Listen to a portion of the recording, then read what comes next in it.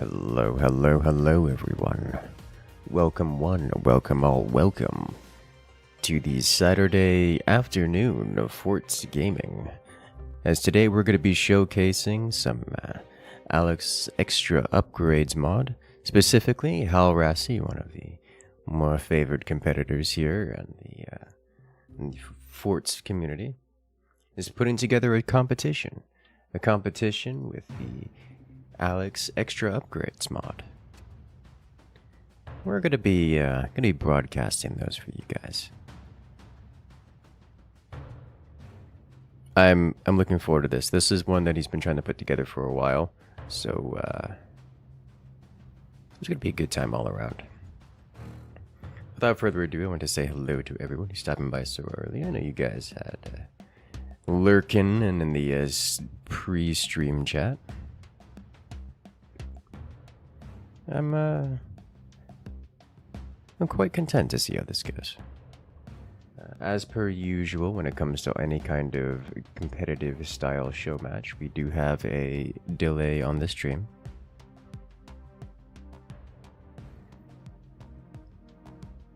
But I'm okay with this.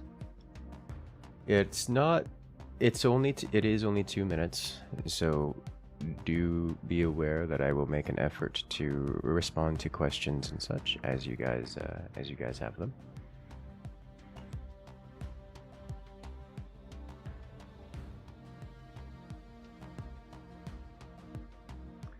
But there will be a bit of a delay.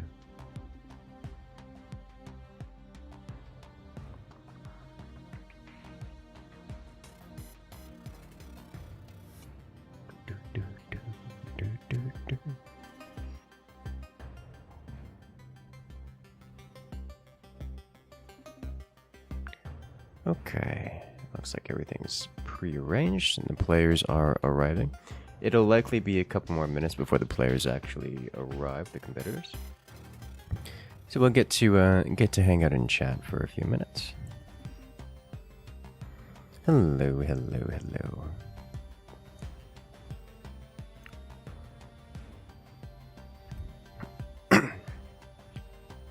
We have at least 2 of the players here. Unsurprisingly, we are going to see other POVs for the competition here. Let's see who else is currently live. Just me at the moment. Well, hello there. JR Spike 23 coming in and rejoining the incursion. Congratulations, friend. You've regained access to all the beautiful emotes here in the channel, as well as the special access role on Discord. Welcome in. Get Ethan out of his comfort zone. Oh, you sweet summer child. Do you think Ethan's comfort zone isn't in the modded side of the community? Joke's on you and on everyone else.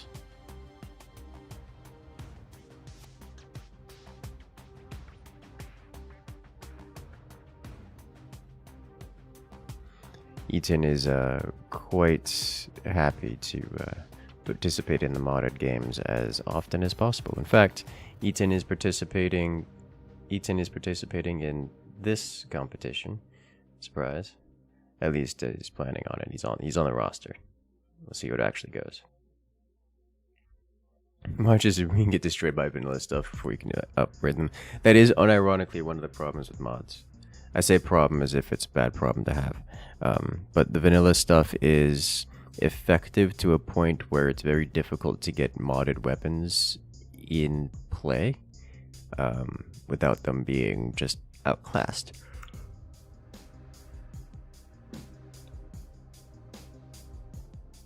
It is an interesting problem to have.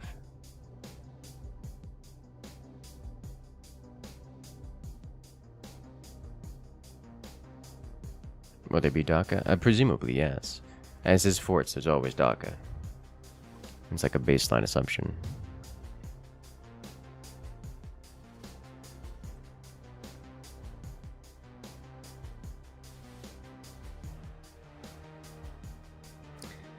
There's One moment. I need to...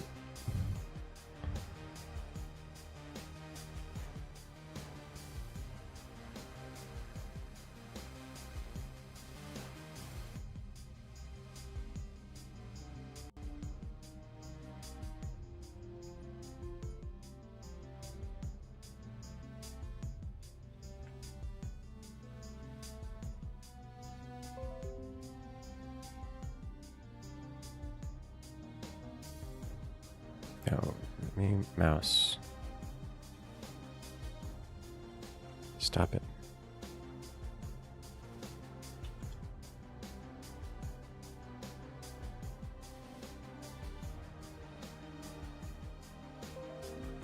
There we go.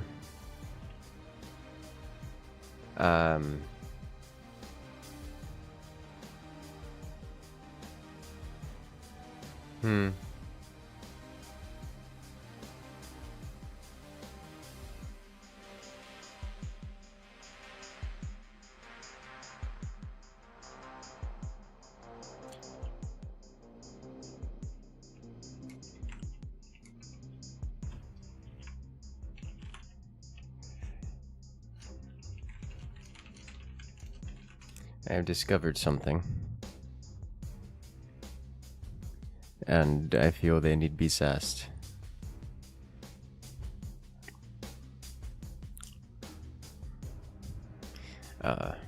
Nothing relevant to the tournament.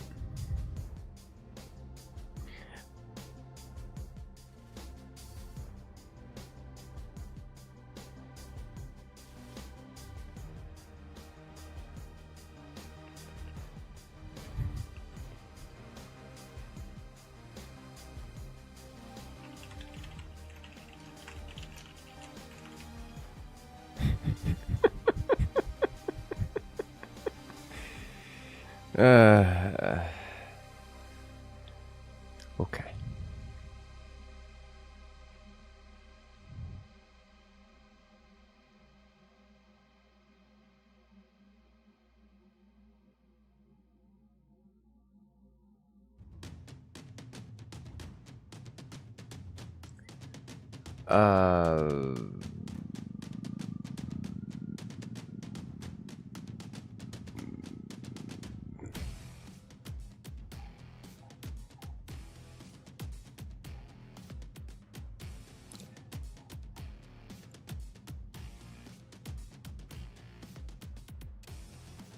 Let's see.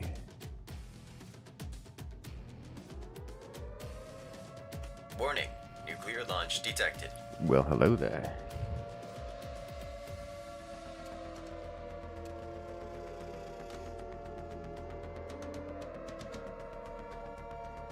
Thank you, JR Spike coming in and dropping the nuclear launch. Not on fire yet.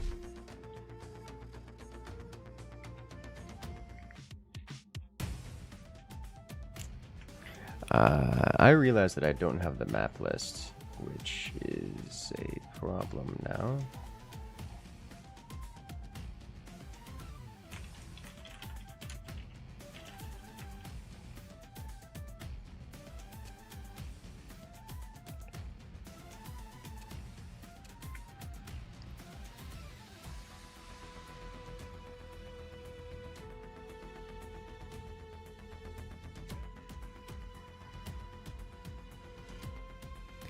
Let's see.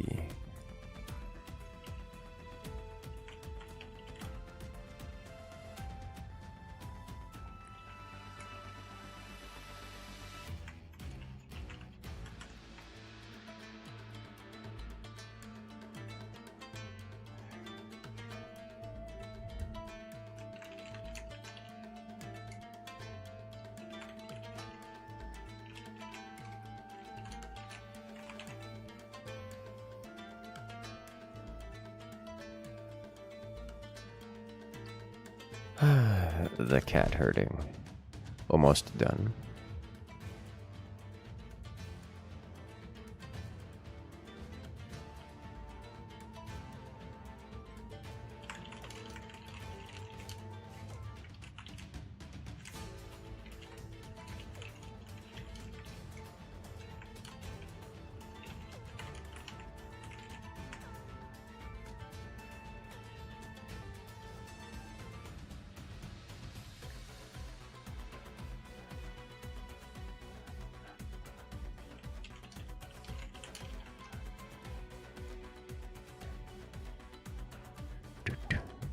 Alright, give me a moment. I am becoming a roar.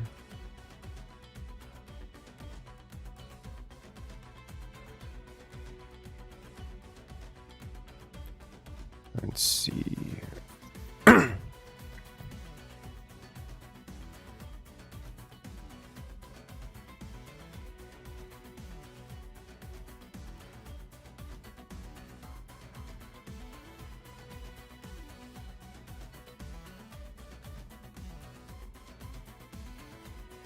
Oh, that's gonna be interesting. Let's do something. They all look pretty sane. Okay, we'll do.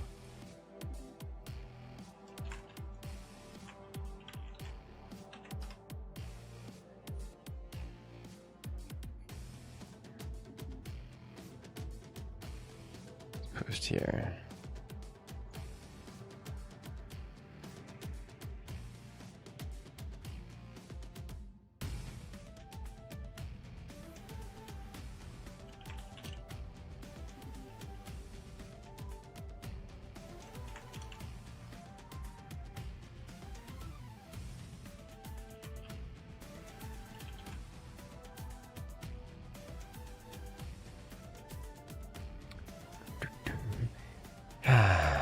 Cheers by coming with the nuclear launch. You love to see it.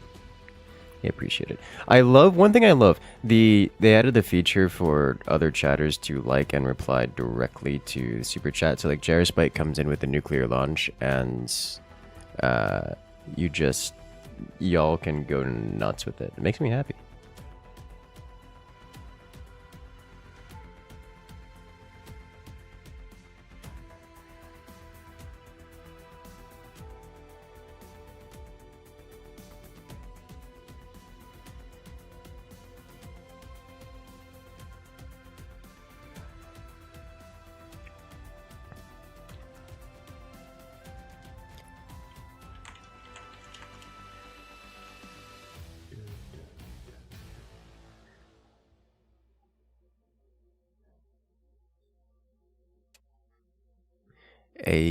What does AEU stand for? Alex Extra Upgrades. This is a modded competition.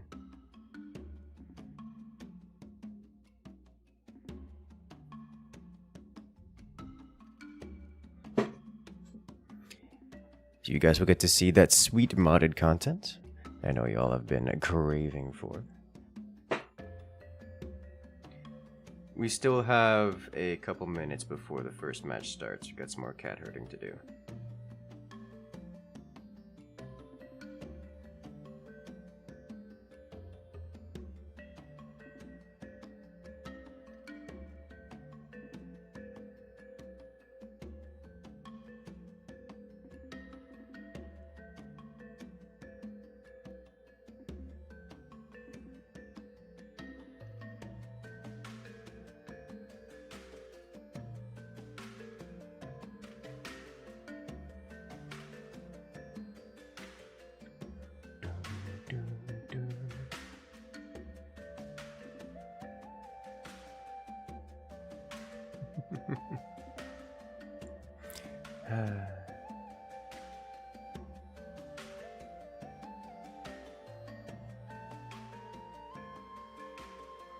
Watching from Bangkok. Hey, welcome in, Shane.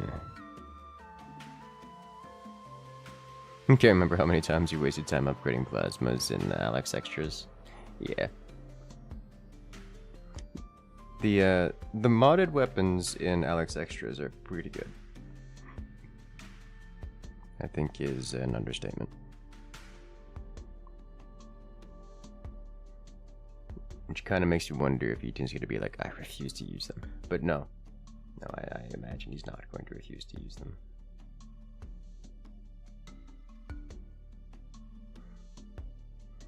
Is there a link to go to the AEU mod to read what it changes?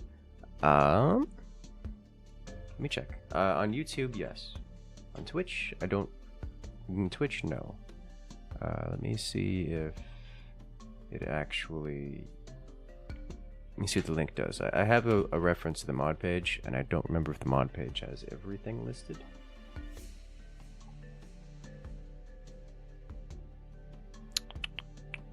It has an overview, but doesn't have like a full list.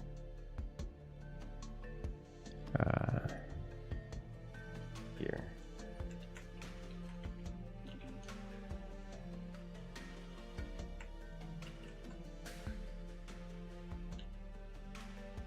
There you go.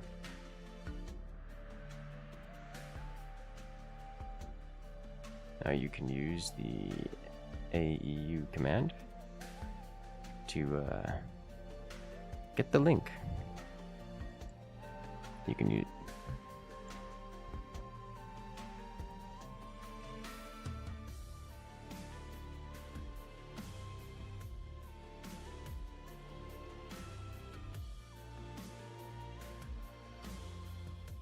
Ta-da!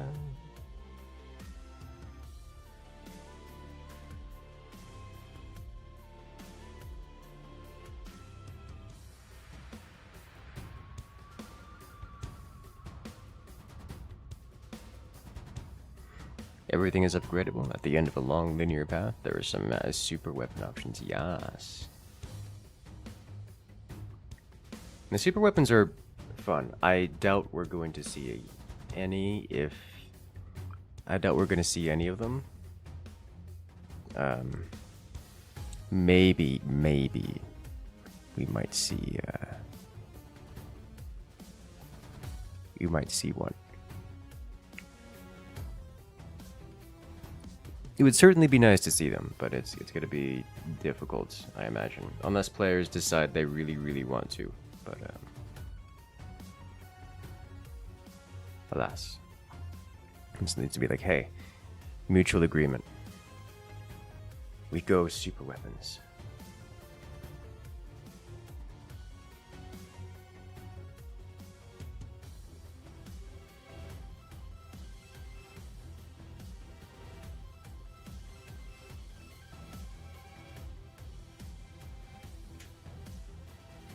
Which may very well happen.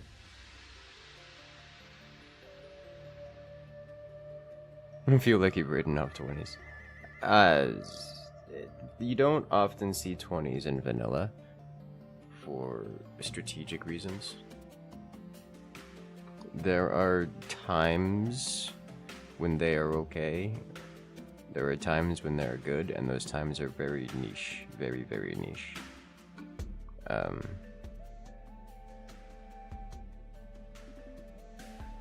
In modded, it's...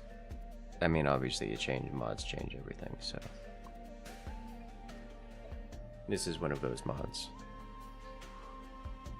A lot of the upgrade-based mods, like even indefinite upgrades, turn 20s into disgusting things, because 20s then start hitting breakpoints with the bonus damage, where it turns them into like, oh, this is like a standard cannon, except it shoots 9 projectiles, which is just kind of disgusting.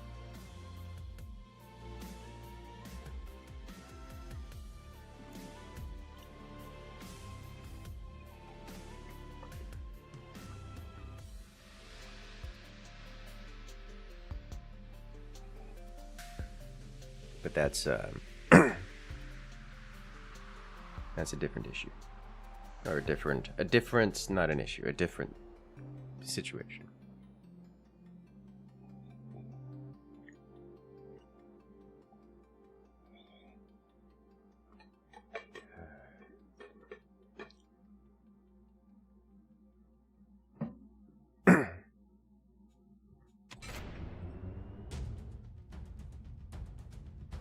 Strongest super weapons will come out in time. Yeah, I would expect not, yeah.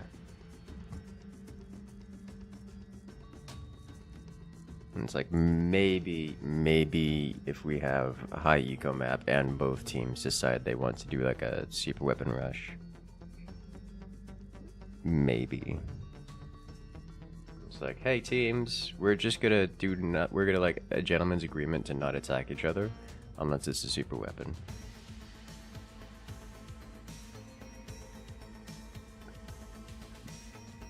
And someone's gonna do something cheesy like a super weapon variant of the rocket launcher. It's like, oh yeah, this is real cheap. Suddenly everything is on fire. All of it.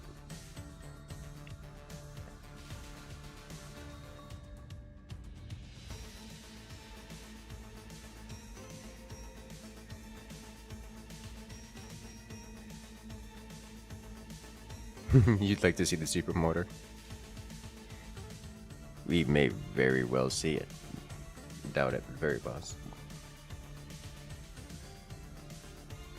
Impact laser funny. All of the impulse-based weapons that just like knock around are devastating. It's like, I see you've built a base. It would be a shame if we sent it into orbit.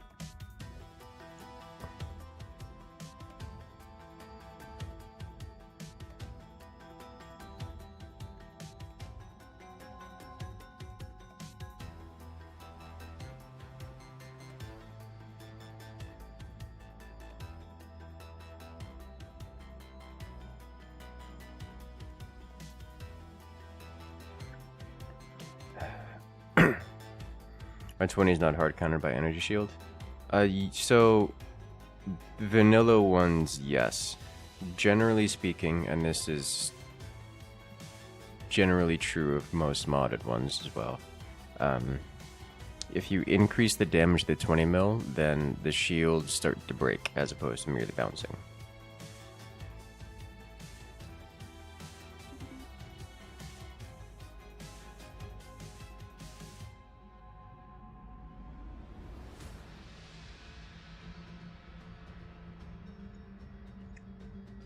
But yes, vanilla 20s are hard countered by energy shield. Fortunately, this is not vanilla.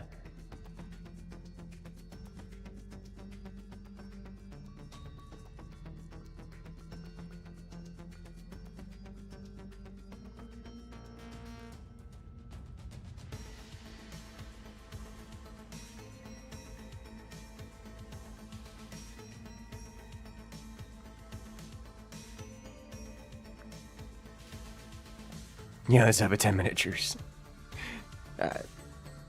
It's not in the rules, but it's also not in the rules, if you know what I mean.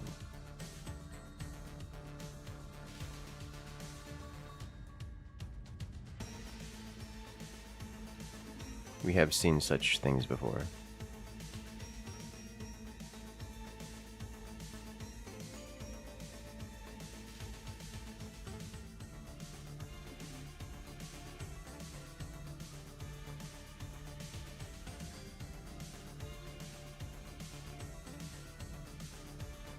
Okay. Hope Hallrassy doesn't shoot down his own tournament, or his own teammate. Only one way to find out.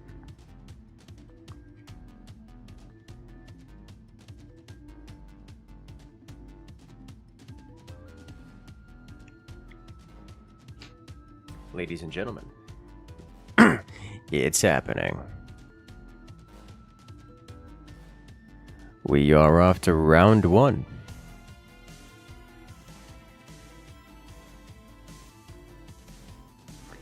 Here we go. Now, players from every continent almost. Forts? Yes, forts. And the best kind of forts, it's modded forts. So we're going to get to see the wildest of things.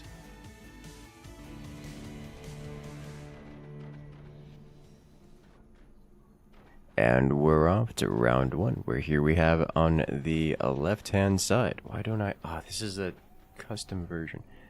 My camera location hotkeys, they're gone. This is fine. Here we have on the left-hand side, it's Gengar and Drabensin facing off against their opponents, Hallrassy and Zvez. Zvez had a wonderful showing in the previous tournament. I'm looking forward to seeing them perform once again.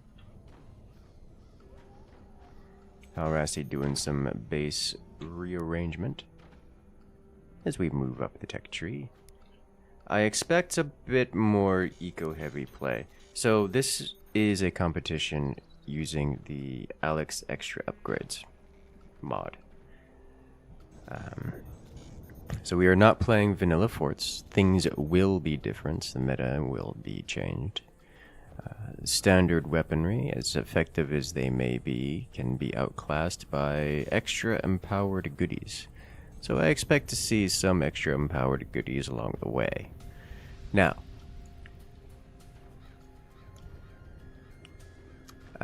one thing we're going to experience, I imagine, because of this, is a gradual, not so gradual, but a shift towards later game options. Because if you're playing with extra upgrades and you never get the upgrades, you end the game before the upgrades, you're not playing with extra upgrades. So, I imagine we're going to see some later gameplay. Something that looks and feels a lot like your heavy weapons rush kind of builds. But they will have some unusual flavor. We already see some of the modded materials added in.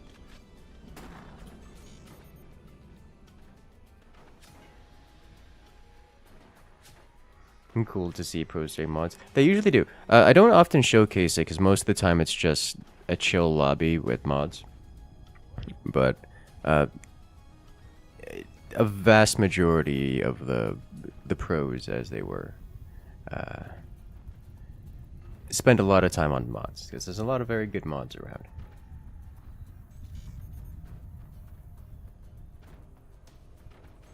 I think we had someone earlier saying, "Oh yeah, let's get Ethan in here so Ethan could be out of his comfort zone." It's like, ha ha ha ha, joke's on you. The man plays more mods than even I do, which is setting the bar pretty high.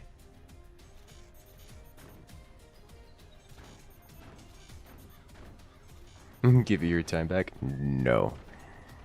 Yoink. I'm glad you enjoy the sickness.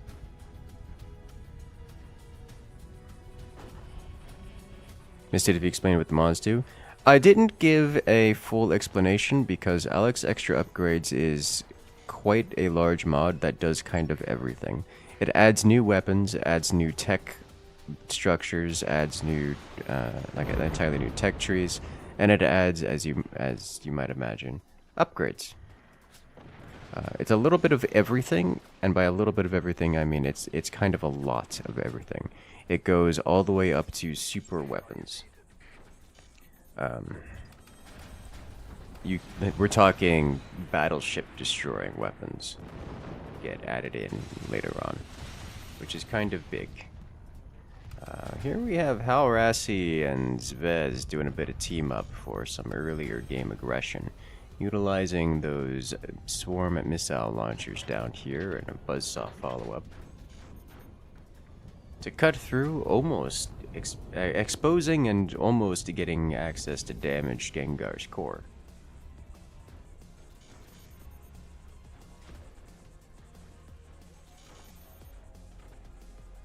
As commander changes? Yes, the commanders do different things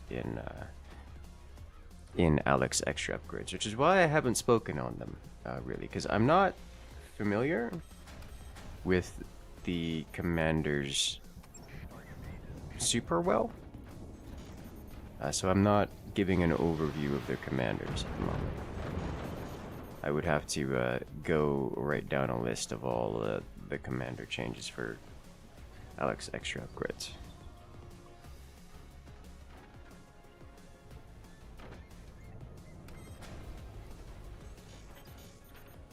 It does change quite a lot.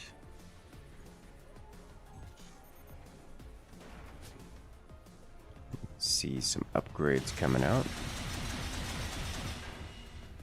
That's a lot of buzzsaw. The man's using batteries to block buzzsaws, it looks like, which is a decision.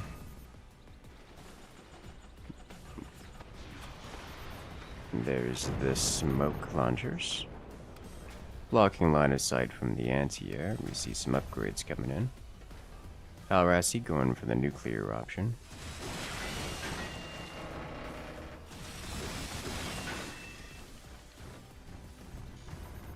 Gengar getting Fire Beam, Plasma Beam combo online and running. Oh, the action arrows for each player makes it hard to focus. Yeah, as a lot of players like it on, and a lot of players don't like it on. It's kind of mixed because of how distracting it is, but to each their own. And for the moments, these players in particular enjoy having it on, so it shall be on. It is actually not horrible because like you get to see what they're doing at all points in time, which is nice. Like it is a nice thing.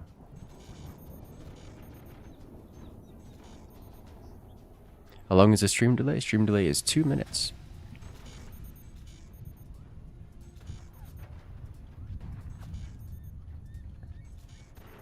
Curious if we're gonna see. It looks like Zvez is going for the super shotgun option. Upgrading shotgun into a bigger, better shotgun. We'll see which flavor the shotgun is evolved into. So, with Alex extra upgrades, unlike the unlimited upgrade, unlike the unlimited upgrades mod, the weapons are actually unique. Here we have another nuke. Ooh. Is that an impulse nuke? Is that just... No, I don't think that was an impulse nuke. It just blasted it. So that was a modded nuke. It went very fast. As I was saying, the weapons have actual branching upgrade paths. Like you can choose to upgrade for one path or another. And they do different things. So it's not the same thing every time. Here comes upgraded modded nuke. Moves very fast and slammins.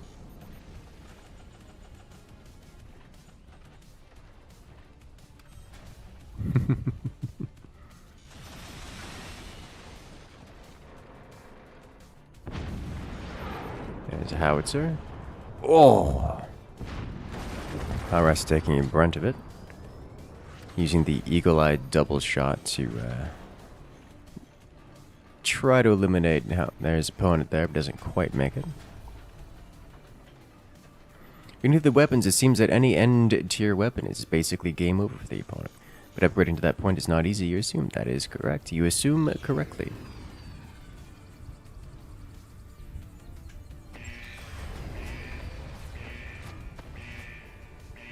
Double nuke. Ooh, wow. Okay. So we're getting to see that smoke fly everywhere. Shutting down just about all of the anti-air.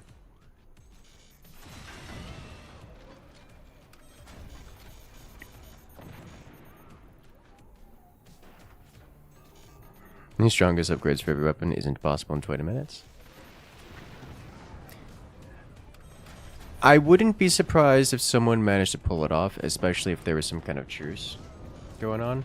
But yeah, 20 minutes is kind of a short time to get the super weapons out. Mildly related. Someone forgot to turn on the timer for this one. So, we might get to see him this round. Hey. Nukes get super scary with upgrades. Literally everything gets super scary with upgrades. Nukes among them. It's interesting to see this smoke at work, because this is the scatter smoke option. So it shoots, it spread fires its smoke everywhere. And it's particularly effective, as we've seen. It's full covering a majority of the opponent's bases here. We're going to see another double shot howitzer.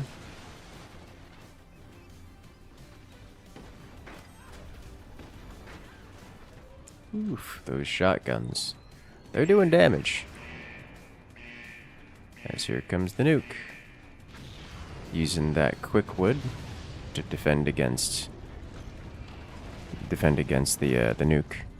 One of the modded options is Quickwood, as you see being placed here. It is constructed near instantaneously, which makes it very effective at blocking things such as nukes on reaction. Even super fast nukes. Curious which upgrades the players will be going for next.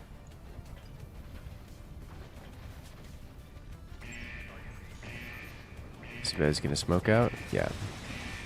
EMP smoke is the next option. Yeah, okay, so few things. We have EMP smoke added in. This shuts down the entirety of Gengar's base, which is kind of intense. Derbenzine ate both of those nukes, which leaves Team 2 here on the right side. Hallrassy and Zvez in an extreme advantage. They've had an advantage for a while. Gengar went laser beams and has been categorically unable to keep them alive. Whereas Derbenzine's been doing some damage, but has not managed to defend successfully, and Hallrassy blew up all of his base. Well, most of his base at least. The important parts.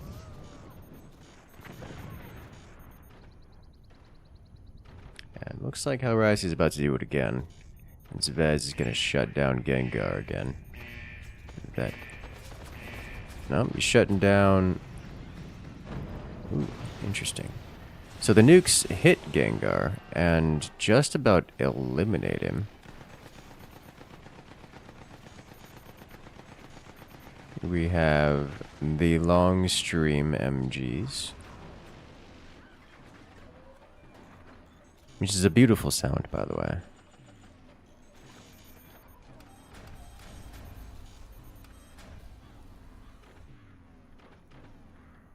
You're okay to not see a 15-minute timer, considering the nature of the mod. Doubt ever see a stalemate. It's more fun to see the later weapons. Yeah, about that.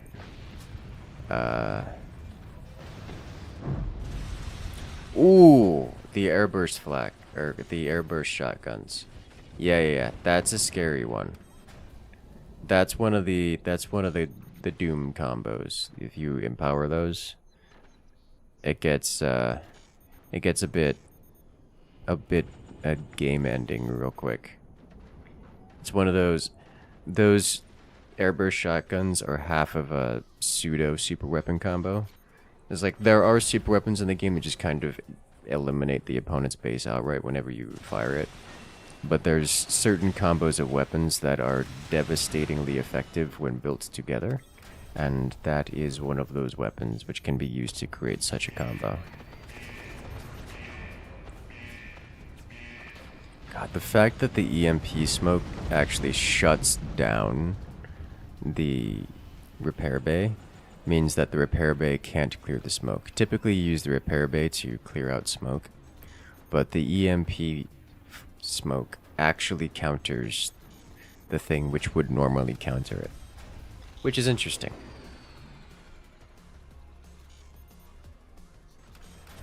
That red team's getting greedy.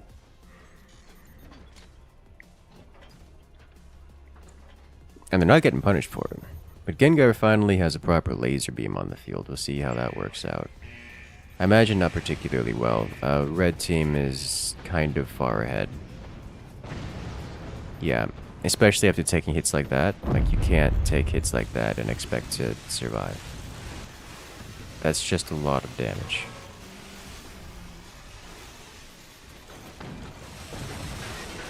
And there goes Derbenzine.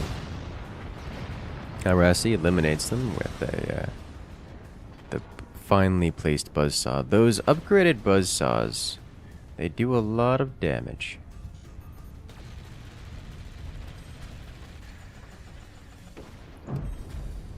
Whew.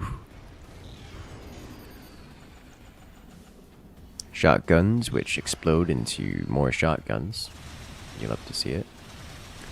Honestly, just smoking on cooldown is probably going to be devastating, like debilitating to the remaining player here on blue team. Yeah. There's more core damage. As Team 1 struggling to survive here. And there it is. Buzzsaw is doing a lot of work. Turns out when you get those high rate of fire buzzsaws, yeah, look at the damage difference in that. It's crazy. Well, Hallrassy and Zvez, take it.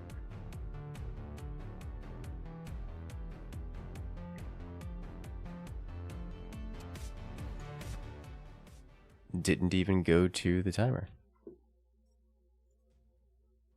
Honestly, playing without the timer is probably better for the viewing experience. Even if it's gonna result in grossly long games.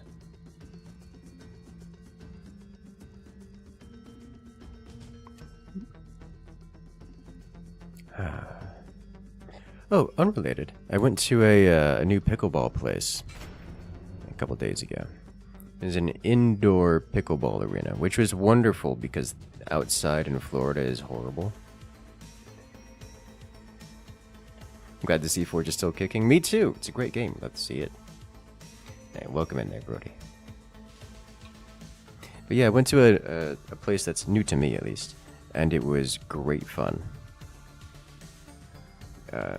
Finally got to experience what it's like to get served at by someone who knows how to serve.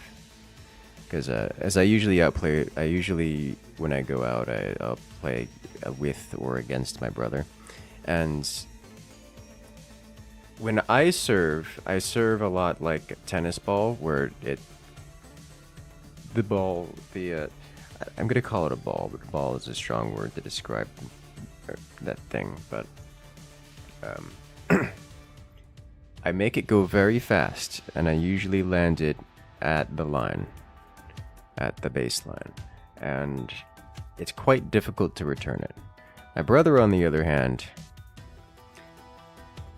it's coming slow over the net, which makes it real easy to return. And he was always like mentioning, "Oh yeah, you serve really fast and hard. It just throws me off a lot." I'm like, "Okay, well, I'll take your word for it." A couple days ago, I finally learned what it's like to experience being on the receiving end, because we played against a couple people, and oh boy, did they serve hard, and it was fast. It's impressive, actually.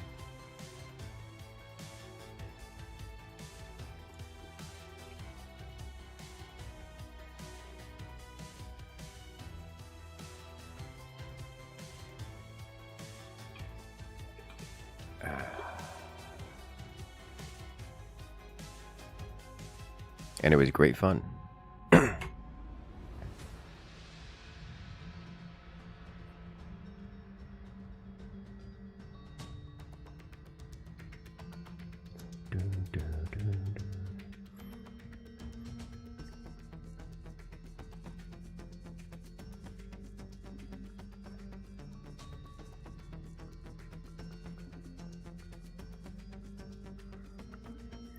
Alright, the players are almost ready.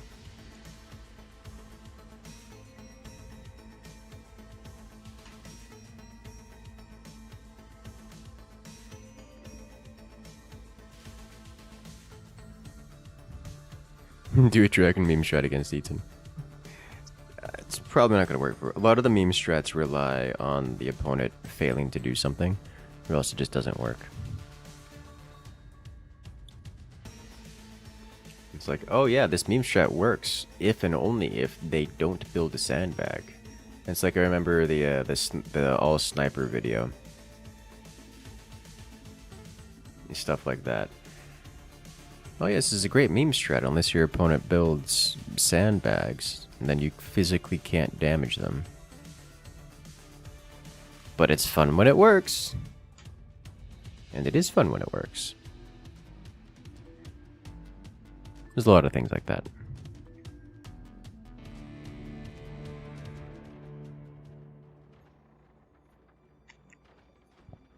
Alright. And we're off to round 2. See, we have on the left-hand side on the blue team, it's Hallrassy and Zvez, playing as the Firebird commander. They're playing against their opponents on the right-hand side in the red. It's Gengar and Durbensine. Much larger map. We may get to see some madness happen here. I say that, but this map isn't higher eco. It's just got some particularly defensible positions.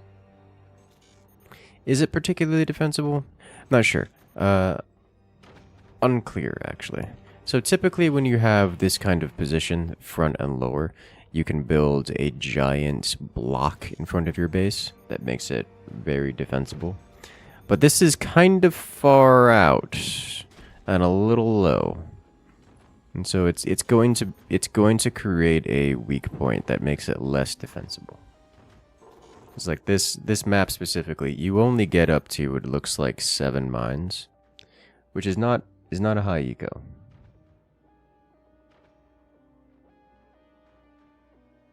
What kind of thing we're talking about. And pickleball, it is ball shaped, but it is hollow and filled with holes.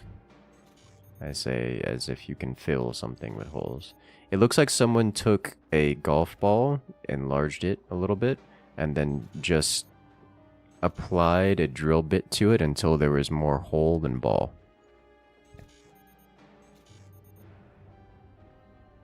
Which means it's very light, and the wind blows it every which way. It doesn't keep a lot of its momentum. It just kind of whiffles around a lot.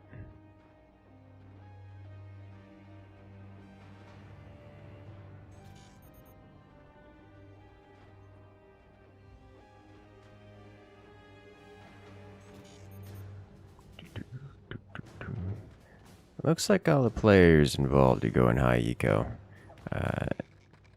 Red team over here focusing on getting the mineral expansions rather than the energy, whereas blue team is going energy heavy to start.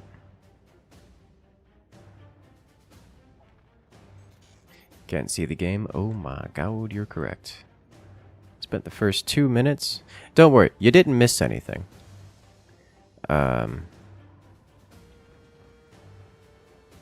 Right hand side.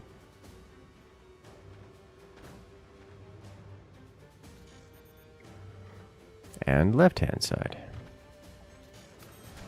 No action has occurred. It's all eco all day. Which is not terribly surprising to me. I will say, right hand side took a while to get the eco going. This is what I was mentioning earlier about it being a little far forward and a little bit down. It's kind of far, which makes the whole defensive thing a bit difficult.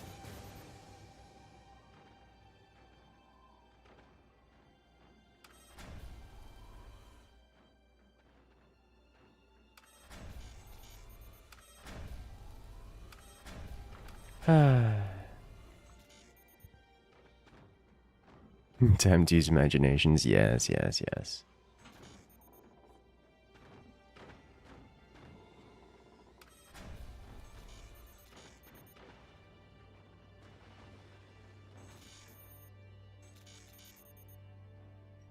Alas. I'm wondering if we're going to see a very similar strat out of blue team here. As we do see smoke and shotguns. And we're seeing buzzsaws here. Neither of which are super surprising to me given the dangle required. Kind of surprised to see Durbensine isn't immediately reacting to the existence of the buzzsaw.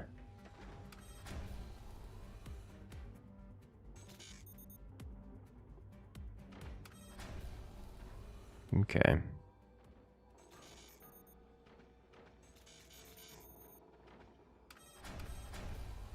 Kind of want pickleball in the UK. Is it not? Kind of that kind of surprises me. because it is super popular over here in the US.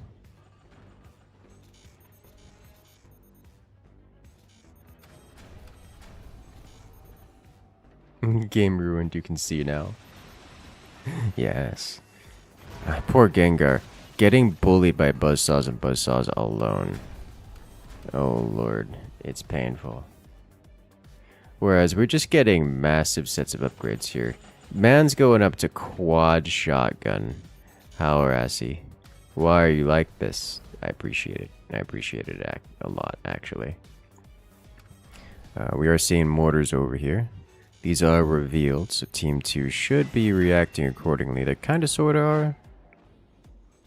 I don't think they're building enough anti-air. But blue team is dominating this performance. Oh my god. The Hallrassy's core is literally just exposed. And a machine gunner damages it.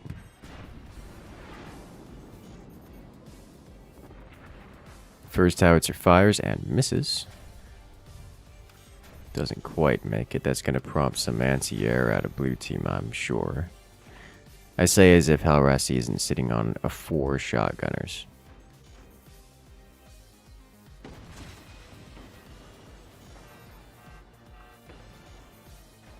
So those are not standard shotguns, but I forget what flavor. I think those are AP shotguns, are those? I forget which color does which.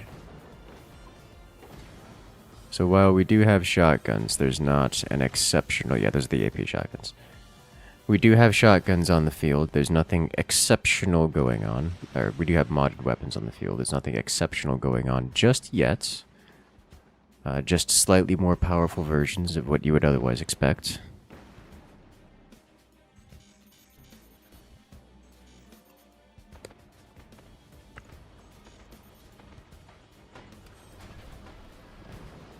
Smoke everywhere.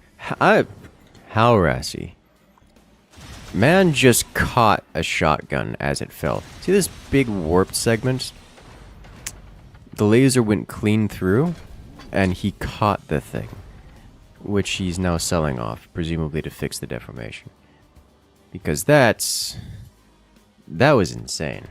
Wonderful catch by Hallrassy.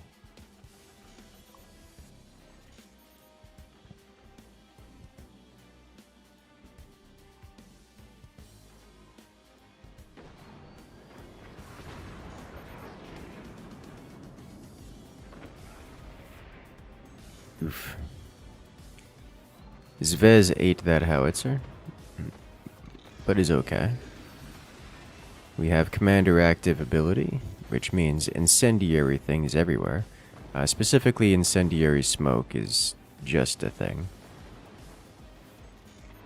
Yes, smoke prevents you from putting out the fire. Yes, smoke also starts the fire. Gengar's core is burning. Oh, that's the lethal. Gengar burns to the ground.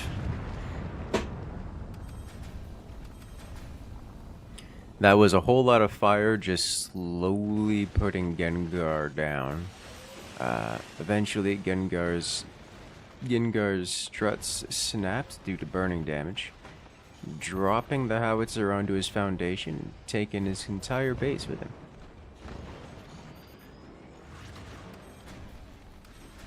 Commander active ability for red team here. They are playing as the Armadillo commander. They get some more defensive boosts. Looks like we're getting upgraded mortars along the way. I forget which variants. Is this the double shot mortar?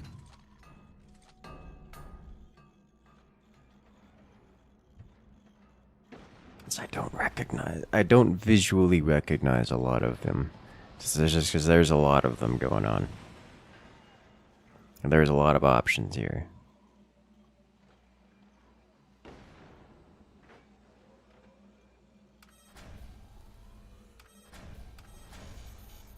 Looks like blue team focusing on upgrading their eco a bit. Went ahead to get further ahead. Classic.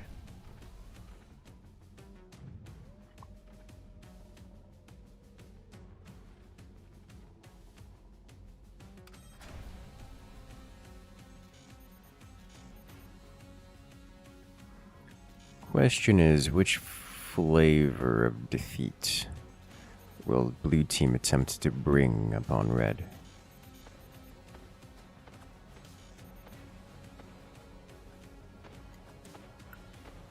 It is worth noting that co-op on death is enabled, so while Gengar's base has been defeated, Gengar is still able to participate in this match, merely hopping onto Derbensine's base to boost that APM.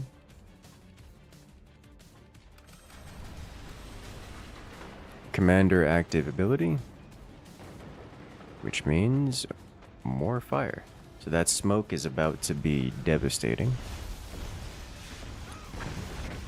The repair stations will keep red team alive, at least for the moment.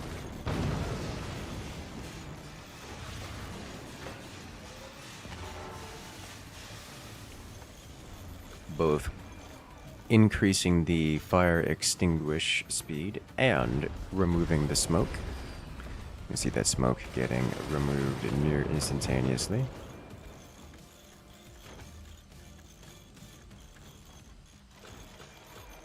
Gonna keep them intact for the moment. Triple beams. I mean, it's an option.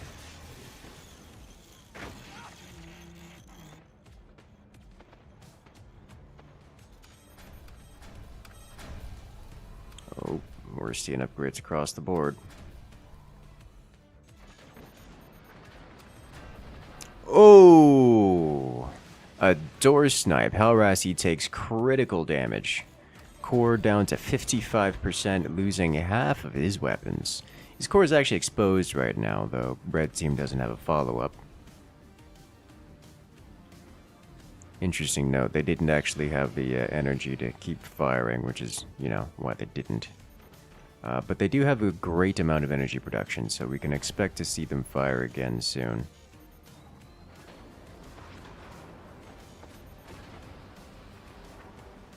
There's a hit. Nope. Those plasmas, in their upgraded state as they are, cost more than the default plasma to fire. Red team has enough energy storage to fire 3 standard plasmas, but those are not standard plasmas. Oh, burning damage? Nope. A machine gunner tickling Hallrassy's very exposed core.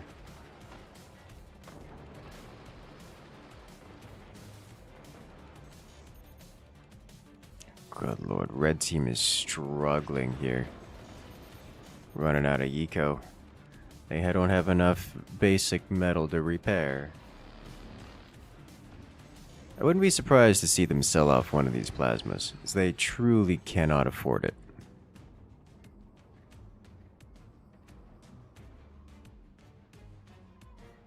As for all the energy production they have, they don't have the capacity. I mean, they might have enough production if they were to boost their capacity. And I don't see them boosting their capacity here. Like, they need to get some upgraded batteries or more batteries. They lose a plasma here, which is going to. It's painful. Certainly painful. Massive damage. Plasma shearing off the top of Zvez's base, taking out a majority of the mortars along the way. That was a lot of damage. Oh. Oh no. Red team doesn't have enough. Okay, they just got those back online. Yeah, plasma cutting deep. Hallrassy taking even more damage, losing his last shotgun.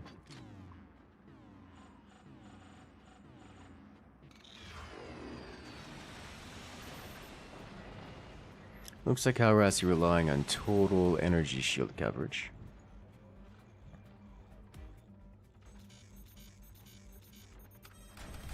Curious as to how red team's gonna come back here, because utilizing energy weapons and only energy weapons means that they can be completely hard countered and shut down by energy shields. That's something that blue team knows and is implemented.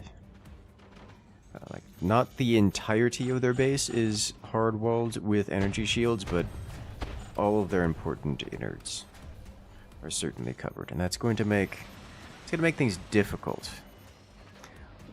Whereas on the other hand, red team has to defend against a wide array of weapons. They can't simply wall off and be intact.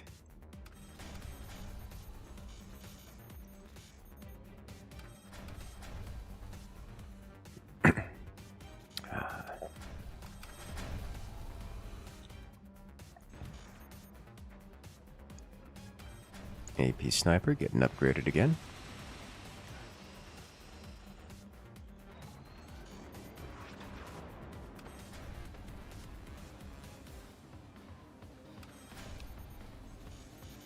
That smoke getting wiped out quite quickly. Uh-oh. Well, that's a bad sign for red team.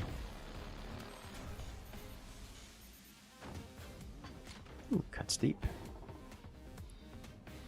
Having your buzzsaw, having your connection here chopped off by buzzsaw is a bit rough. Can they not upgrade these mines again?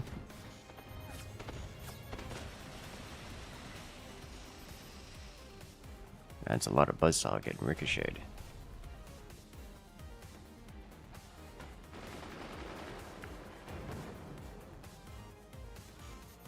Plasma's always the wrong choice.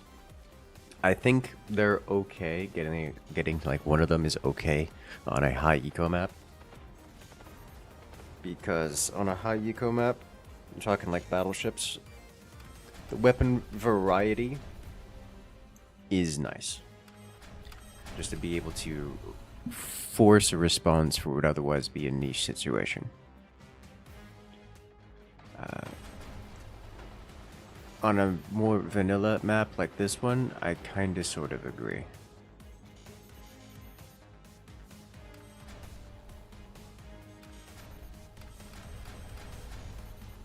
Kinda sorta. Why you like this? Oh. That's the Mega EMP version. Okay. Giant EMP shutting down a majority of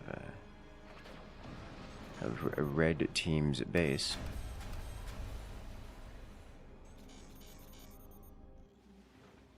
Well, that's wonderful.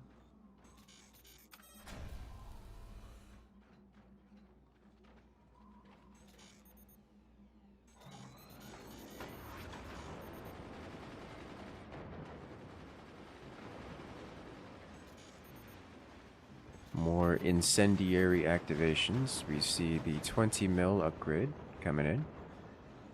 Splashing that damage everywhere. A not so upgraded 20 mil coming in. Actually, I think those are side grades. One does more damage, one does more rate of fire.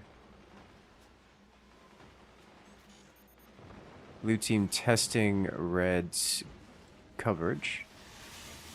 Anti-smoke coverage. As you see, there's a spot missing, and has resulted in everything burning. A standard cannon coming out. That's going to make a difference here.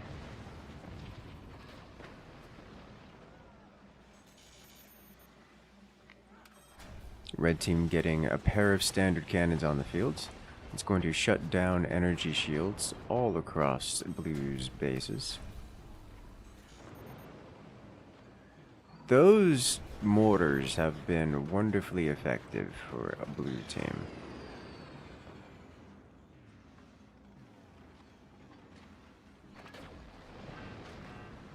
Ooh, surprise energy beam from below. Red team taking critical internal damage.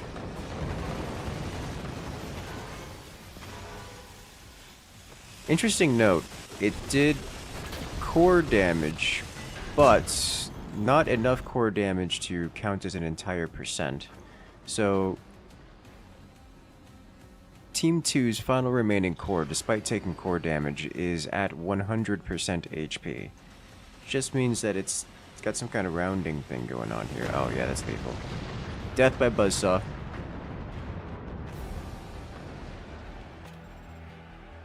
Surprise! Ladies and gentlemen, Zvez and Hallrassy are victorious.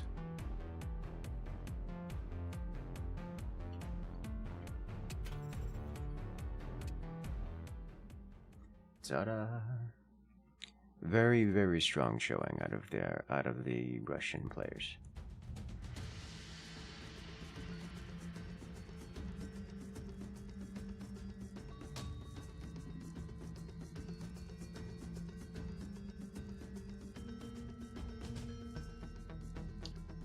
All right.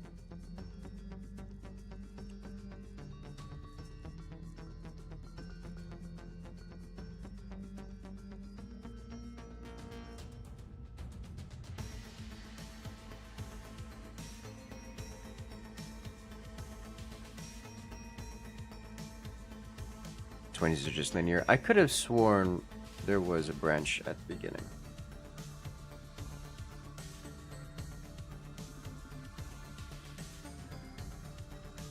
Or like a midway.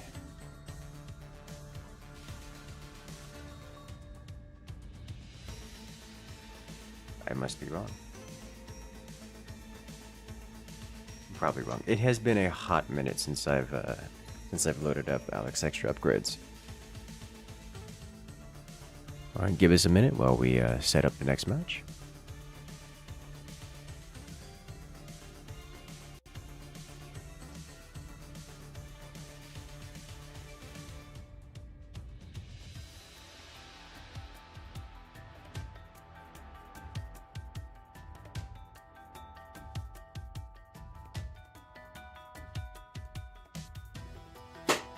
Looks like Dragon and Eaton. Oh, I just realized. Yeah, that's gonna be a match and a half. Looking forward to that one.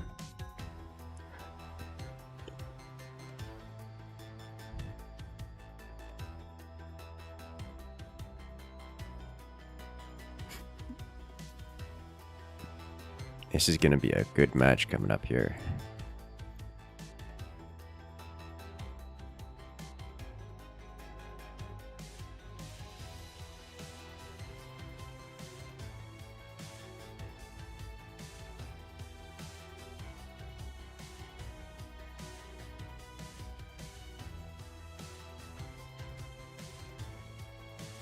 We have to do a map ban as well as commander bans along the way. And then we'll get this party started.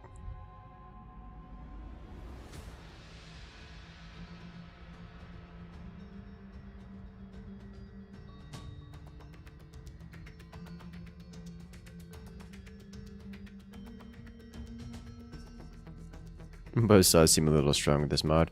They certainly are quite strong. Hello there, Incursus Senior. Welcome in. Hey, Dad.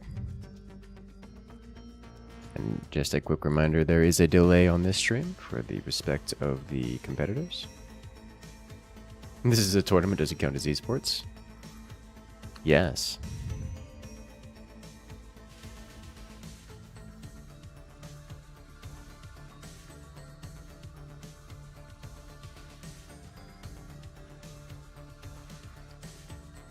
They almost came back. Touch switch was too late. Yeah, I think that's probably the case. I mean, you say that, but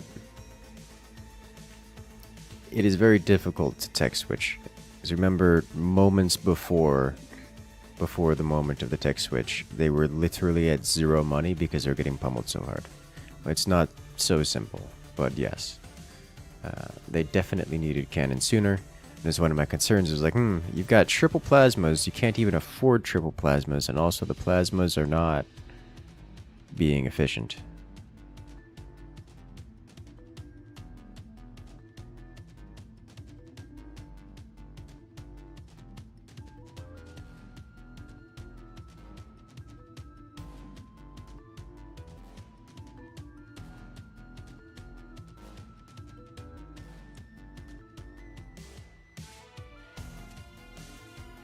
Okay. Is super howitzer power possible? Yes.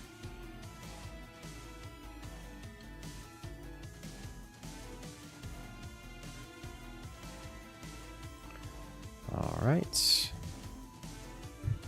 Couple of those beautiful emotes. I should probably update the logo emotes.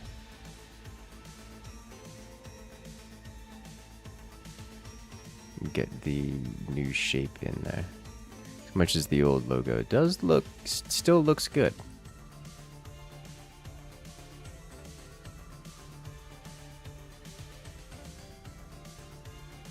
Resting comfortably. Hope you're not resting on your bottom side. That's got to be annoying. It's got to be an annoying way to rest, given the context of things. Who's good at Fragmentation Howie? Fragmentation Howie is scary. Most fragmentation in this game is scary, just because it comes from weird angles. You have to defend from weird things.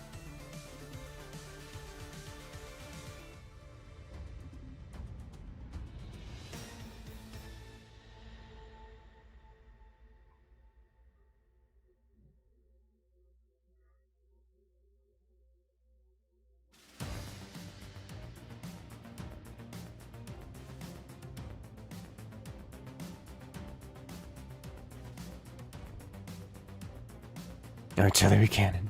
Aren't most cannons artillery?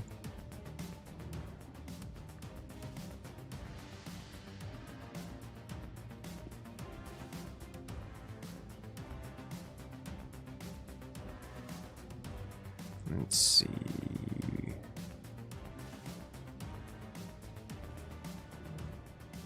Probably.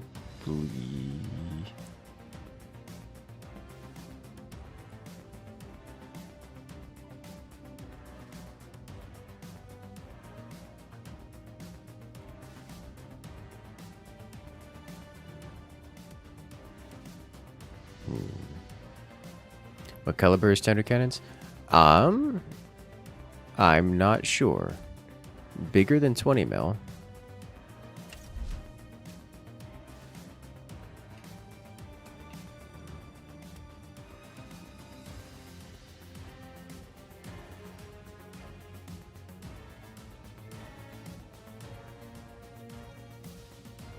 Bigger than 20 millimeter.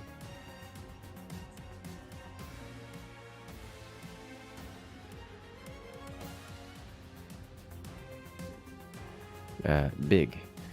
I think the howitzer is probably the baseline for artillery.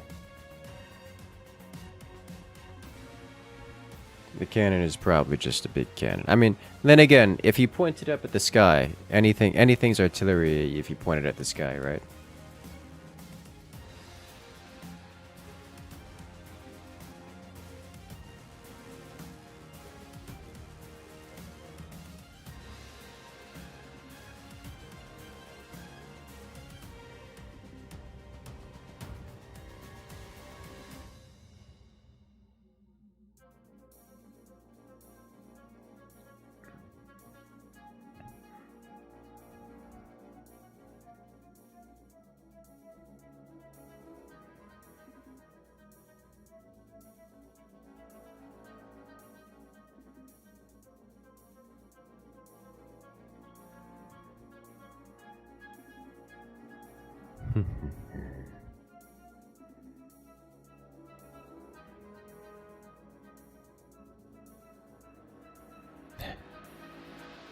Imagine how you can set the airburst like flag.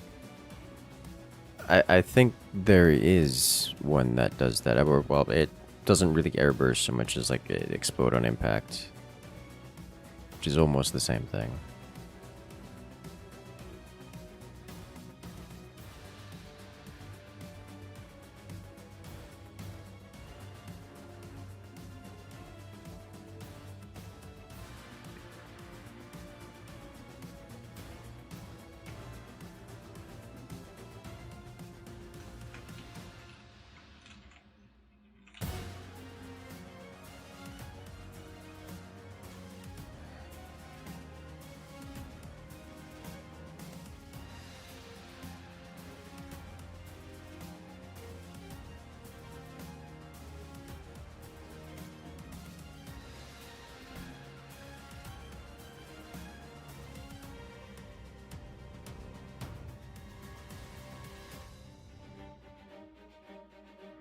Okay.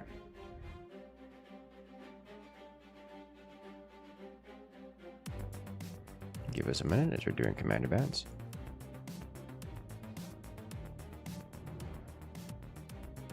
Even an HMG emplacement can be used as a form of artillery if you arc it high enough, probably. It's just very scattered flak. Very scattered airburst. Airburst stream artillery. Flak stream artillery?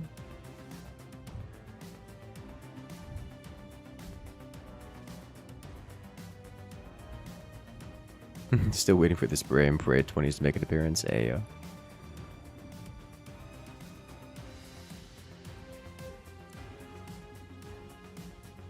How is heat invented? You're dying. It's a bit energetic outside, yeah. The sun is hunting.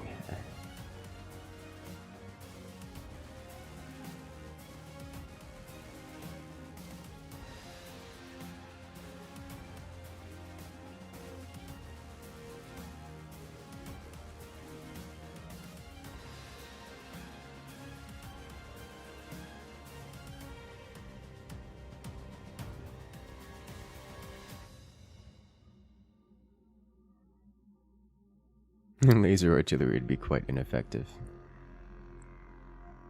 Maybe. Is it artillery if it doesn't go up and it just comes down? Because, like... No, that's just an orbital strike.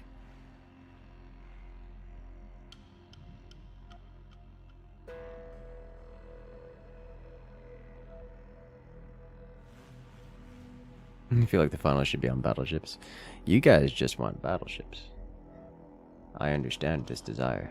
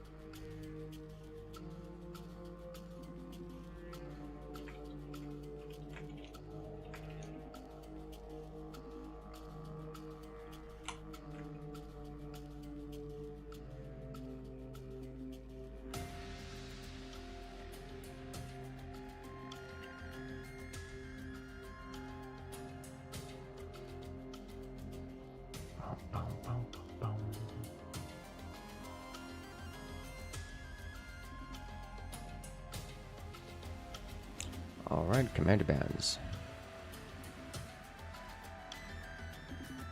Pinch Fist is banned.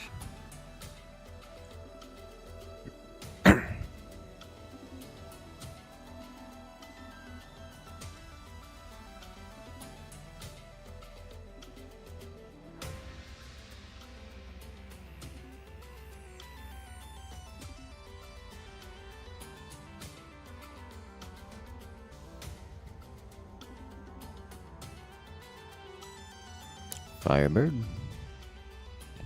Gone.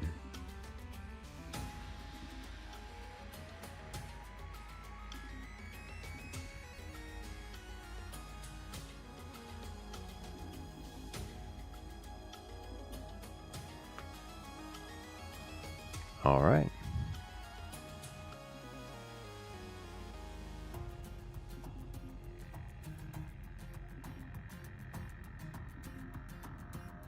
Skylines is the first map.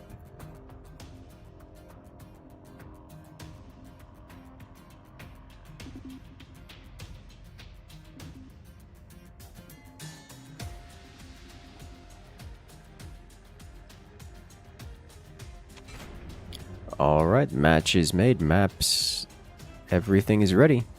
The players are readying up, we'll be starting momentarily.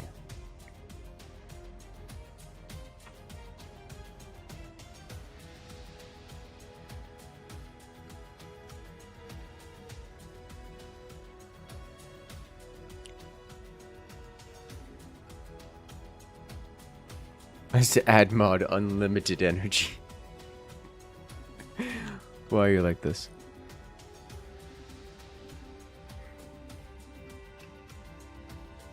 Alright. We're starting up here, guys. Let's do this.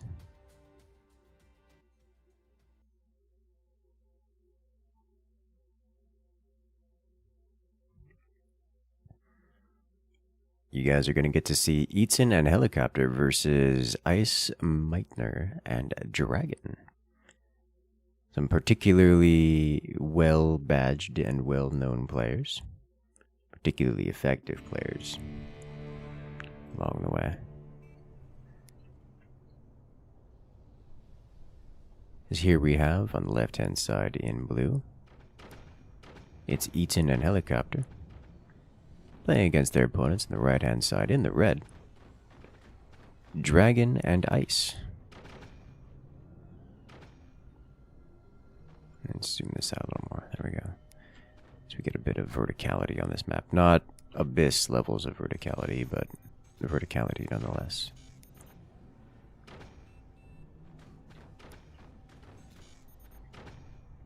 As expected of the Alex Extra Upgrades mod, we're going to see a whole lot of eco going around. I say as Dragon goes double sniper, prompting a whole Y out of Eaton. Which, for those wondering, the amount of APM expenditure required to do this is enough that Eaton defends against it while typing. It is a nuisance, but nothing more. To do such sniper shenaniganery.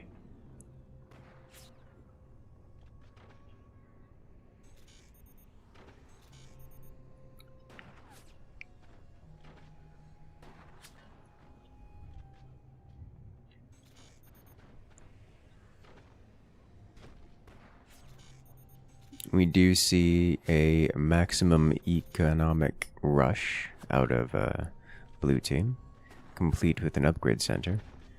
Blue team playing as the overdrive commander in this mirror match.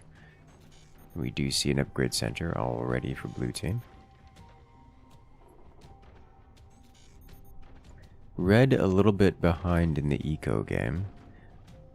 Looks like Red's building an upgrade center for the purposes of going aggressive, compared to Blue's eco center, which is, upgrade center, which is clearly intent to be economic focused.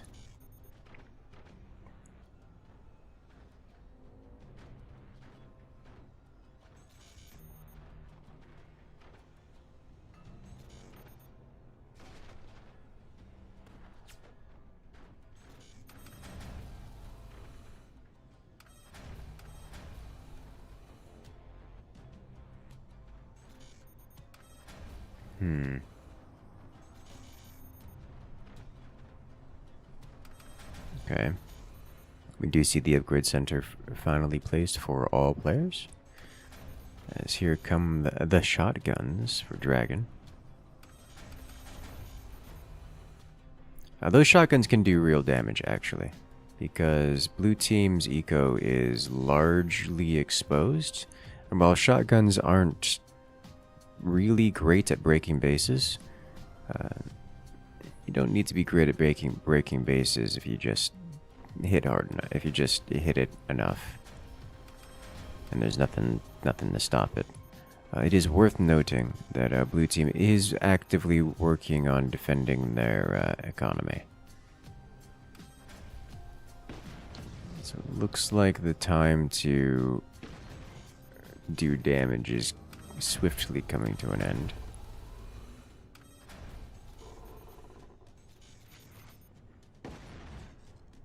And almost gets it, but not quite. I believe blue team's eco is now fully defended, at least from shotguns specifically.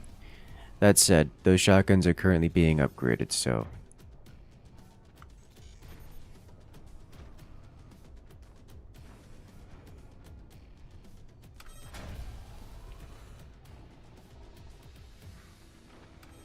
things are going to get messy. Are they going to get messy? The blue team just is not caring, like at all. They're just continuing to upgrade their economy and basically ignoring everything that red's doing. Upgraded AP sniper coming out from Eaton in the lower of the blue team bases. Sorry. Coming out from a helicopter in the lower of the blue team bases. Taking out a shotgun. Taking out a second shotgun. That's good value so far. It's great value so far.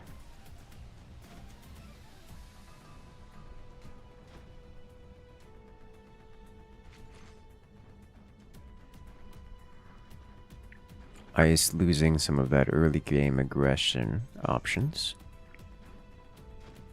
Dragon, on the other hand, going super upgrade center before anything else. Before other tech, which is interesting, and I don't know what to do with this information. Also, this fire beam placement. This reeks of being upgraded to empower. So, the fire beam can be... The fire beam can be upgraded to a weapon which empowers other projectiles. I believe this is going to be relevant because specifically the position of that fire beam means that it cannot directly fire against their opponents. Cannot directly target their opponents. So it's got to target something. And in this case, I think it's going to just be empowering Dragon's own projectiles.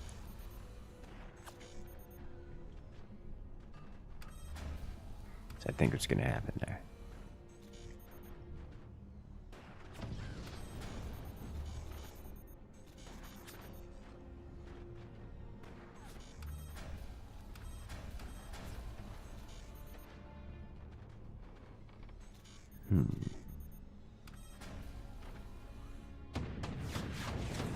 There are those 20 mils.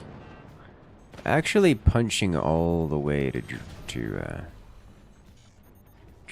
Ice's core, it looks.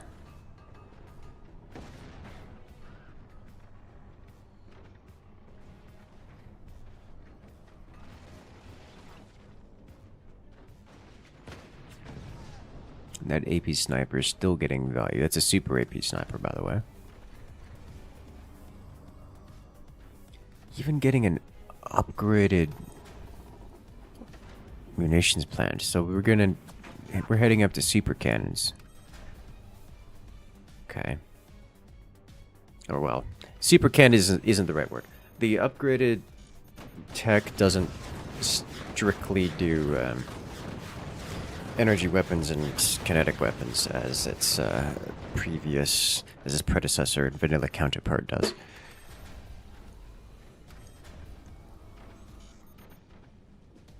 Those 20 started to dig away at red team. Red team looking like they just want to go super weapons. Blue team went hard on the eco for like the first 8 minutes. And is now slowly ramping up weapons.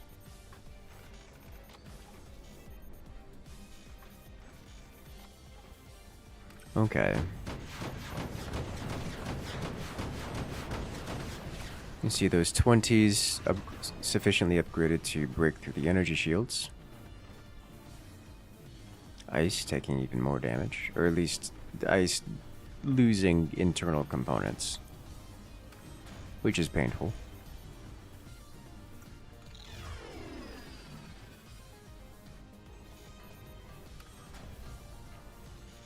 Oh, I think I know what Dragon's going for here. We're gonna see some, I don't think black hole is the right word. It will have a similar effect if I am observing if I am predicting this correctly.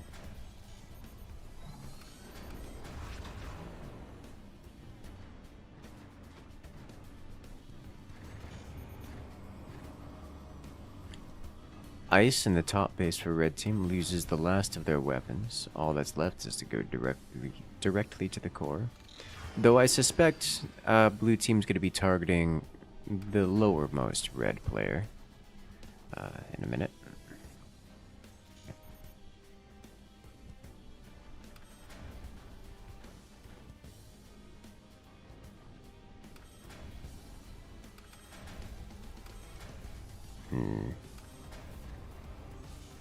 Red team not protected at all? Yes, they are. They're just reliant on energy shields.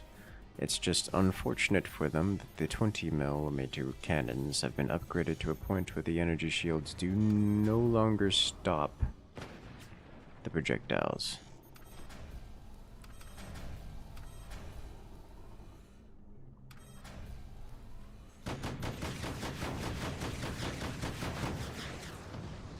It stopped those.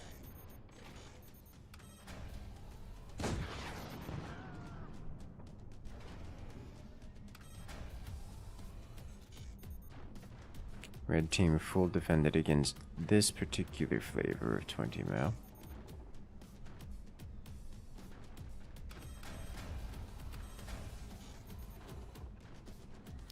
Alright.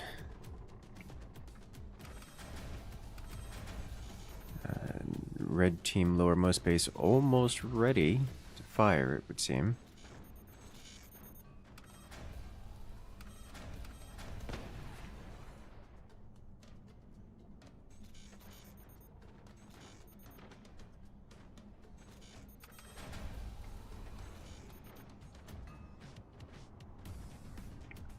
Had to hit like all the tech tree to make it happen. So do you need one more upgrade here? I think you may need one more upgrade here. Wait, nope. Oh god, the batteries. Okay, no, I think he's good to fire here.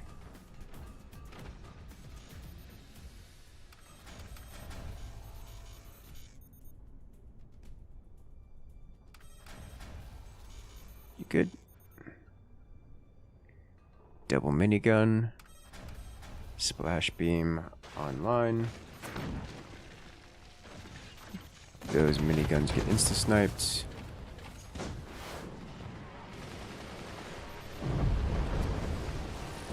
Oh, so much damage. Immediately.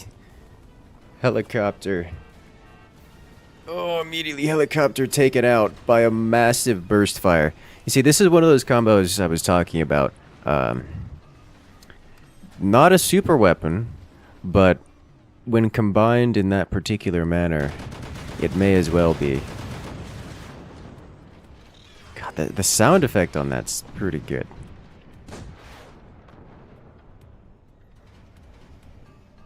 Lots of cannons immediately targeting red team's lowermost base because they don't want that kind of firepower hitting. But guess what? It's a coming back for round 2.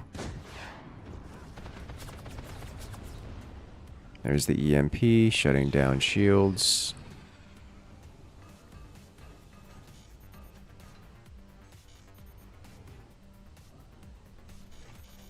Just gotta save up a little bit more.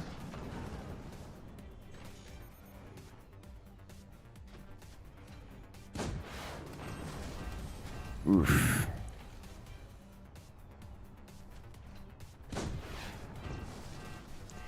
Those cannons are starting to chunk. Red team's lowermost base will not be long for this world if it doesn't get a massive addition of armor.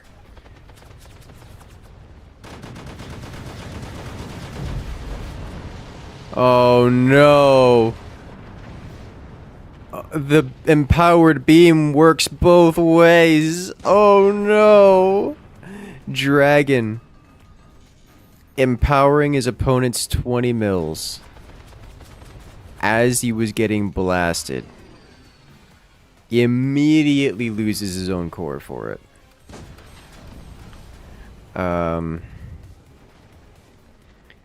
That puts blue team pretty deeply in the lead here. So without those damage dealing weaponry, red team's going to struggle. Red team's going to struggle a lot.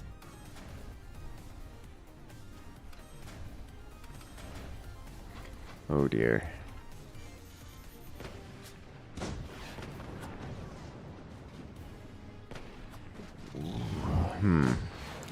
So, red team lost the miniguns, which means that they don't have the ability to really deal damage.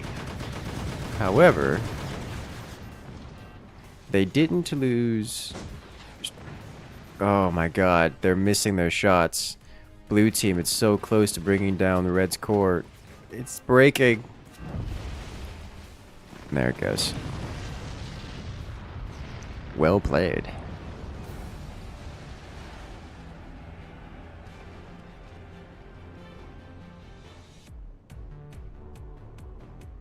Well, Eaton and Helicopter taking a round 1. Well done. That was impressive, and I appreciate that showing.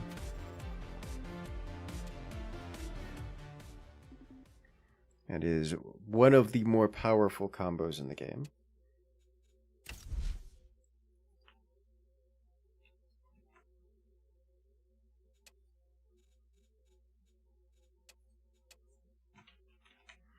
If only they could have managed it. They almost made it. They almost did it.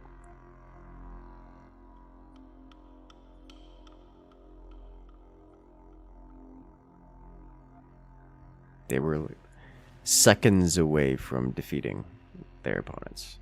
What is it? Because if Dragon had managed to fire literally just a few seconds earlier, then I struggled to imagine blue team would have been able to survive that.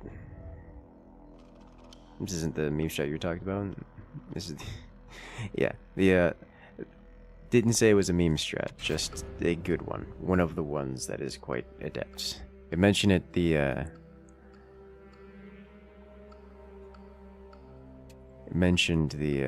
are a couple of good. I'm going to describe them as super weapon lights, because they're weapon combos that effectively create a super weapon.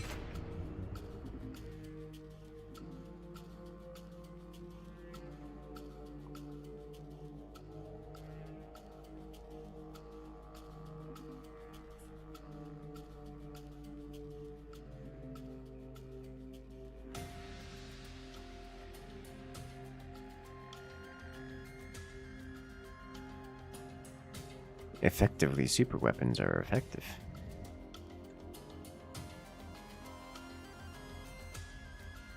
Missed that first volley. Yeah, I was wondering if you missed the volley or what was going on there. Because I think you tried to have one minigun go to top base, one minigun go to bottom base, and just wipe out both cores simultaneously. I couldn't tell if that was the plan or if the intent was to go to do both, or to send both miniguns to a single core just to guarantee elimination.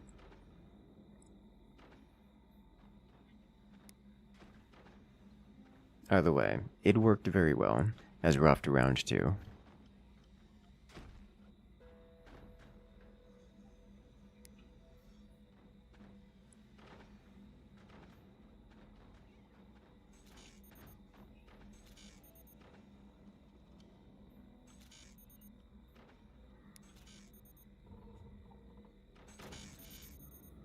As here we are.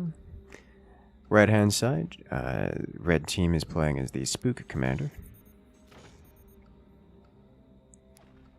against their opponents on the left in blue, playing as the Overdrive Commander.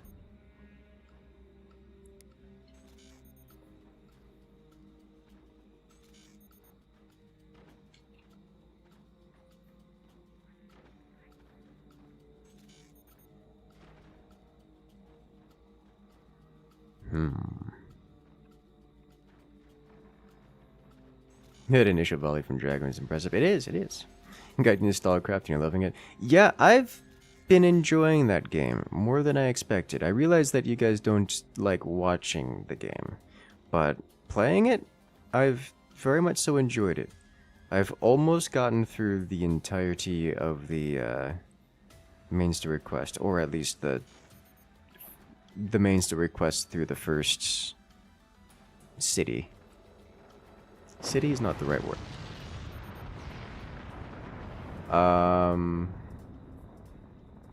He tried. Ice Meitner going for a core swing. Looks like a standard ball swing. This is the expected result a majority of the time. And unfortunately, it looks like there's a little bit of fire still here. So this entire fort will burn to the ground unless they can get up there. But getting up there is going to be expensive. Probably worth it. Probably not worth it. There's no way Eaton or Helicopter doesn't just build a buzzsaw and ruin any chances or hope they have of getting up there. Because without that additional eco from the second base, they really don't have the ability to keep up with their opponents here. What were you watching the previous match? This is the Alex Extra Upgrades competition. It's a modded match, modded showcase. Were those super 40mm cannons? No. Those were miniguns. There's a lot of upgrades you can do, and they become very, very powerful.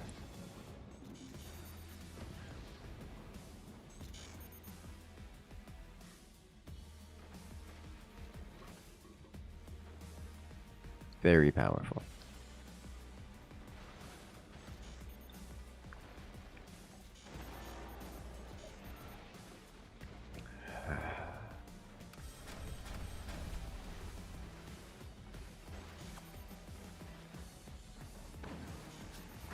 Sweet, delicious tea.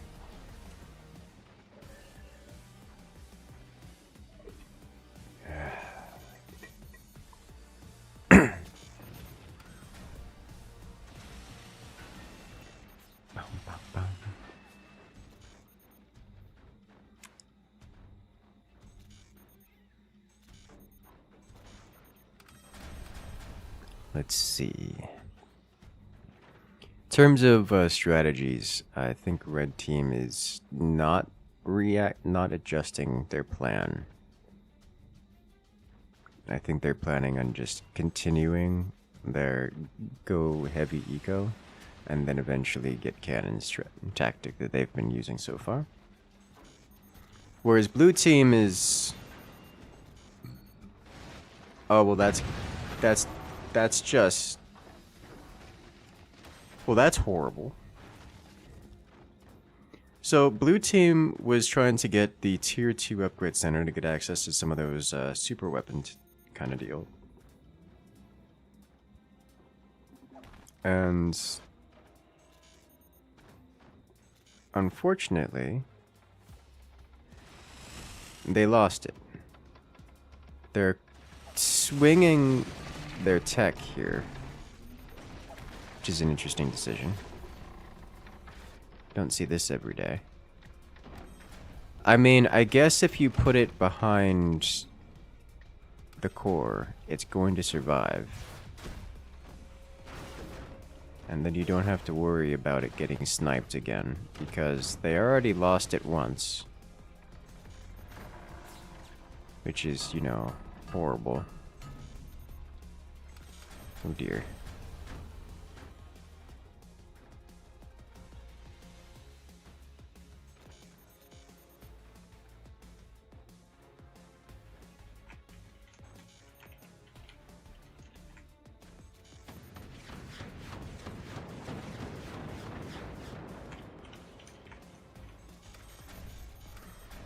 I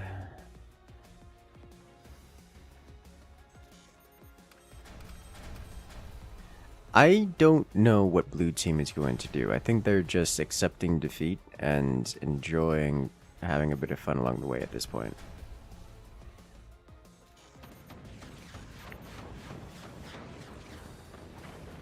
As helicopter rains 20s from above.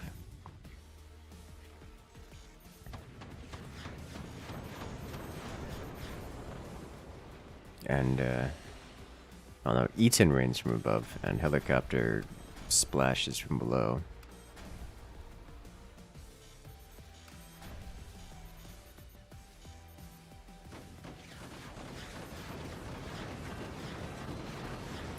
Is it lethal? No. I don't know how that wasn't lethal. I don't know how that wasn't lethal either. But the snipers should come into play.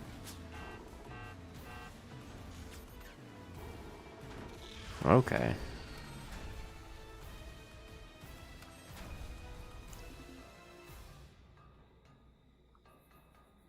Keep forgetting the core takes like 0 damage from snipers. Yes. It's not going to stop them from sniping.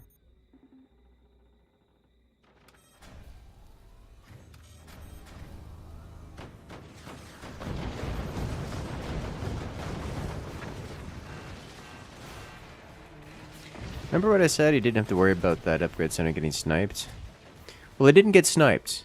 It's just the core isn't far behind it, you know?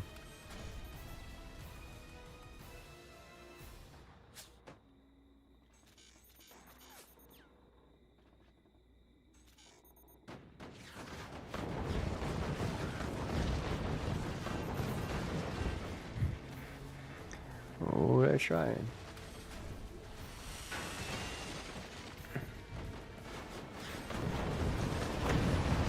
And there it is.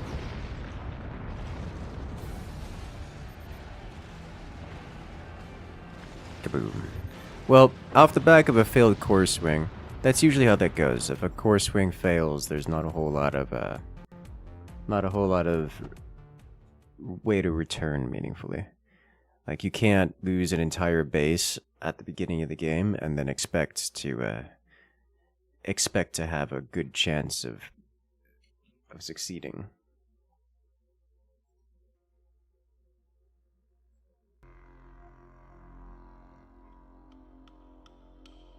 He stacked 4 turbines once. Yeah, that's something you can do. I remember there being some discussion about that a couple weeks back of like, oh hey, how long until the pros start incorporating turbine stacking? I don't know. Like, maybe now that co-op on death is a thing. We might see that kind of stuff. Because you can reasonably have someone dedicate their life to stacking turbines.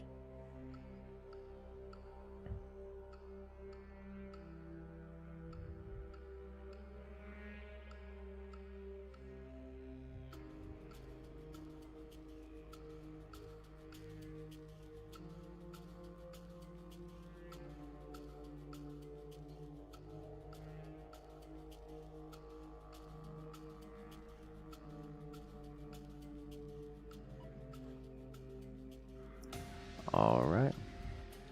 We're getting ready to do the next round. Give us a few minutes here. I have to rehost the lobby.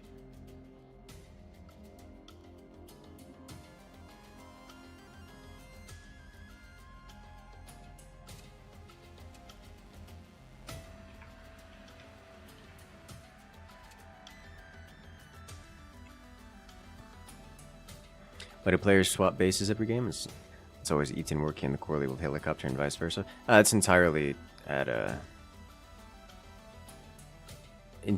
their discretion, because they want to. There's no hard reason for it. Players are players. It's just one player wants a specific base. The players are in voice channels usually, constantly communicating with each other. So for whatever their personal reasons are, they have decided they want one specific base. It just so happens that they're switching.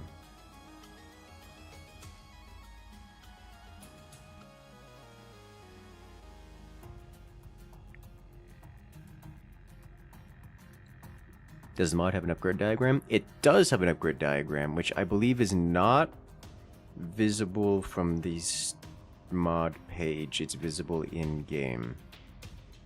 Would have to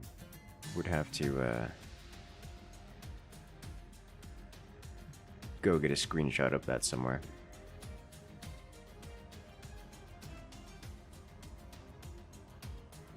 Gave up after the core swing fail. Understandable. Yeah, I figured as much. It looked like it.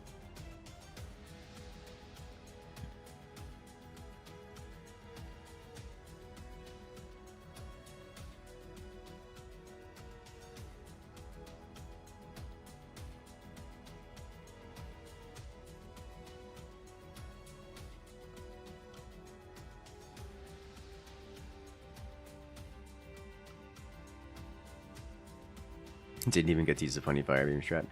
Which fire beam strat? Is it like, what is it called? Fire beam fog launcher or something like that?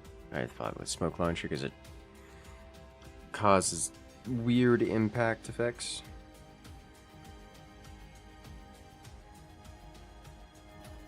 Dragon literally missed. Yeah. I was wondering if he was attempting to split the miniguns to send it one volley to each base, or if it was a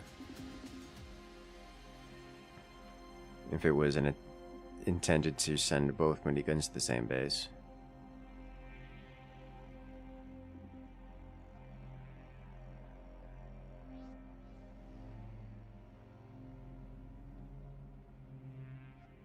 Given your description, I assume it was intentional to split the miniguns, and one of the miniguns was simply misaimed.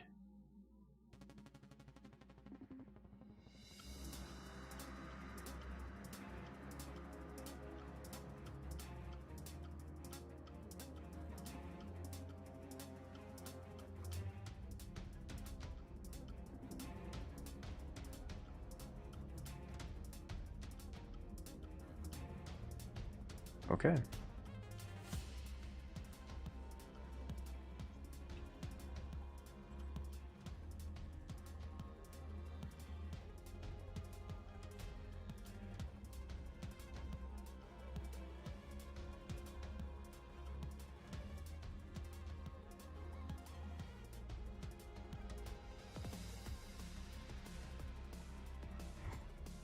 Good news, Upgrade Center isn't gonna get sniped now. Oh no.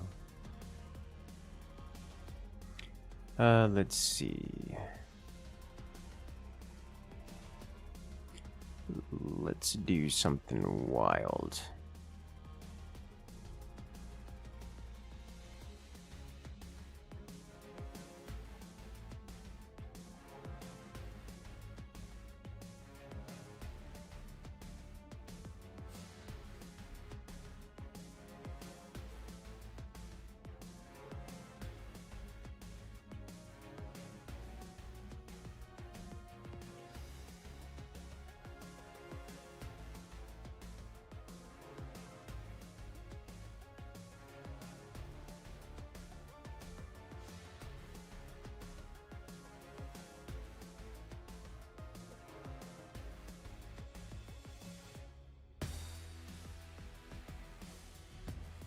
We have the cat herding coming around.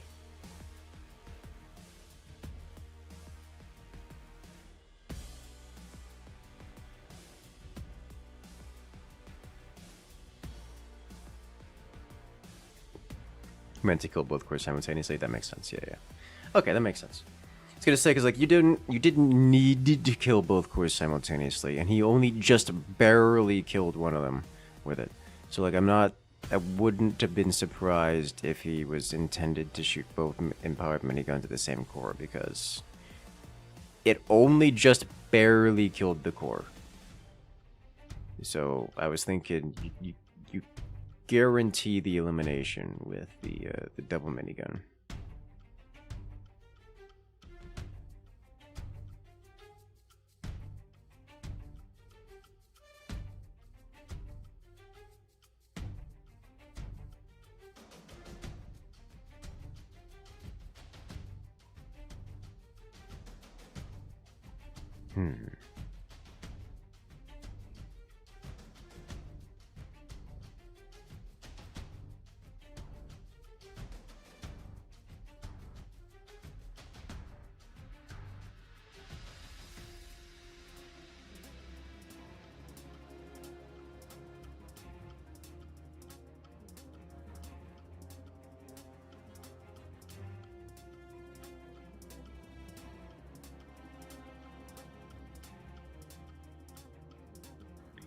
Where is...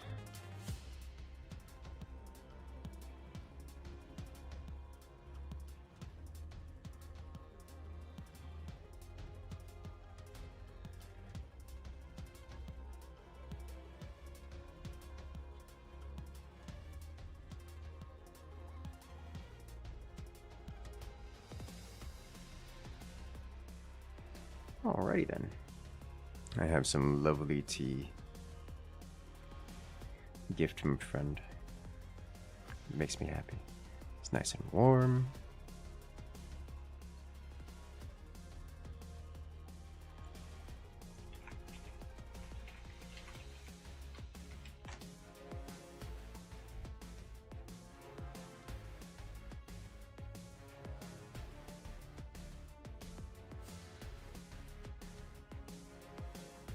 We're moving on to the commander bands.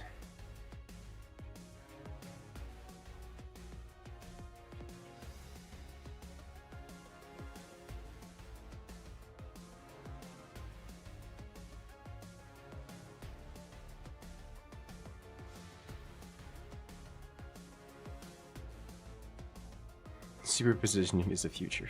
Putting all your storage in the same place alone would be worth it. That would be ideal. It's just kind of difficult to do. It's like course swinging. Like even course swinging, as well practiced as it is, it's very difficult to get it together, you know? Like there's consequences to it. A lot of the players practice it a lot to make it consistent, and a lot of players do get it reasonably consistently. It's just it isn't enough, you know. I'm sure there are going to be some maps where there are some maps I can think of where superpositioning those turbines, stacking them, is just super strong. It's just the time consumption to do it, both of APM and well, physical build time is not super worth it. But if you have an extra player around, you can help. Why not?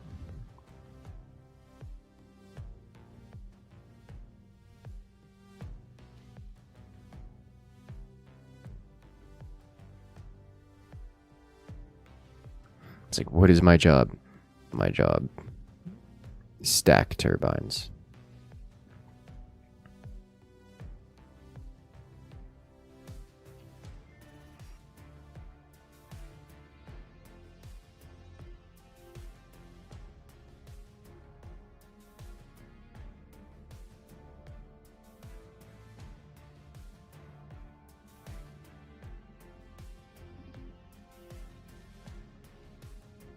It's a good job to have, you know?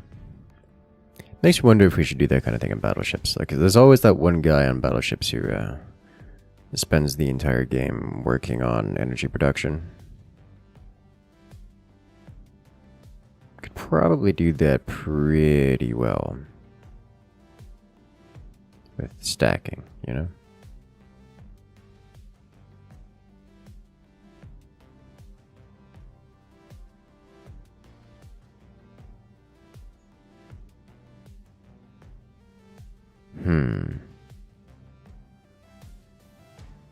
The thing about battleships is it's big enough that you don't need to stack. So that is a downside. But you could stack. And conveniently, if you're using the smokestacks, they're probably easier to stack. The triangle swing, but doing the cannons is the answer? No. The triangle swing always leaves it rotated, which for turbines means that you've blocked half of the cone, and it brings the turbines down to something like... It doesn't quite block the whole of the cone, so it's like a 45% turbine, which is horrible.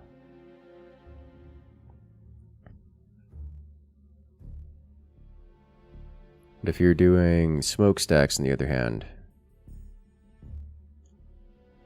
those don't get blocked as hard. They're still at like 90% or more.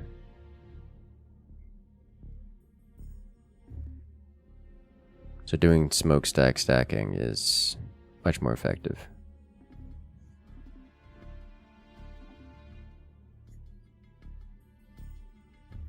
And we're off.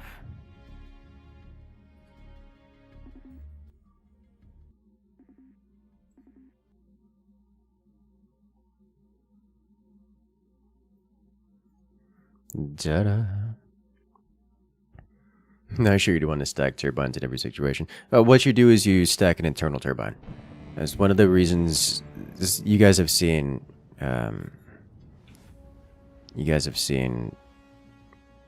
The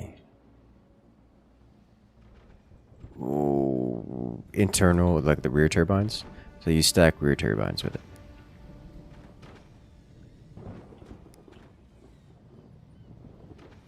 And then you just have a turbine that's inside the base in the rear where it can never be shot, and then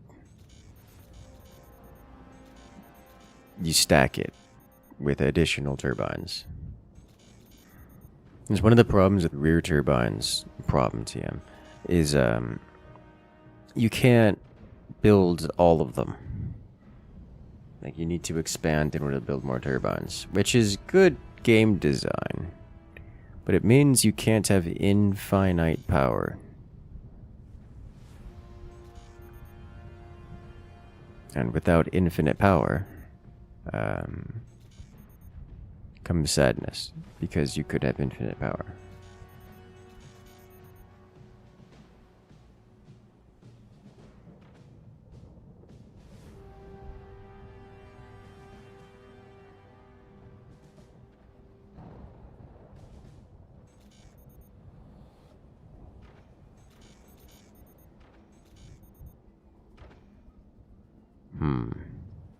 Rotation with storage and sandbags. Yes, we've seen not stacked, but dropped like T3 style sandbags.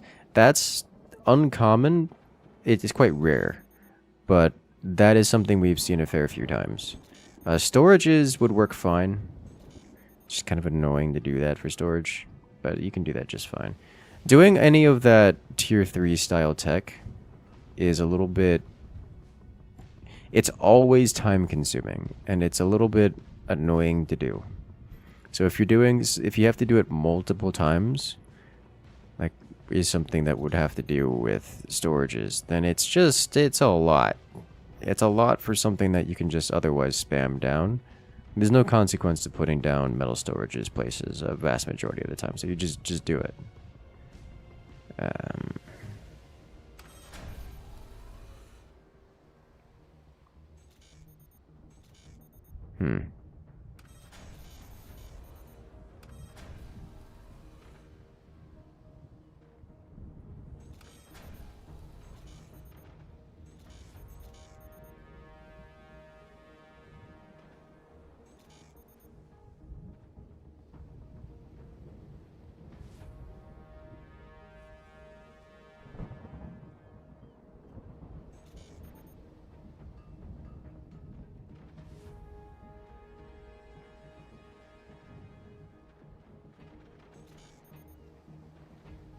I'm looking at these builds to see if anyone's doing something cheeky. The answer is Kind of.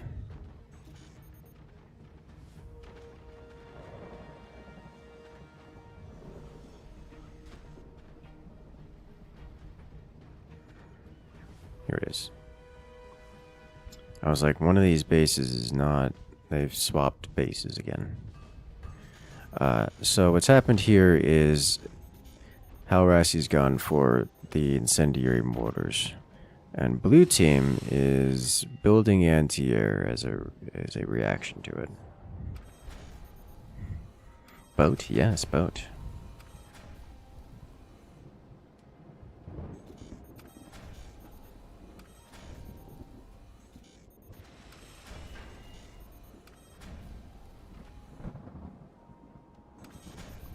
Wow, swing and a miss.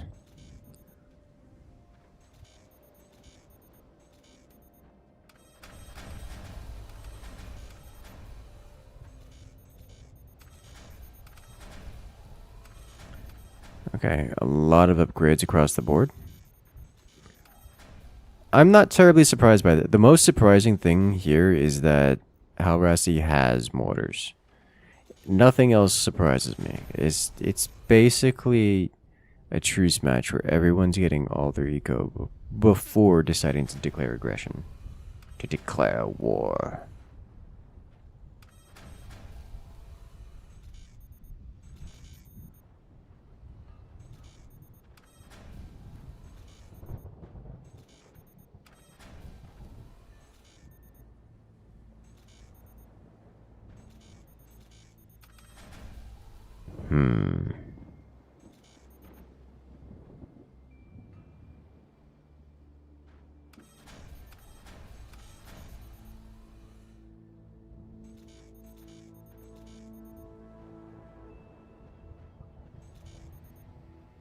Infinite power comes infinite responsibility.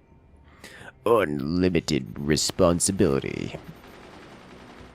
Here come the mortars.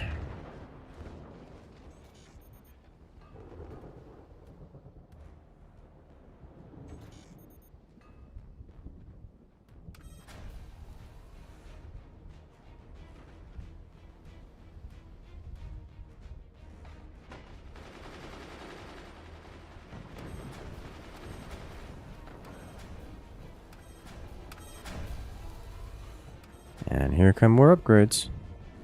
It's upgraded economy. Is anyone surprised?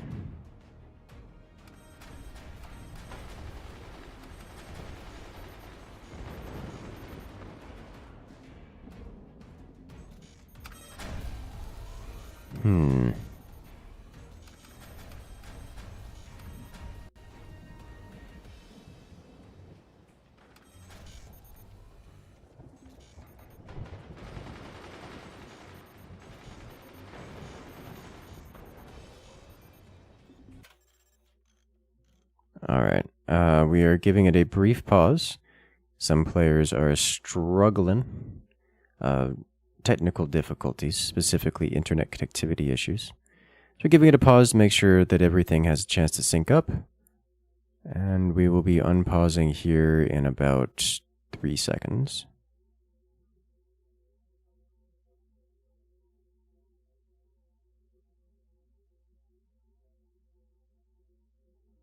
Getting confirmations from our player.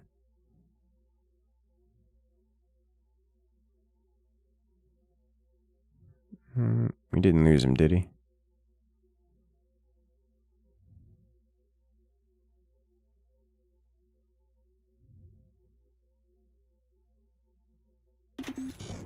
And there it is.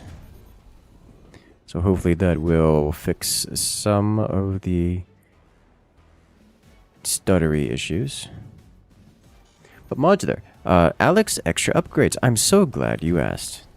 This is a competition showcasing the Alex Extra Upgrades mod. It is a mod, quite an extensive mod, that adds a whole heap load of upgrades into the game. Including the requirement for additional tech structures.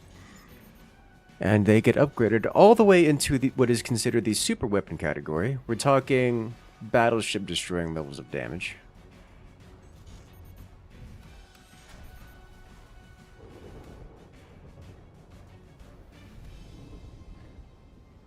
which is great fun every single time.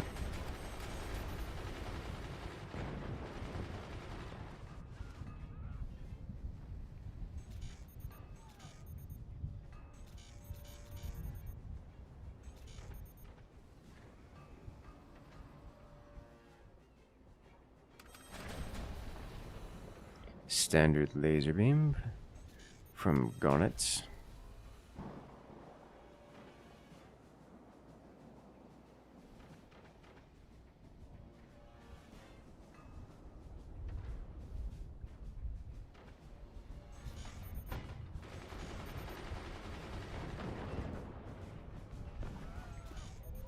Hey, a mortar actually made it.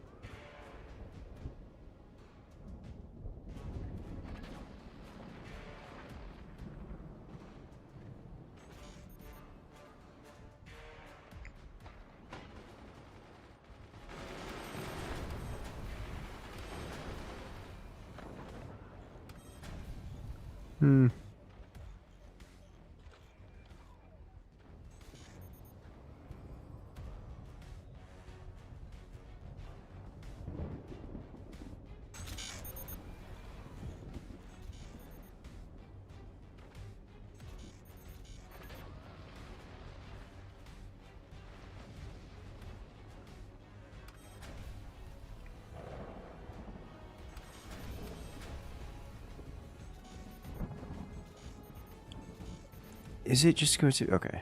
So it is just going to be deck guns from Team 2 here.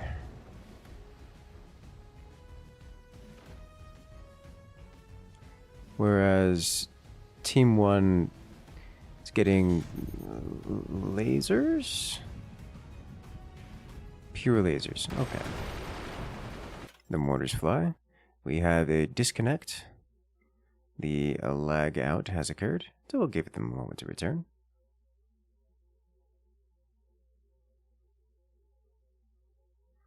The internet connectivity seems to be less than sufficient with these players specifically.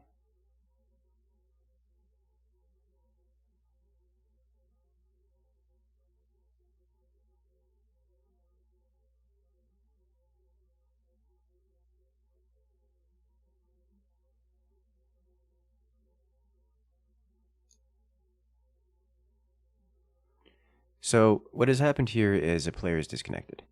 With the player disconnect, forts can handle this pretty well, but with the player disconnect, they have to rejoin, which is fairly simple. They need to only press the go back into the lobby to rejoin it. It's not a big deal.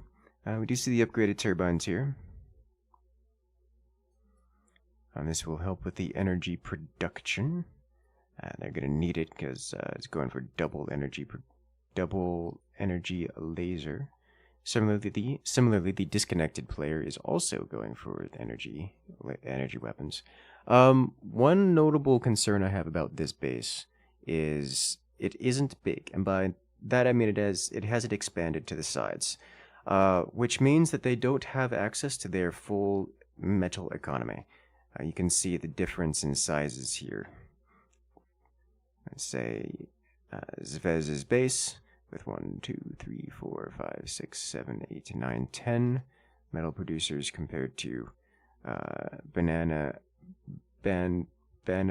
Man's base, which is 1, 2, 3, 4, 5, 6, 7.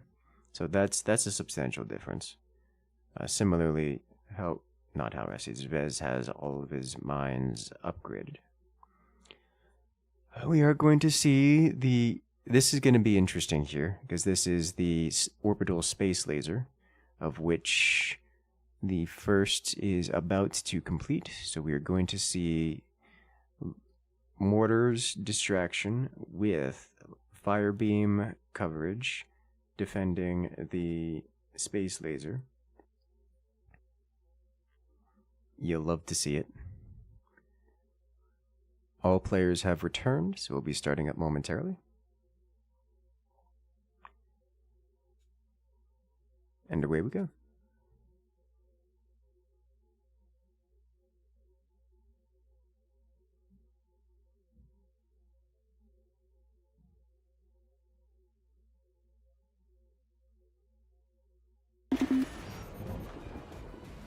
Let's do it. Banaban playing from Alaska.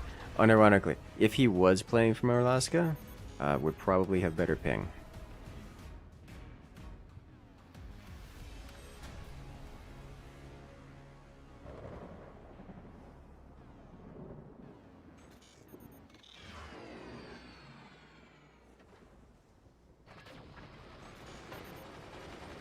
Mazor.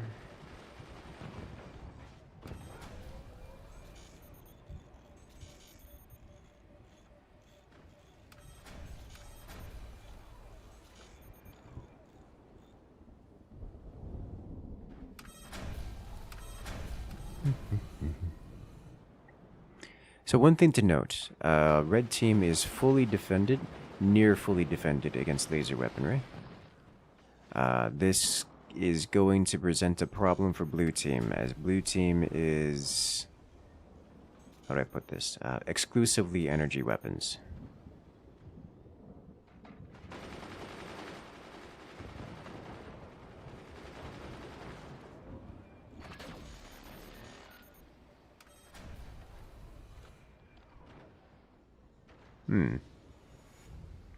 Found a spot that isn't full defended. Because there's a weapon there, but it's behind like 8 doors.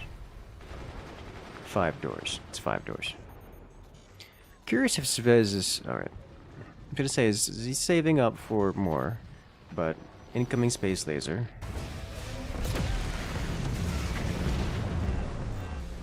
Oh, wow. You're alive! I did not expect that. I fully expected Banaban Man to go away entirely. There's a second shot. Does that do it? Probably not, actually. It's probably going to have a similar result. It does indeed have a similar result.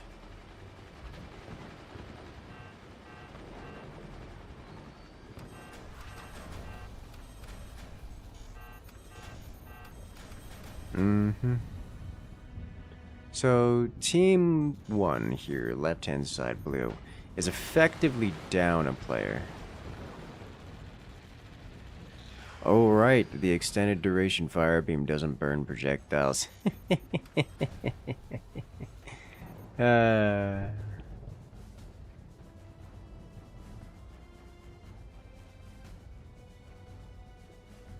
they tried.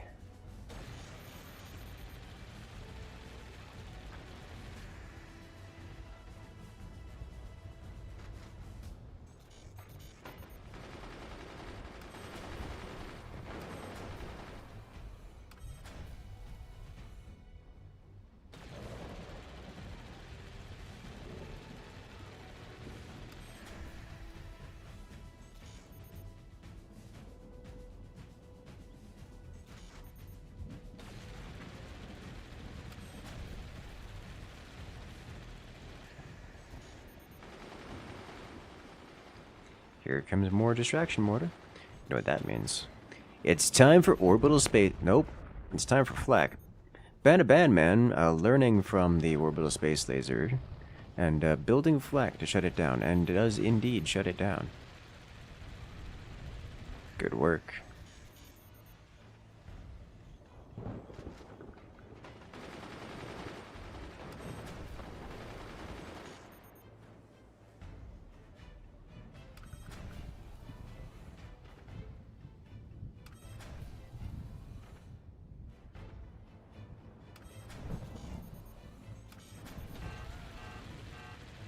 Wow. Banaban Man's, well, frankly, doesn't have enough money to properly reconstruct, but the core is burning, as is a majority of the rest of his base.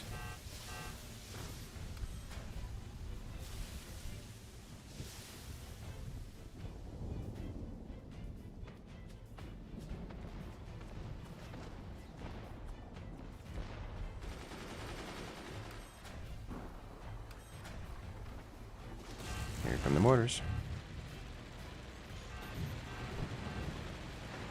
Oh!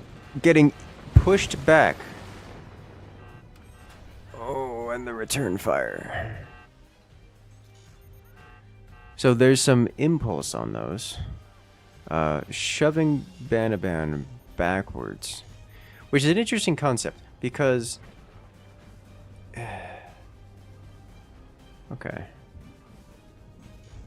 Like, if you push a boat, it doesn't get crushed.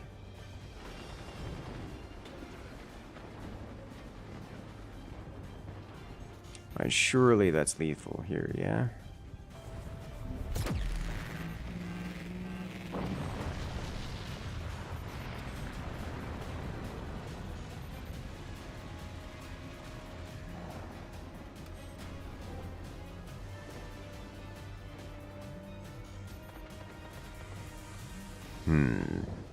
There's that favored EMP smoke once again coming into play.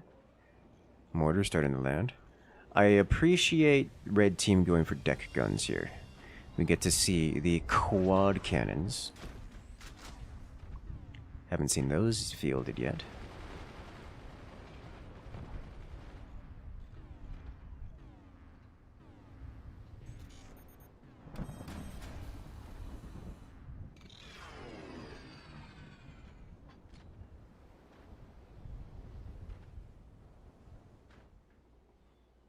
I think at this point, red team is just deciding how do they want this to go down. Because, oh, well, Hallrassy has been DC'd. There seems to be some connectivity issues, which is unfortunate. Okay, so the server host for this time is very close to Hallrassy. So Hallrassy DCing is painful, because there's like something else going on here.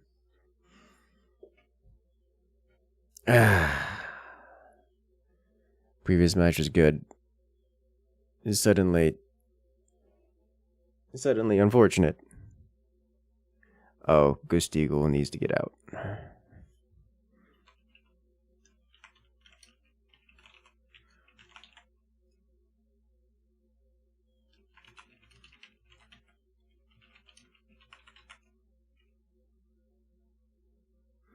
We're having connectivity issues here.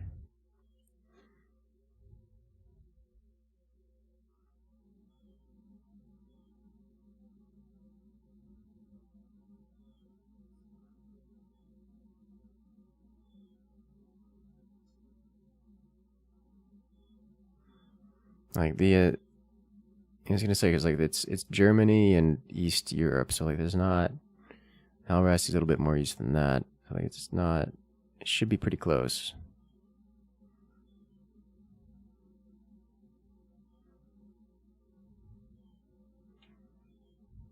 All right, we're reinitializing combat.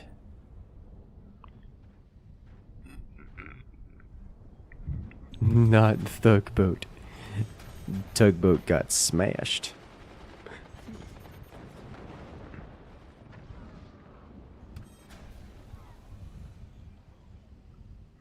EMP fog.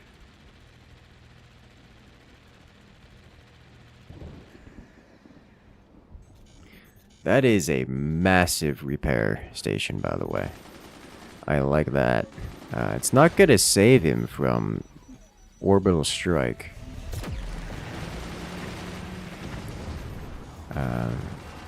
He's just tanky enough to eat the orbital strike, but I guess that's the world we live in now. Okay.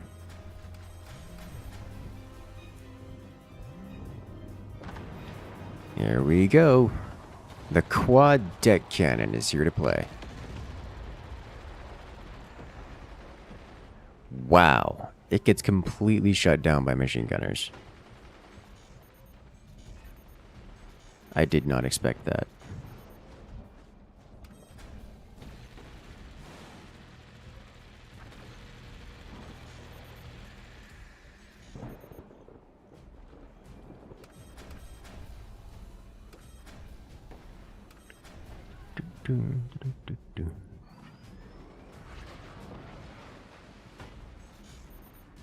And the mortars are making it through. There's just not enough anti-air for the last remaining blue base. And there's a lot of cannons inbound.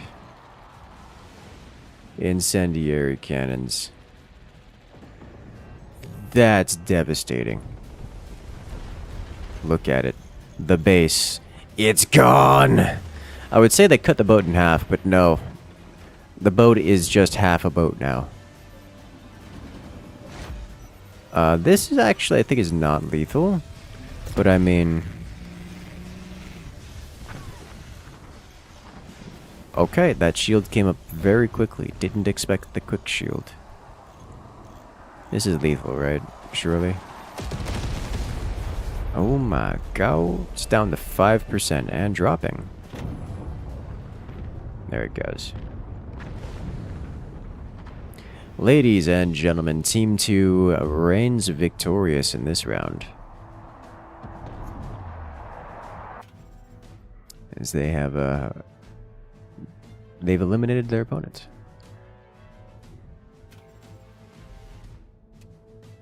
Alright. So that is round 1. So that was messy.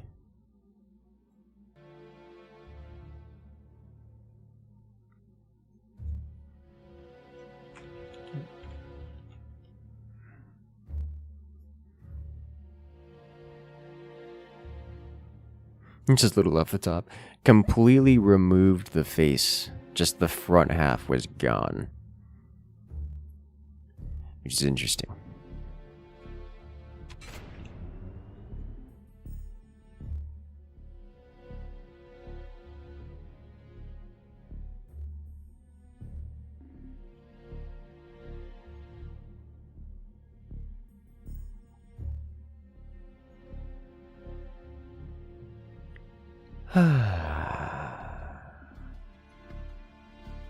Insta shield clutched. It did. It's very fast. As we get set up for the next round.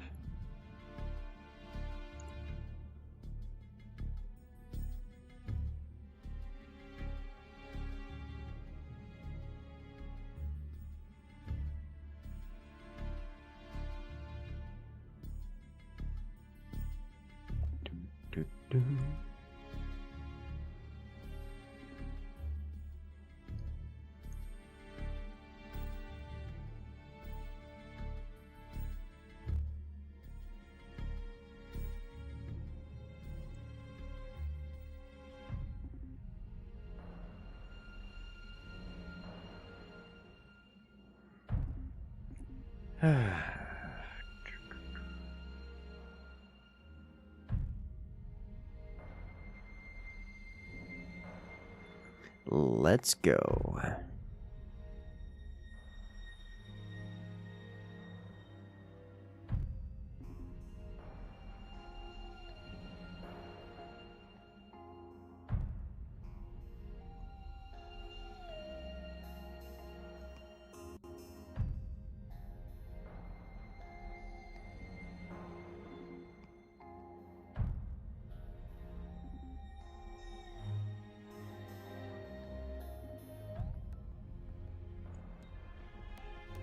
They're discussing connectivity issues, but I think we're just going to start it and hope that everyone's internet is fine today. And away we go. Next round in this best 2 of 3.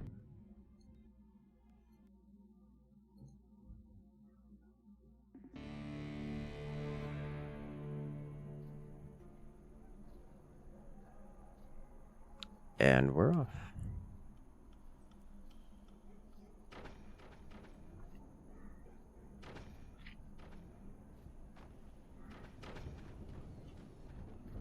Let's do this. This is a mirror match once again. This time hurricane flavored. Left hand side, Banana Man and Gunnets going hurricane against their opponents, Zvez and Hallrassy, also going hurricane.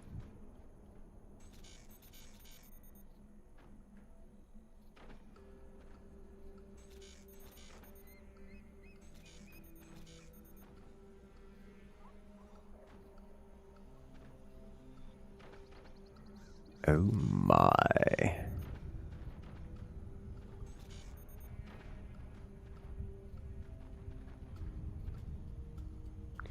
Let us see.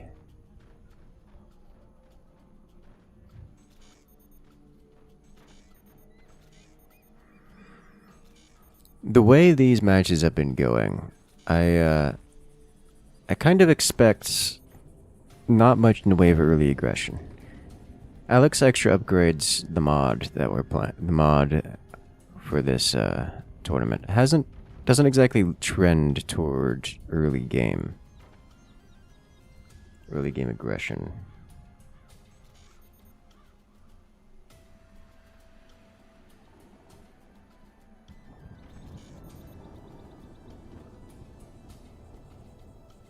After all, people want to play with the big toys, the cool toys.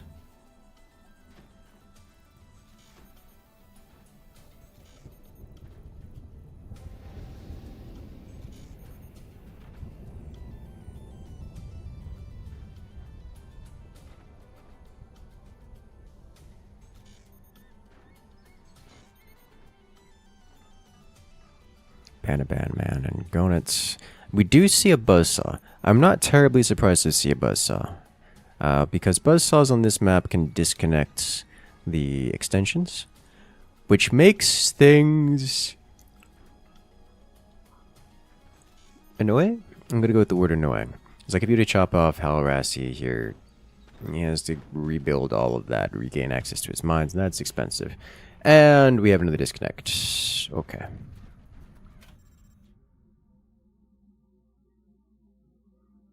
That's unpleasant.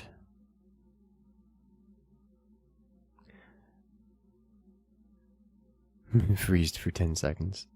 Yes. So we're going to be hanging out. So how's it going, chat? Having a good time.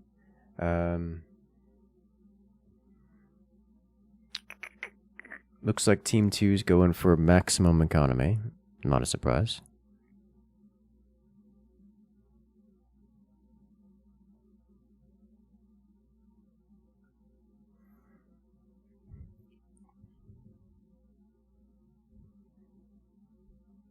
It's also gone from the call. Okay, so it's his own personal internet that's having trouble.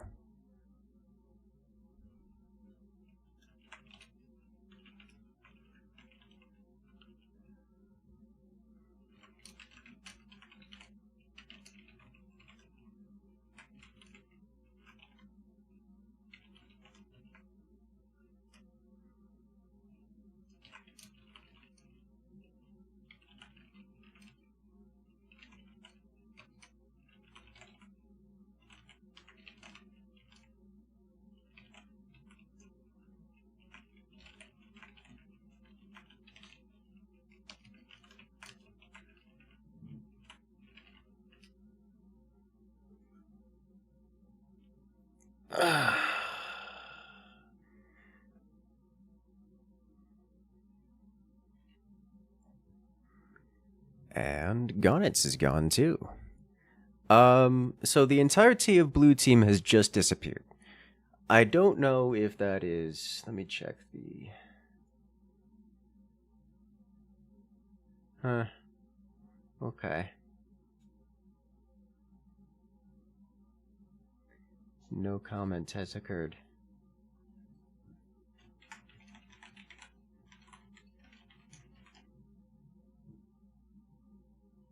Oh dear. You're back? Did you miss anything? No. Not in the last little bit. We've had connectivity issues. So...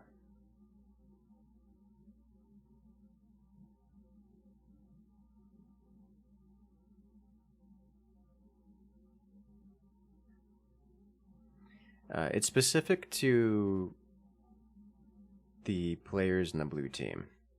It's not like general internet issues.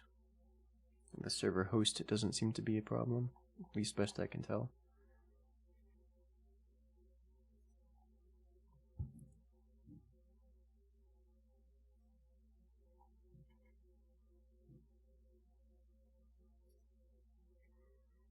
Okay.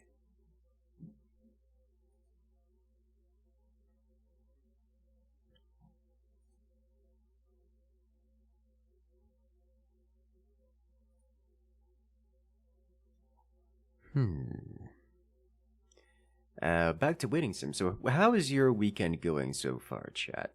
I'm looking forward to tomorrow because I've got another more pickleball going tomorrow for those outside activities. I say I'm looking forward to it as if being outside in the current climate is pleasurable in any way. It isn't, but suffering with friends is a fun experience regardless.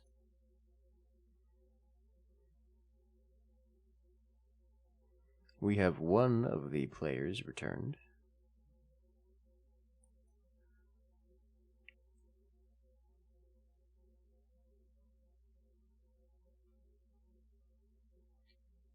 Russian Wi-Fi. It's not even the Russian Wi-Fi.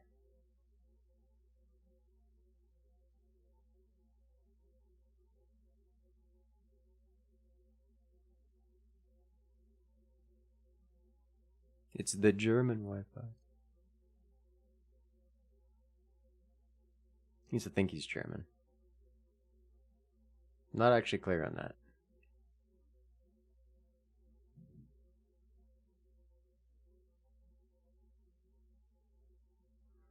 Unclear. Information undefined.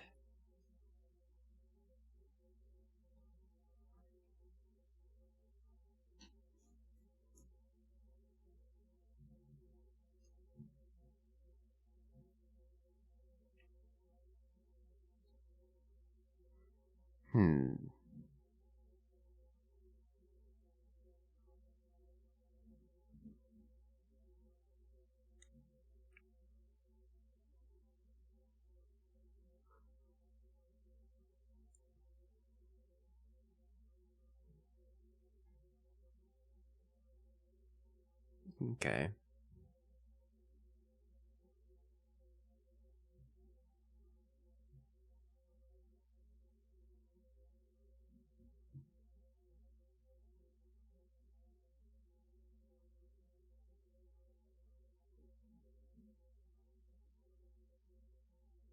Okay, so we're giving it another 2 more minutes for the disconnected player to return. If they do not, we'll be resuming, and it will be a 1v2 for the purposes of explosions. But I think we know how that's going to go.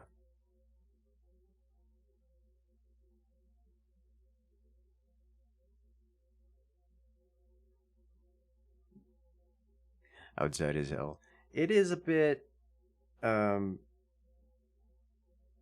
is a bit hot, yes.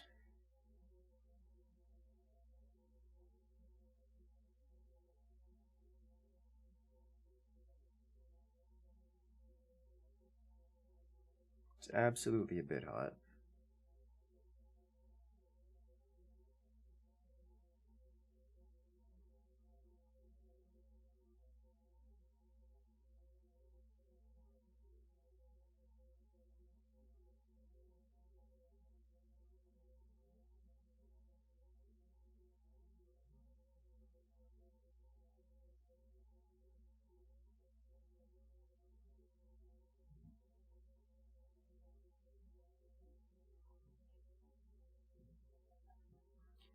Hot here in Texas, the humidity this year's been awful because all the rain. Understandable. Yeah, the temperature this year has been deeply unpleasant.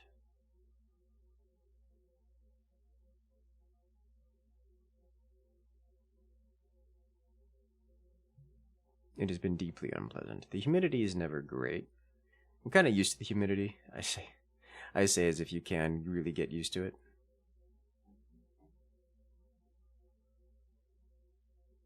Hey, he's back. Alright. So we'll be restarting the action momentarily. These are also crazy one-sided. It's kind of boring. So far they have been kind of one-sided.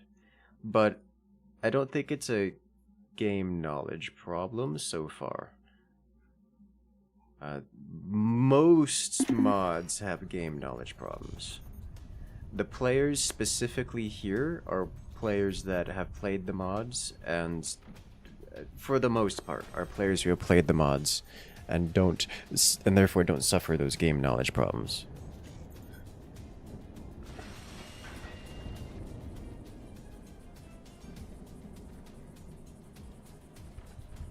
Can I host after this? The problem isn't the hosts. It's the players individually. It would seem. Also, I'm North America, and no one else here is North America, so that would be... I would not be an appropriate host for this.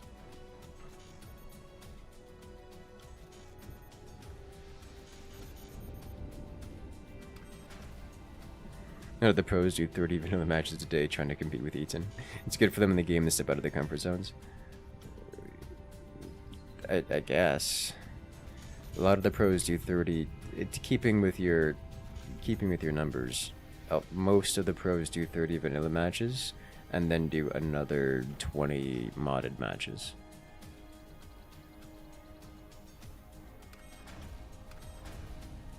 Like, what was it?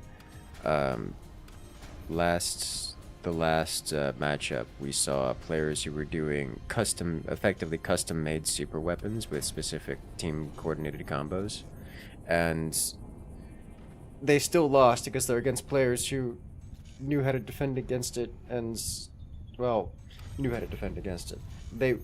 He missed half of the combo, but who knew how to build their own weapons and blast at the opponents. Like, that's not... It was a really good and close match. Pro players on all sides, very well familiar with the mods. One of the big reasons we don't often do mods on stream is because of the knowledge gap issue. Because we have people of all skill sets, it acts like a multiplier, where it's like, hey, this player is not particularly good at forts, but at least they know what things are and what they do, even if they don't know how to use them, right? Whereas if you add mods on, now those players don't even know what those things are or what they do. Which turns into a game of half the players literally don't know what they're doing, as opposed to knowing what they're doing, just not very good at it. Here, we don't really have that issue, because it's a sign-up competition, so the players who signed up have experience to know what's going on. Are the matches one-sided? Yeah, kinda. It's not due to a lack of knowledge for it, for the most part.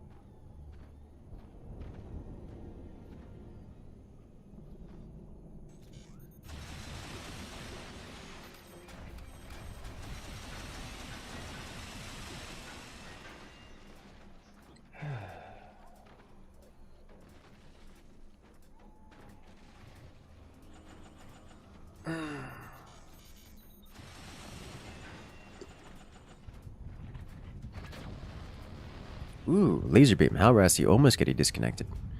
Sliced off the top. Is Eaton final boss of forts? Yes.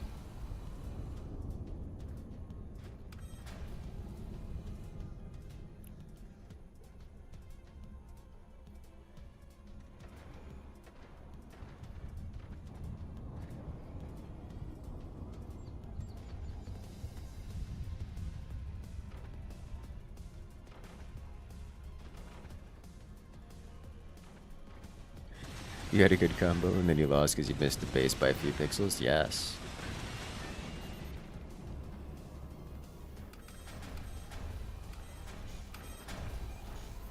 Core didn't have more HP, you would have killed. Yes, but it's the mod. It comes with the more HP. You have to take that into consideration.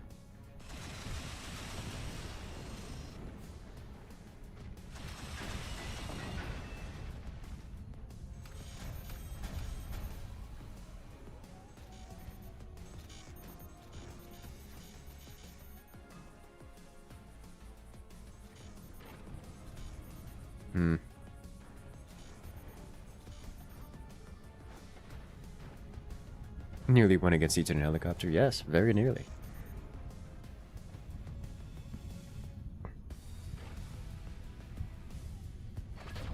That was truly close.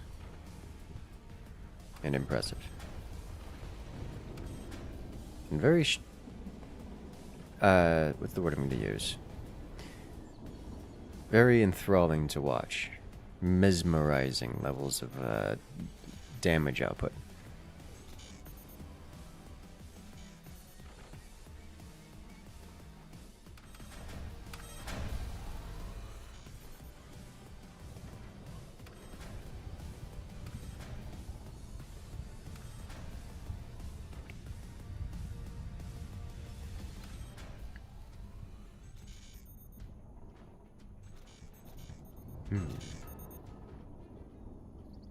Skill issue is a real thing in forts? Yes.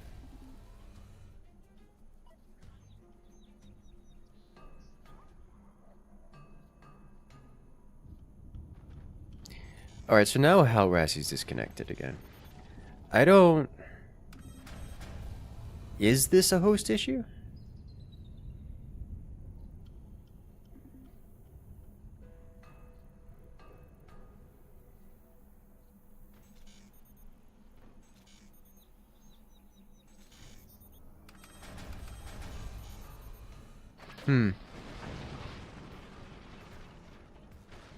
Laser beam going away.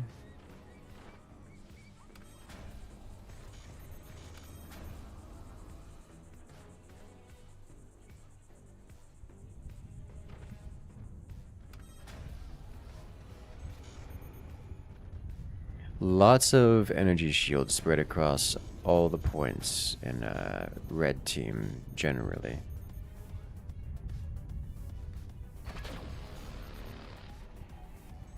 It's going to render these plasmas less than ideal. In fact, I'm entirely certain that none of red team's cores can be eliminated.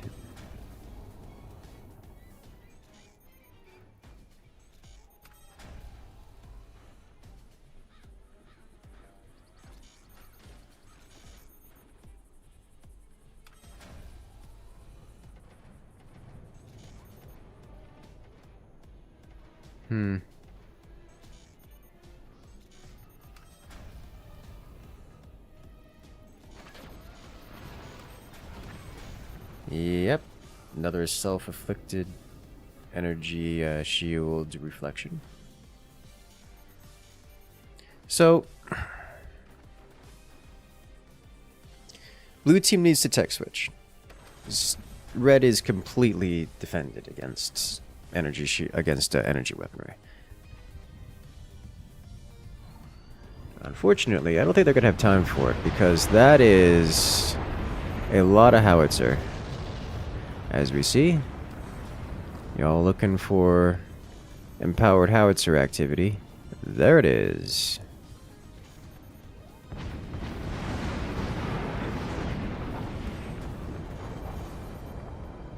Yep. That's pretty wild. Rapid fire howitzer.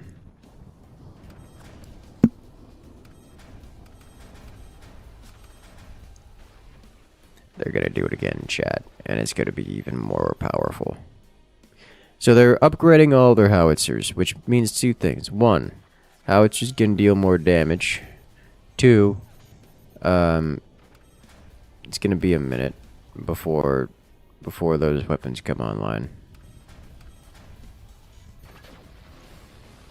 Then we're gonna get to see this all over again, and that makes me happy.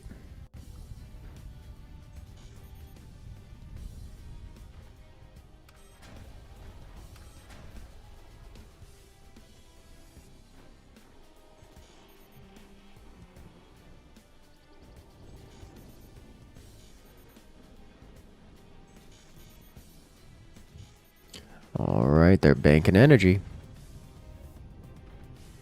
Zvez is just about ready to fire.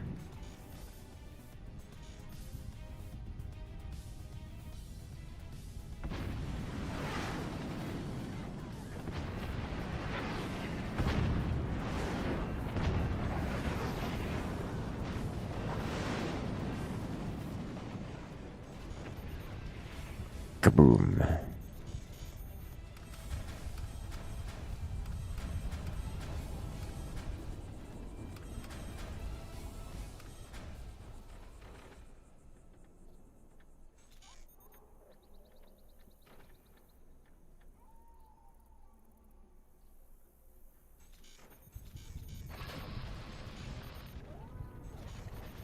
Once again, plasma is deflected.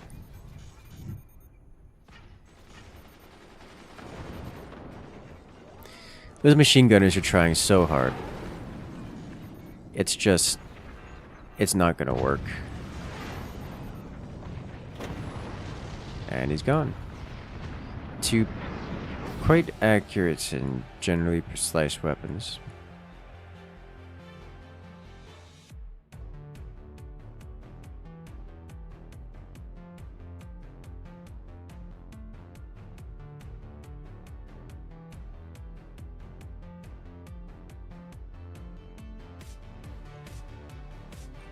And we're off to the next round.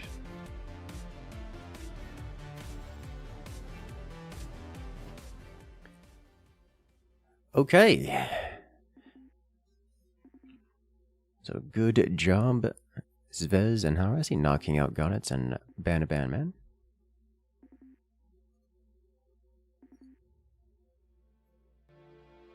Burning Howies, that is an option.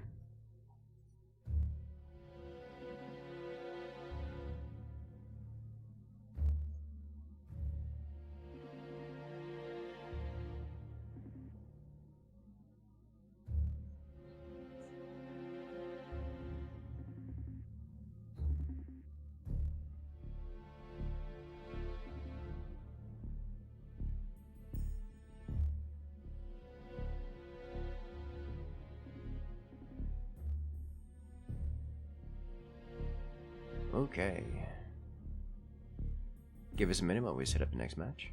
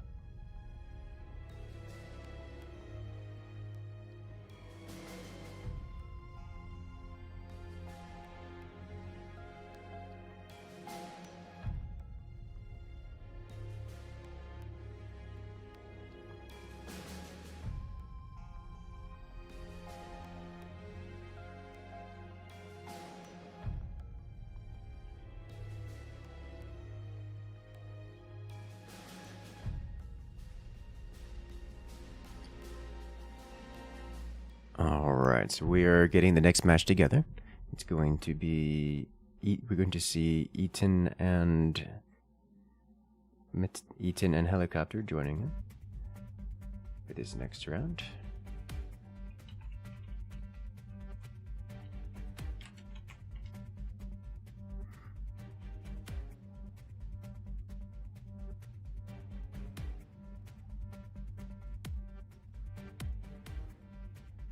It will be Zvez and Hallrassy versus Helicopter and Eaton. The maps have been banned. We are now moving on to commander bans.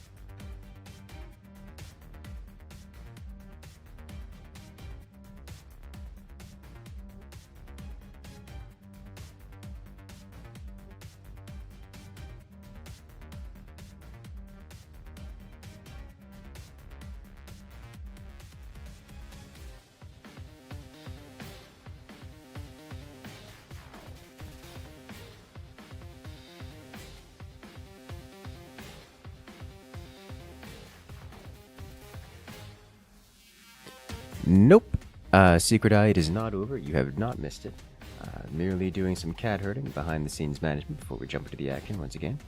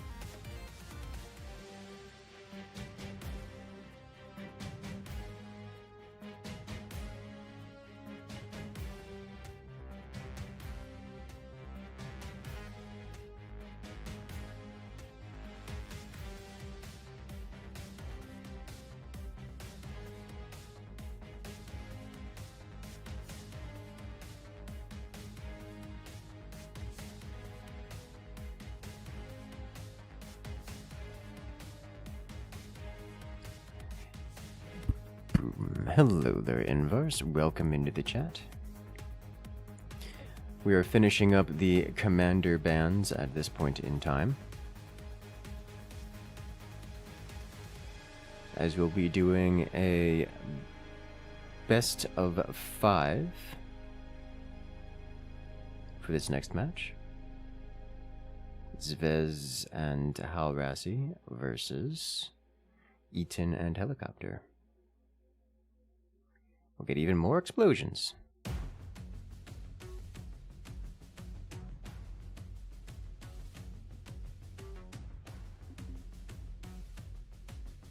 More explosions is our favorite kind.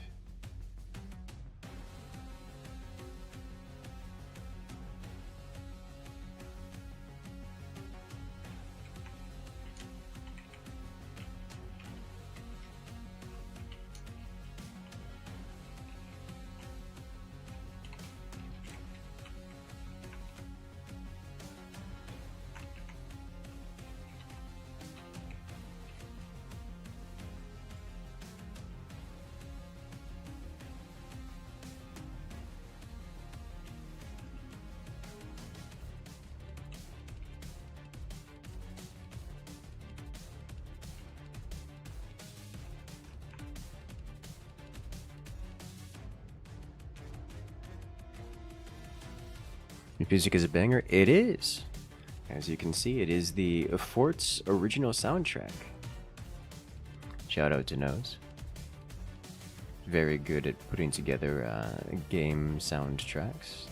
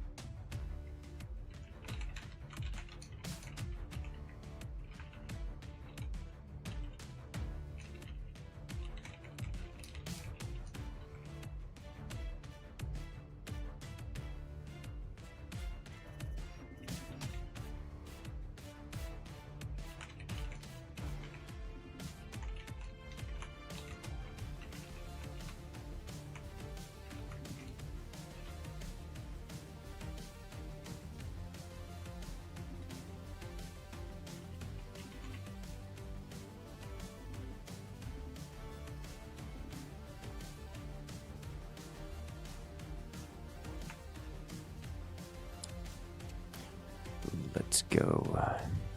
Who's up next? It's Hallrassy and Zvez versus Helicopter and Eaton.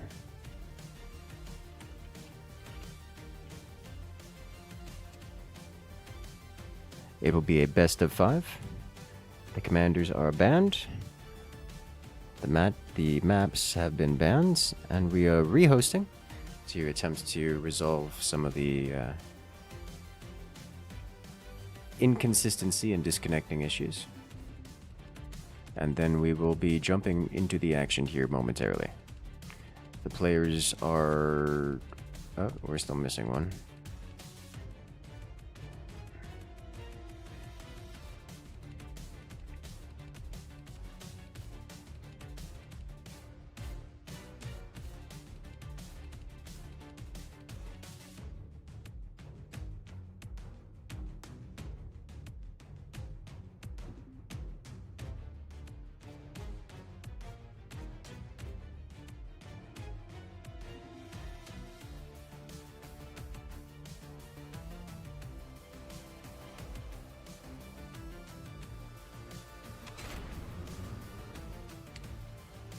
Alright, match is made, just waiting for the final player to arrive.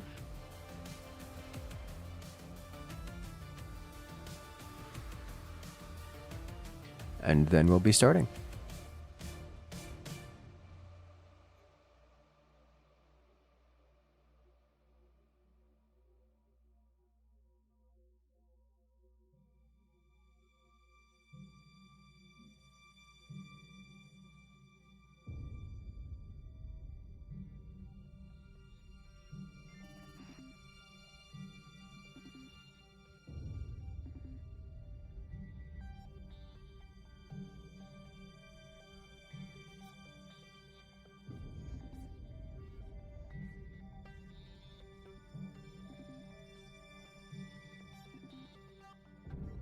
Can't wait to see the next match. I know.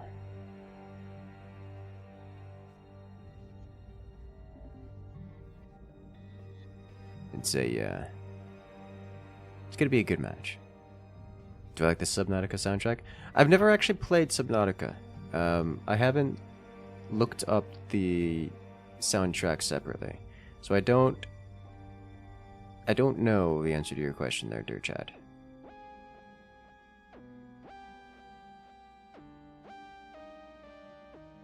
All right, Hallrassy, where'd you go? Why you know here? You were here moments ago, and then you left. You abandoned us.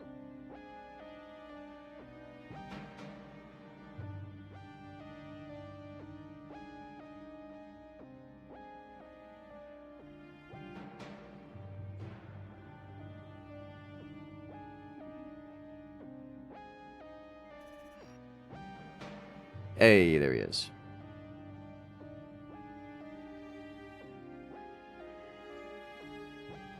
Alright, looks like we're readied up. We'll be starting here momentarily.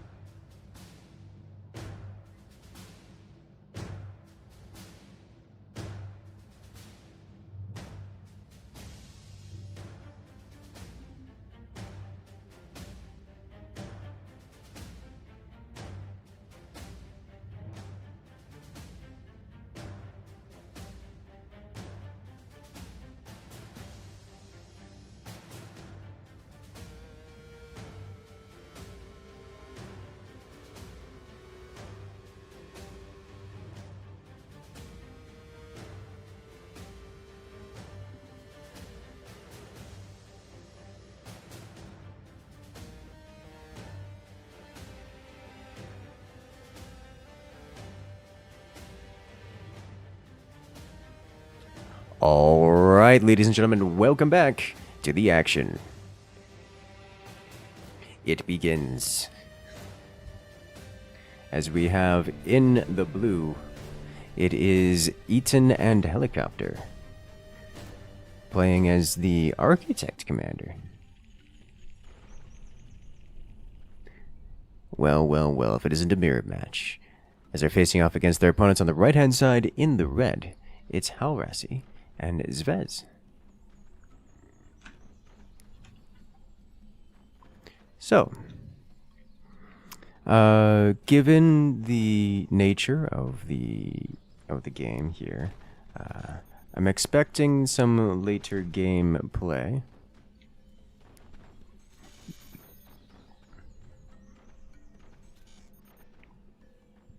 As we are playing with this competition is played with the Alex Extra Upgrades mod. Upgrades take money, so we expect players to be getting money, and therefore extend the length of the game so that they can get access to and utilize all those cool and neat upgrades. The mod, as we have seen, does give us access to things like super weapons, although it's unlikely that we'll be seeing said super weapons. Instead, we'll see near super weapons.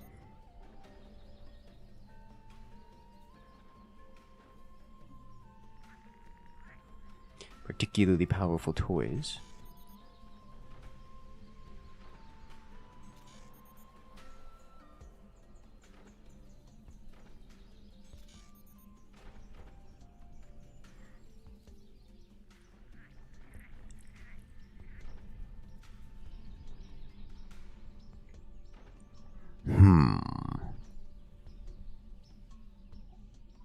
Knowing Helicopter and Eaton, I fully expect them to go 100% eco for the first several minutes of the game, and by several I mean like 6 minutes, at least. That's what we're seeing as they opened Upgrade Center first, and well, already upgrading the mines. Yeah. Seeing slightly different build orders out of Red Team here, but similar in idea, where it's heavy eco first and tech later.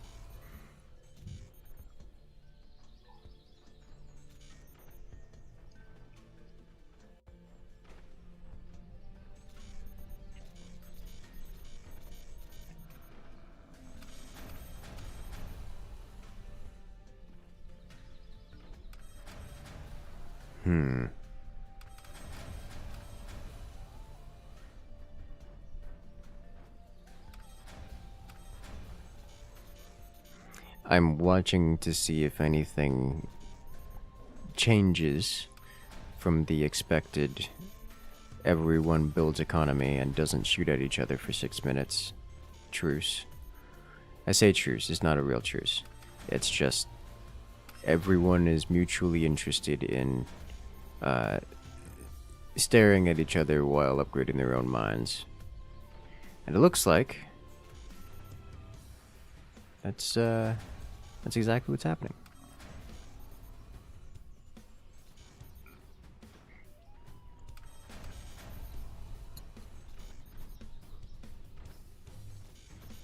Oh. We're going to see this again. We have swarm missiles placed for the top base of Red Team. It's going to be the nuclear option.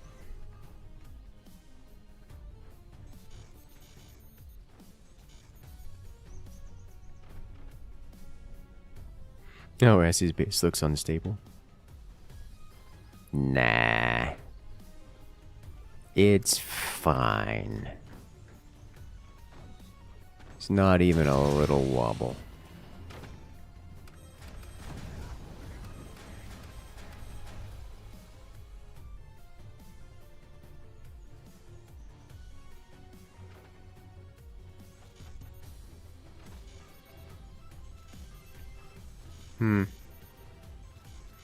Interesting that we see a fire beam out so early, but We do see Super Upgrade Center, which leads me to believe that we're going to see Super Fire Beam, which exists solely to empower / ignite teammates 20 mils. I think is what's going on here. Dragon, I think they're doing the same thing you did, except instead of a bunch of miniguns, it's 20 mils. And spread across 2 players, which is probably the more efficient way to do it. I guess it does mean you have to double up on tech, but still. I think that tech is less expensive than the weapons in totality.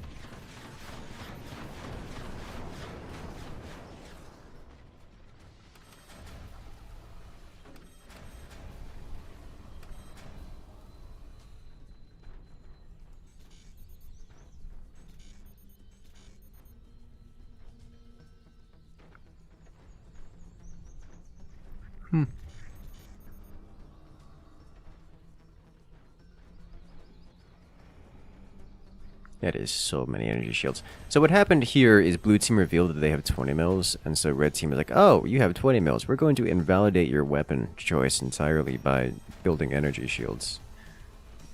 And then they proceeded to energy shield their entire base remorselessly.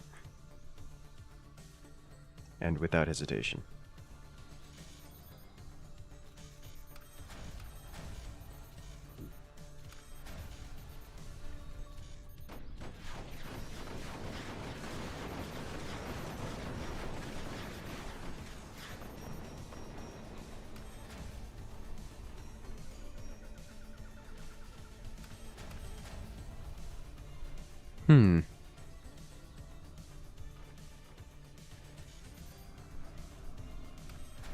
I am surprised to see no upgrade on the fire beam from E10, because that's going to take a while to get that upgrade train going, because you have to upgrade it twice.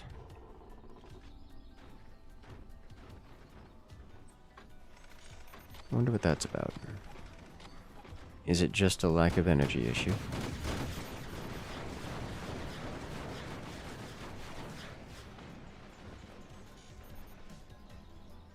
That's a lot of damage. Oh, helicopters upgrading the 20s even more. What's red team's mouse doing on the blue side? That's usually an indicator that they're scouting. So there's 2 reasons to put your mouse over to the other side. There's one reason to put your mouse over to the other side, and that's because you're aiming at them, and so you want to, aim your weapons at them. More commonly, the reason the mouse ends up over there is because you're zooming in on their base to scout them out. It's like, oh, I want to see what you're doing. Let me look over there. And you physically look over there. A lot of times when you're looking, you don't need to zoom in. But zooming in helps sometimes. Why the cord sideways? Because they like it to explode sideways. Alright, what are you doing? It's the miniguns. Okay. So it's just the same strat, it's just also helicopters going for hyper upgraded 20s. You love to see it.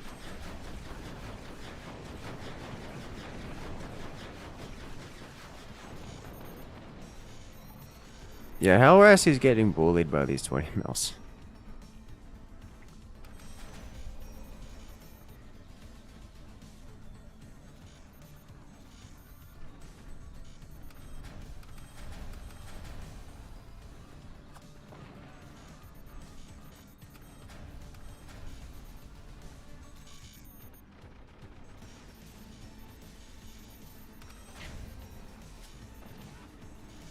Oh no, snipe you. That 20 mils stop 20s. They do TM.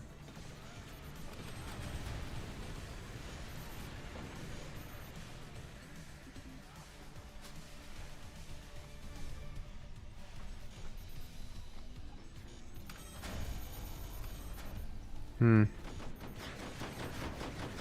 it comes.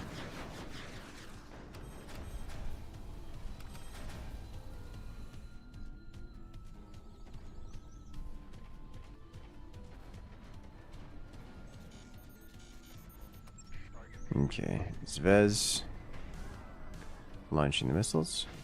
It's just triple standard nuke, and for a second I thought that was gonna snake through, and that was gonna be ridiculous. I'm sorry, did Eaton just drop a block of wood to try to catch the nuke as it was falling? Is that what happened here? Did that just happen?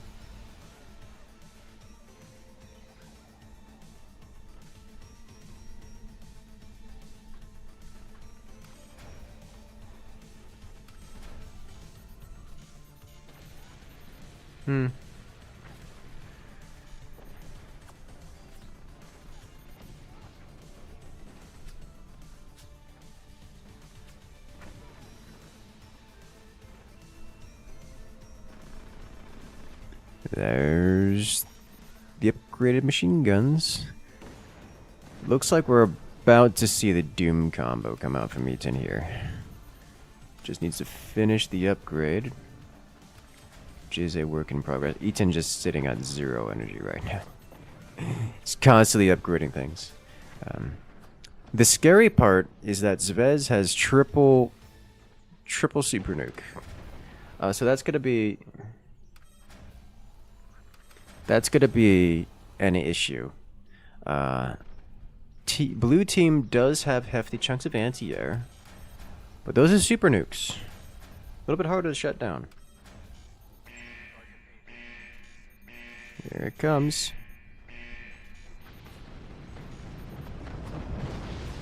And they all get shut down. Well, good job, team. Super nuke's gone. Oof.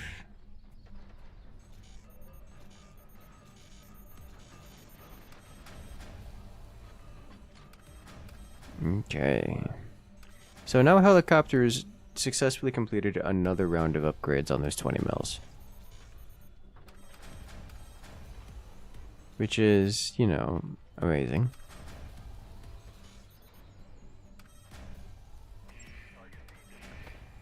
Another round of nuke.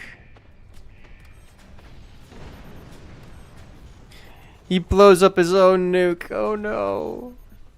Zvez, no, not like this. After such a beautiful smoke.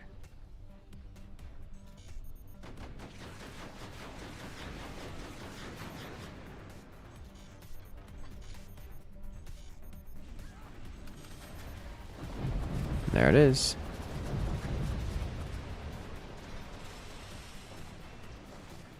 Zvez survives, but only because Eaton missed the core.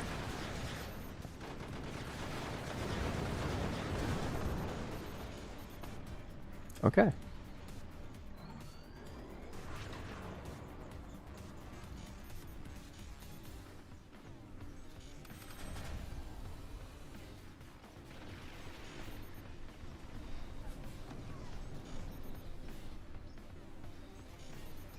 So how long until Eaton can fire that volley again? He's got the energy for it. Just waiting on cooldowns.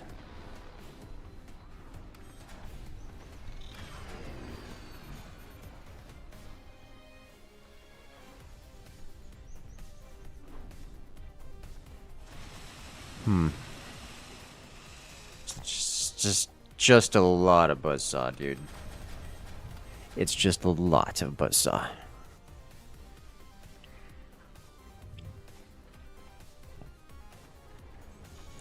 Alright, so I believe Eaton's gearing up to fire again. Yep, there it is. There's the open.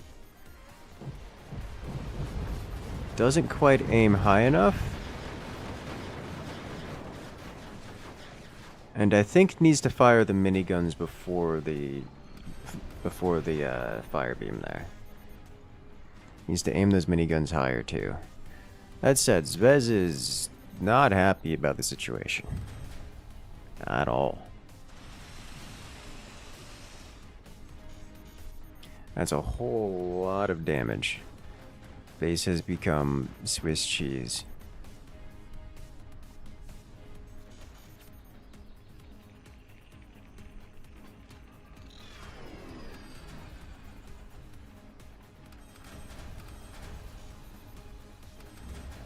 Very Swiss cheese.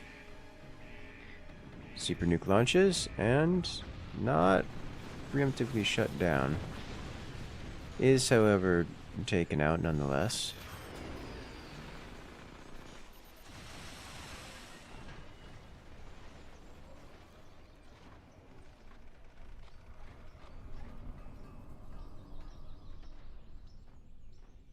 Okay.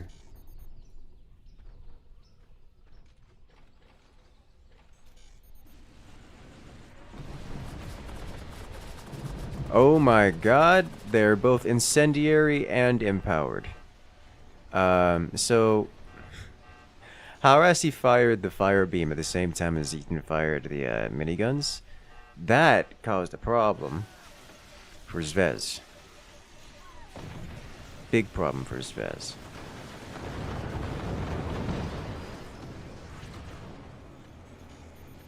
Alright, well, red team is struggling here. There's the crunch.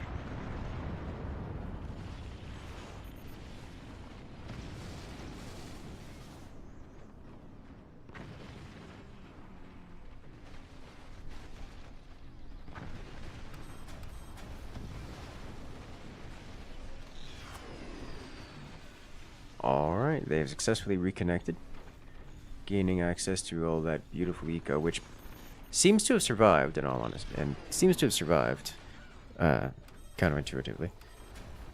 At least for the most part. So, Team 2 really didn't lose much in the way of eco, however, it is exposed to violence and general explosions.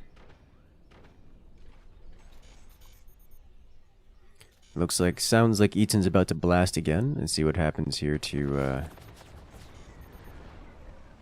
Oh. Interesting. Okay. And the 20s for the cleanup.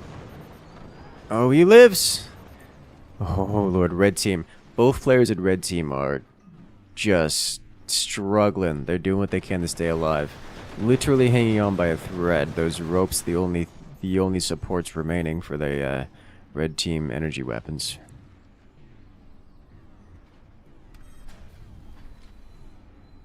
Oh dear.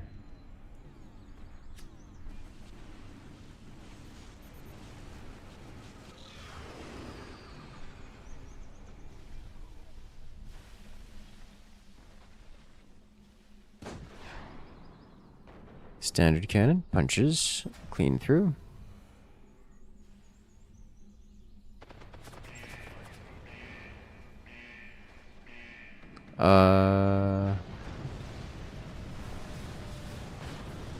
Okay, yeah.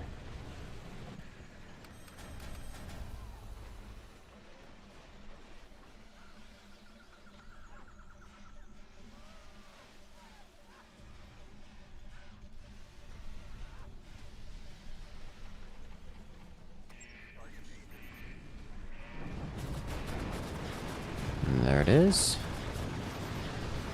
Surely that's it. Yeah, there it is. Okay. Clean through the shield. Player eliminated. Massive damage. Eaton and Helicopter take round 1 in this best of 5.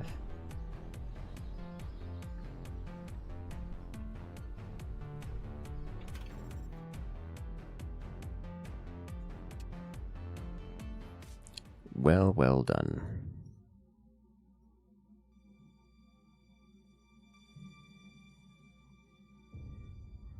Okay, give us a minute while we set up for round 2.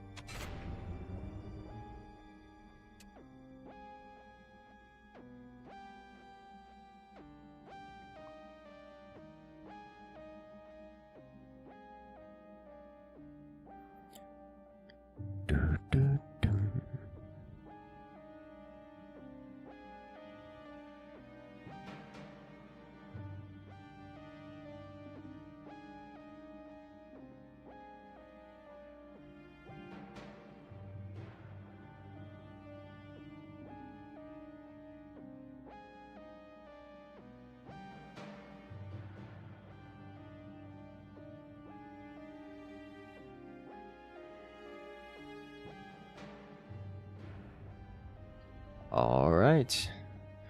The map is selected, the match is made, the players are ready, and we'll be going into round 2 in this best of 5 momentarily.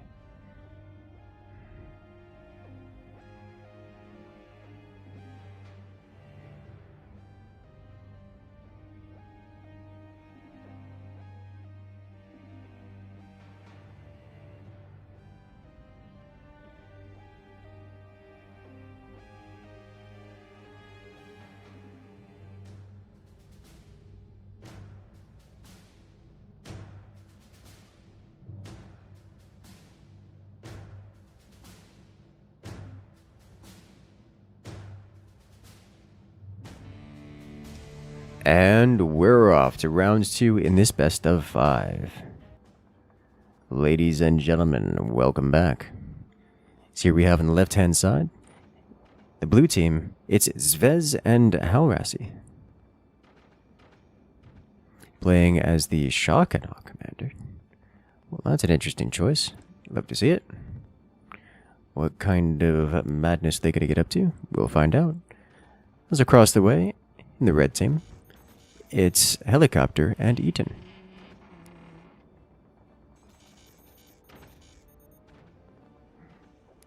Helicopter and Eaton are playing as the Spook Commander. Classic. Nothing super exciting, but they will get to steal some cash money from their opponents. We'll have to keep that in mind.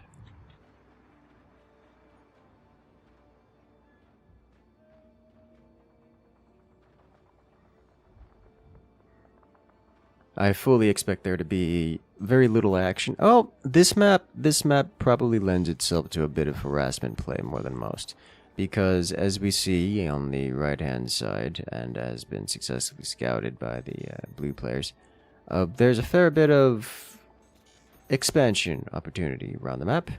And those expansion opportunities are particularly vulnerable to buzzsaws.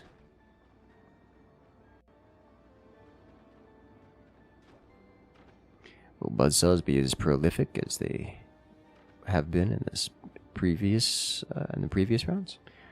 I think the answer is going to be yes.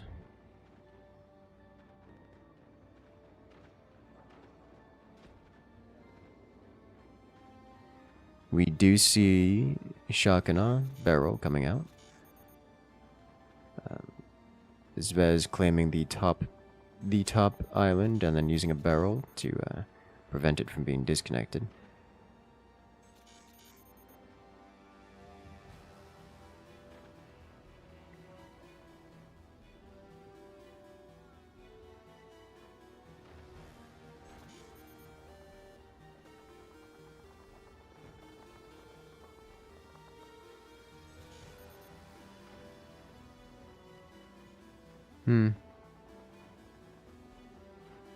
Surprised to see no buzzsaw. I guess. Yeah, I'm still surprised to see no buzzsaw. Like, I can understand no buzzsaw out of red team, but no buzzsaw out of blue team seems unexpected to me.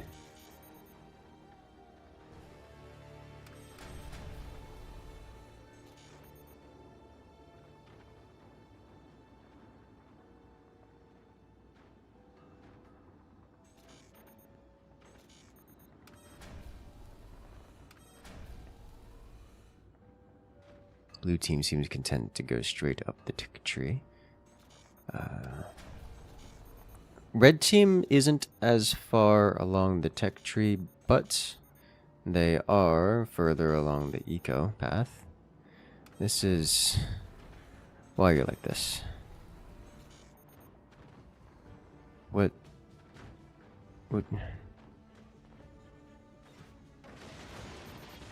Anti-grav. He's using anti-grav. Okay. Well, that's gone. Technically it can be saved, but unlikely. So, this is the old school style of doing this, because I say old school, but this is the classic way of doing so. Because it's unpiloted. You cannot control it. All you can do... Oh! The snipe. Okay. That was impressive on both sides. So that is actually incredibly difficult to do. One thing that we'd learned a while back is that it is not easy to do the physics-based flying. Because while it is possible, it requires all the actions you do in terms of adding weight, adding like ballast and such, take time. So you can't just do it and have it work. You have to do it and then watch for a minute or two, or a fair few seconds, and then you get it, and then the weight kicks in. It makes it quite difficult, because if something's gone wrong, you need to have fixed it 3 seconds ago. So it's not easy to do, but it is doable. Never seen it done in this kind of environment before. Tournament or competitive type environment before.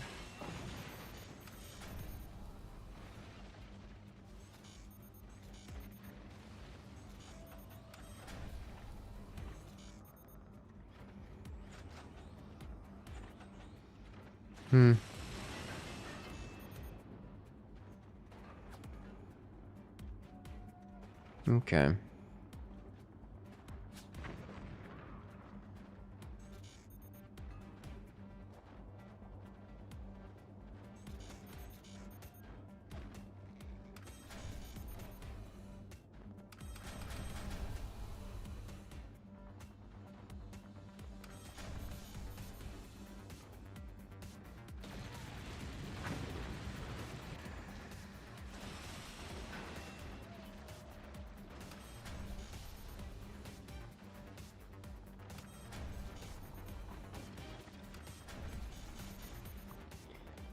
So this is where things are going to start getting exciting. Because we have fire beams on one side, triple 20 mil coming out from helicopter in the top base and red. And then we have, well, Buzzsaw Mark IIs on left, as well as a pair of standard cannons. So things are about to escalate. Things are about to escalate a lot.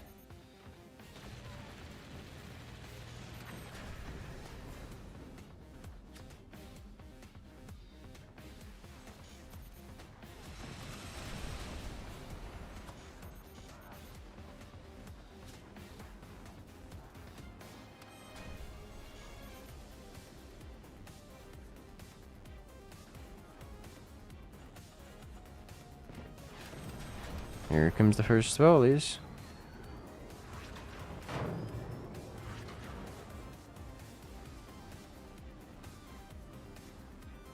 Oh dear.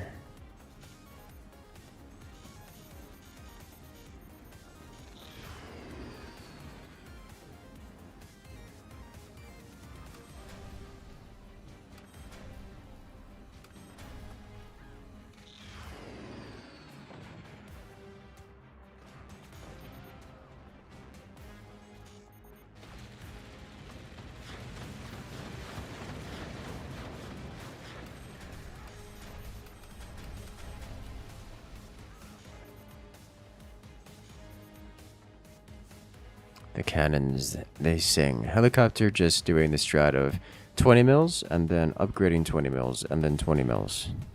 And I'm okay with this.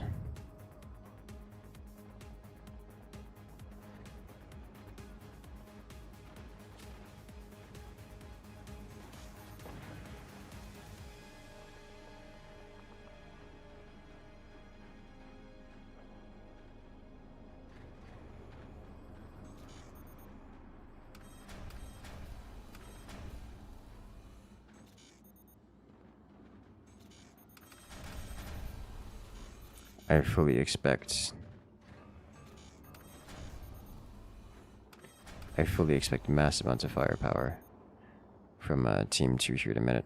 Especially given that And that Eaton in the lower base seems to be going for upper end technology.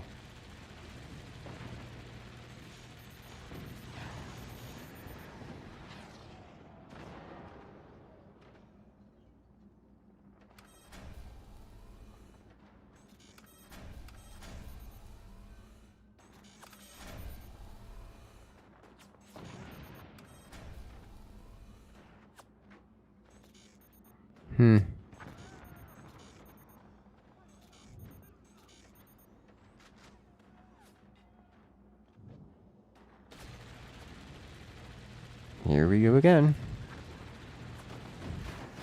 Such a long burn. So energy shield's doing great work at keeping the 20 mils at bay.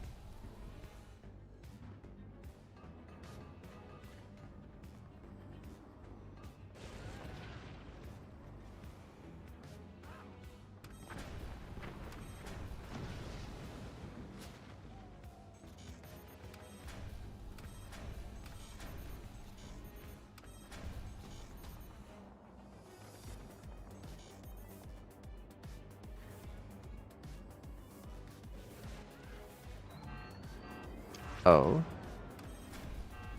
Was that giant incendiary pulse laser? Intense.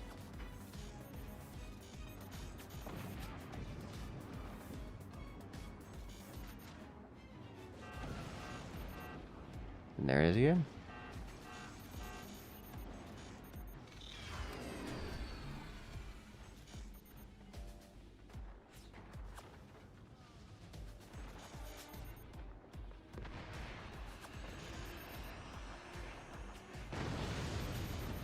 That's a lot of damage.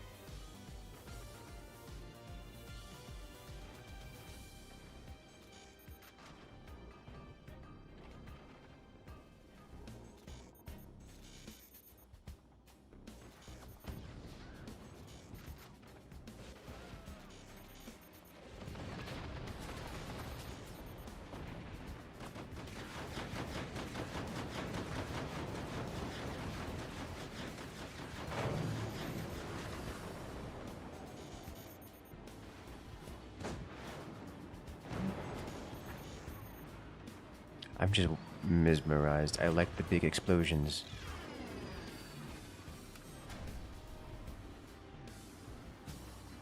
I like the very big explosions. And there's more of them incoming.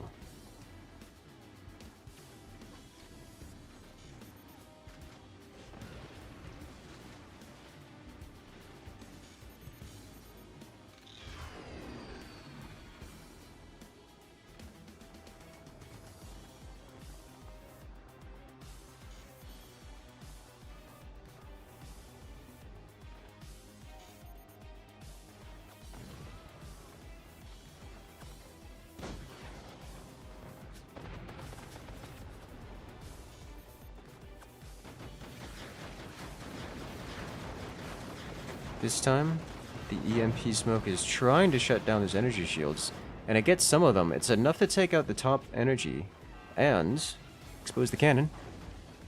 Turbine protects, but not enough. Cannon falls, and with it, just about all of Hallrassy's hope of doing real counterattack damage. God. It ricocheted. Did you see that ricochet?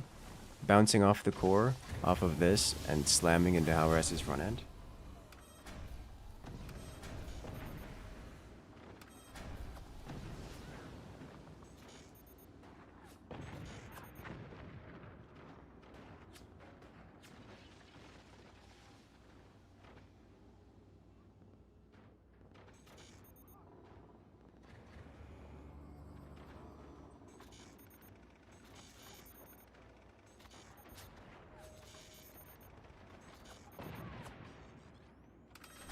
I don't know what blue team is really supposed to do here. Red team is getting danger close to those game-ending weapons. In fact, once Eaton upgrades his tech... No, he's not even going for that. Okay. Well, oh no, he does that. Okay. I was gonna say, once Eaton gets the upgraded fire beam, it goes from taking apart his opponent piece by piece to just a coordinated attack with helicopter, and immediately this game ends.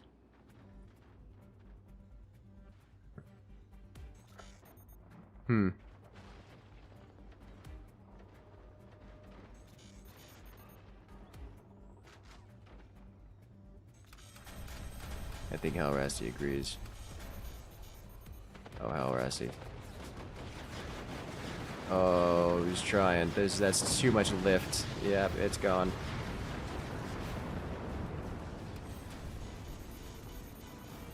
Needed a little bit of a dangle at the bottom.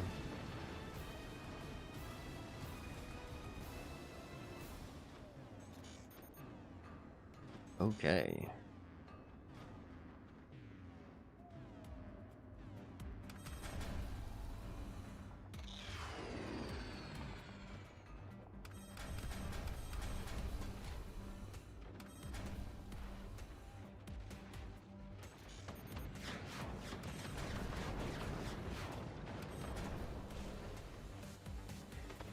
I like the little blip.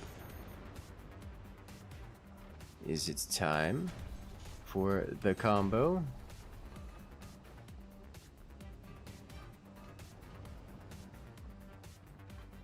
He's got the energy. Nah, helicopter's upgrading stuff. Okay. Not time for combo yet.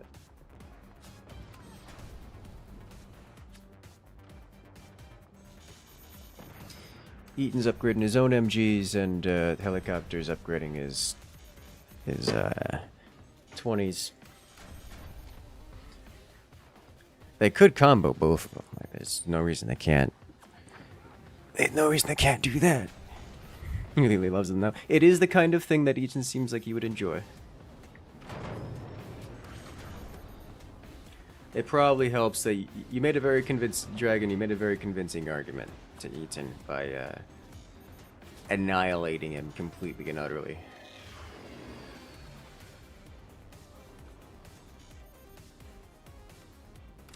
I'm sorry. This barrel got placed in his base over here. That's funny to me. It's like I put this there specifically to put a battery there. Barrel.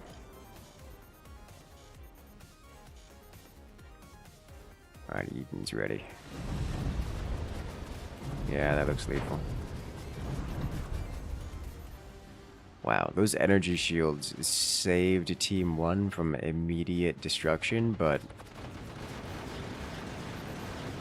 this is death.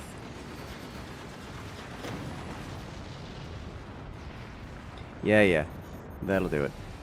Round 2 goes to Team 2 helicopter, and Eaton takes it. Well done.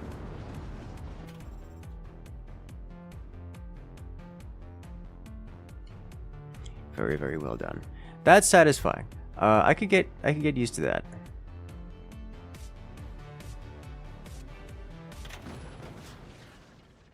We're going to that's just a fun one, you know?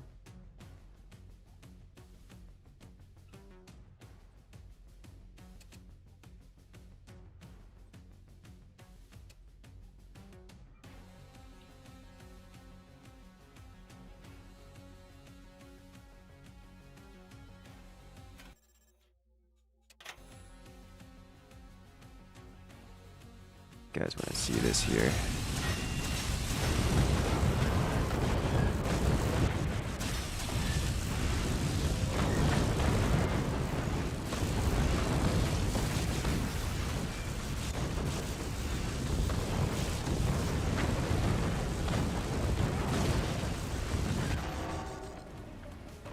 Gosh, that firepower is unreal.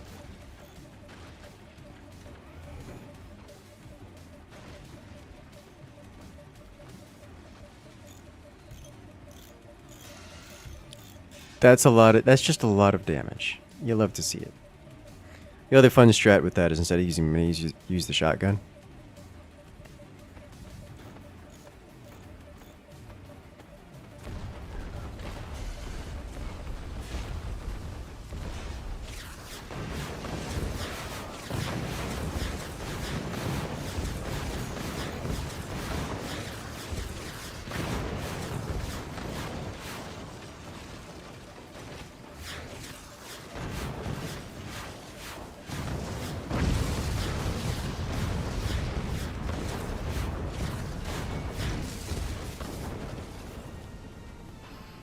Very, very effective.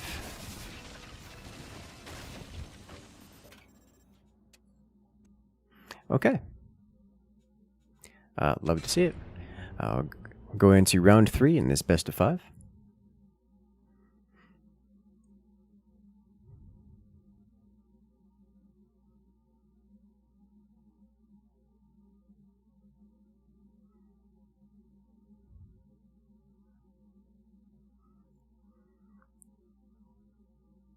I believe we're ready to jump directly into the next match.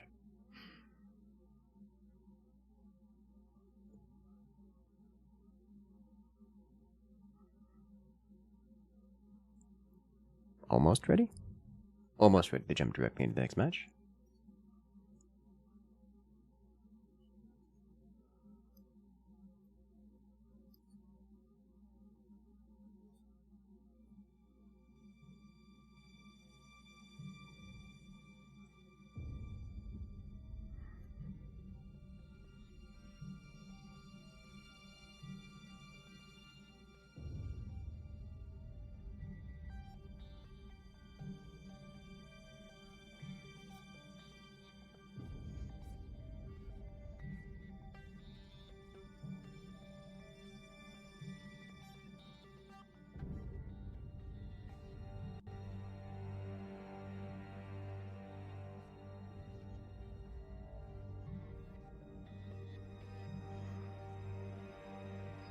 Let us go.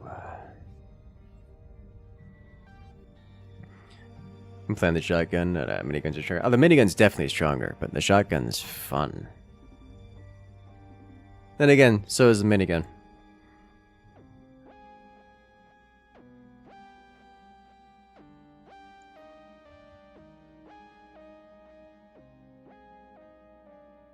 What a pure untankable damage. You know, that makes sense.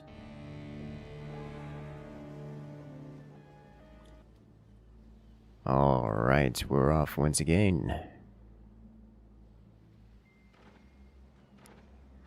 Well, look which map it is. It's this one. High seas, semi-boat. The right-hand side in the red, up 2-0 in this best of 5. It's Helicopter and Eaton. Playing against their opponents on the other side of the world. Hallrassy and Zvez.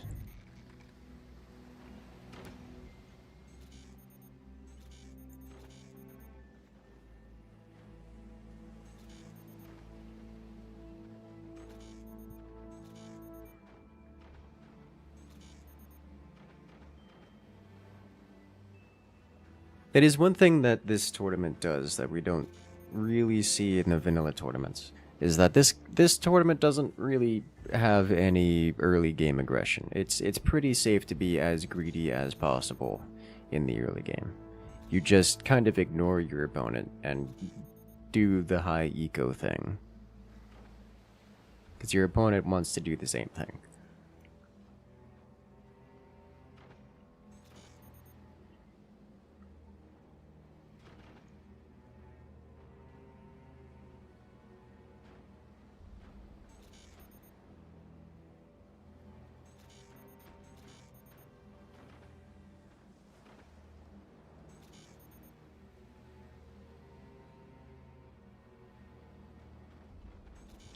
Actually, Dragon, I forget, and this is a question that I think you would know.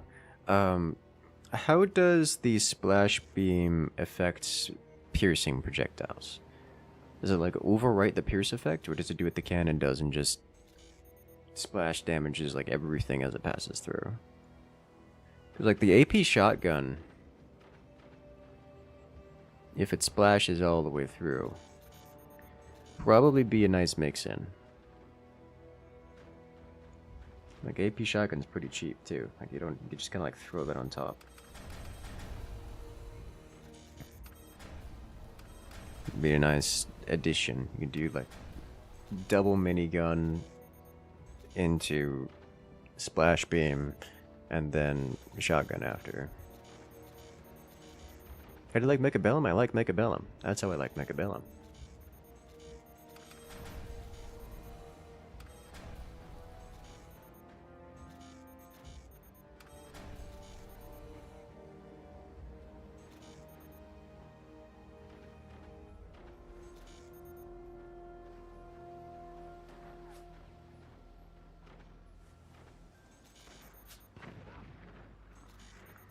Sniper from Hallrassy. You know, I was saying earlier there's not a lot of early game aggression, but Hallrassy do an immortal timing. I think Red Team realizes this. We are going to see what amounts to early game aggression from Blue Team here. Left side's going to be trying to kill Red. It's going to try to kill right side.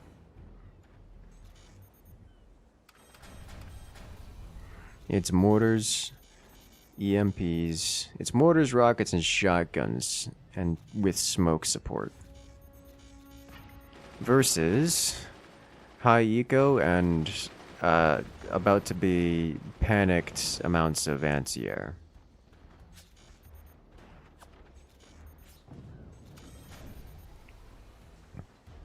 Mad lad. Sniper from above.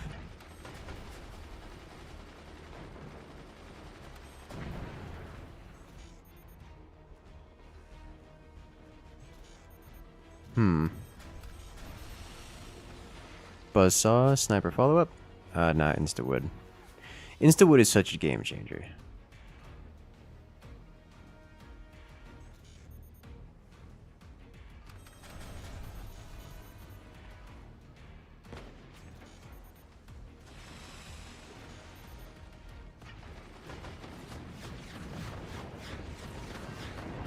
A standard 20.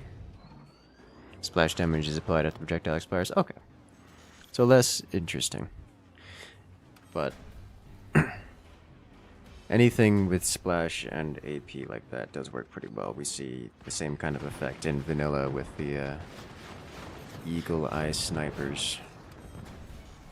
Particularly effective.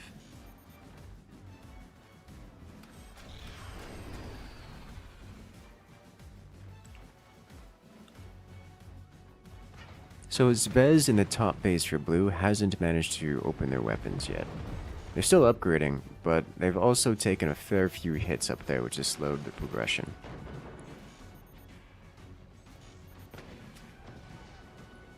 Case endpoints, AP Sniper taking out Zvez's smoke.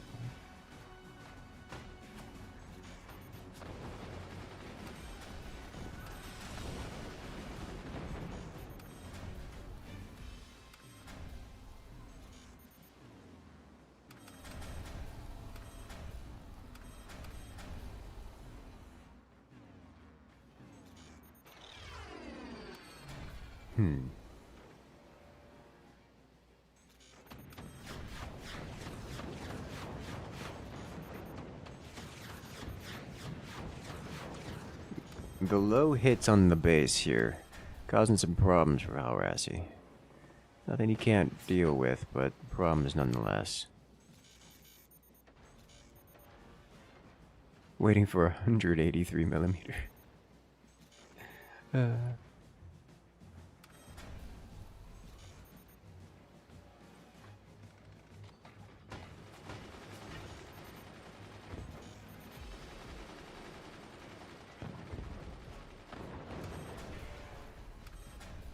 Okay.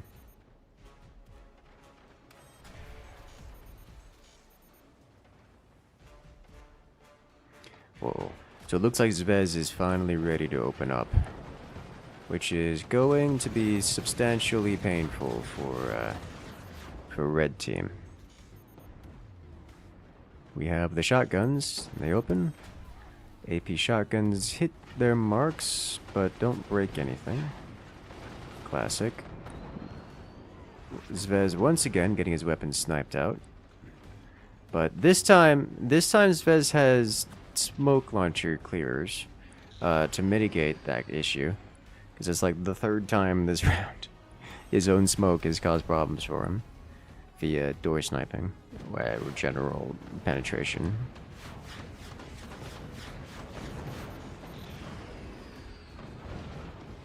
Those armored mortars are rough to deal with.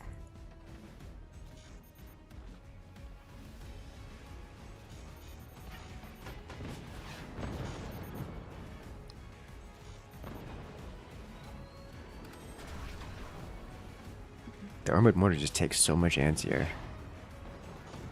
Ooh, almost breaks. Zvez entirely out of cash, can't actually repair. Is throwing down sandbags in a hope to delay his base getting penned. Loses a rocket. Zvez is just taking hits here, just unable to hold off the line.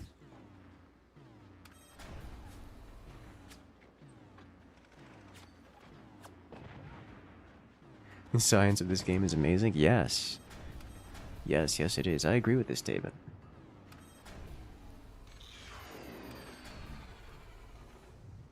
Hallrassy upgrading the mortars again. About to see some even more upgrades.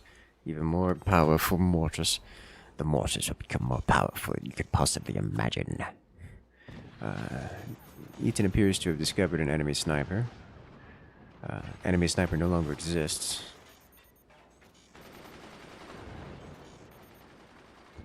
Yeah, those mortars are getting close to unstoppable at this point. They just require a lot of AA to bring down.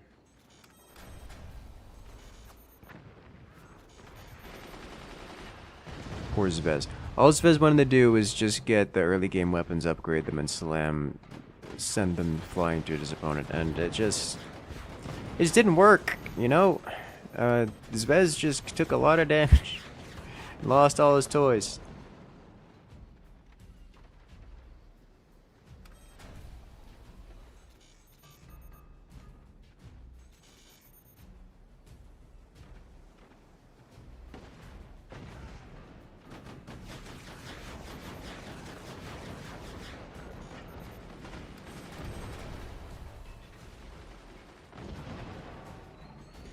Those mortars are doing real damage now.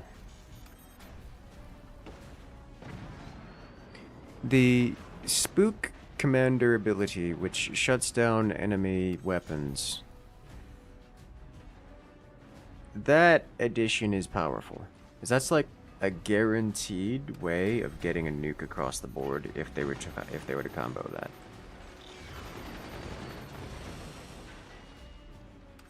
Is there an MG upgrade to make it better anti-air? Yes.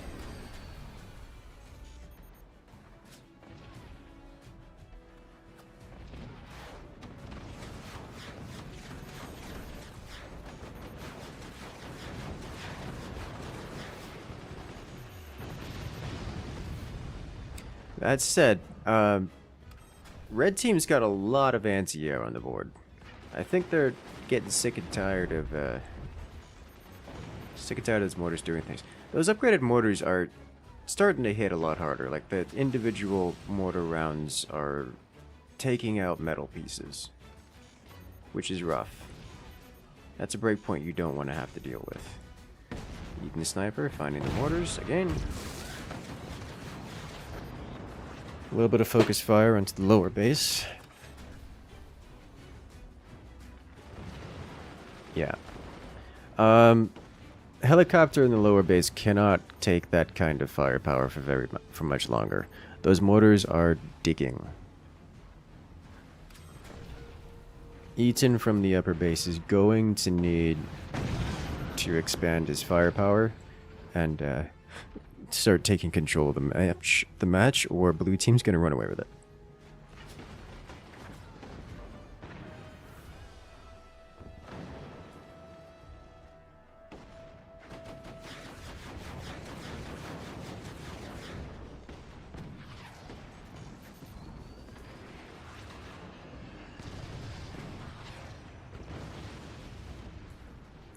Standard rockets.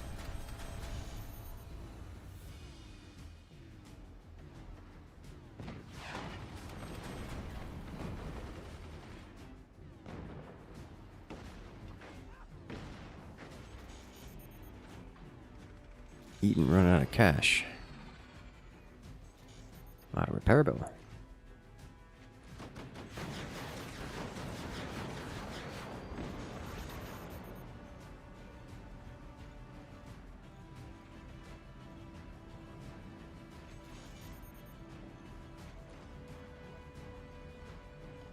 Hallrassy disconnected? Yes. Pause. There we go. Alasi, internet attacks once again, so we'll be taking a moment here while the player reconnects.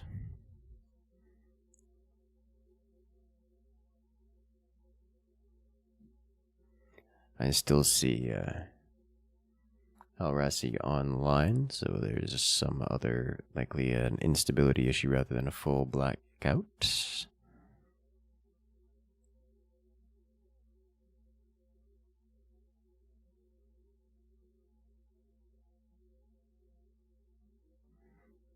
I expect to see him return shortly.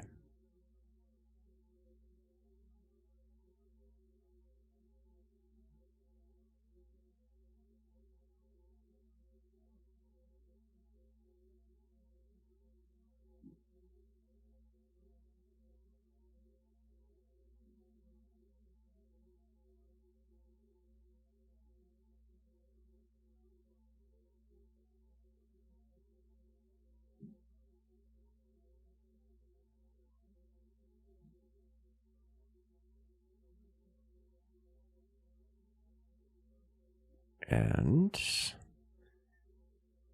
should be returning shortly. Seems to be struggling a different issue. He's replaced the redwood for a pillar.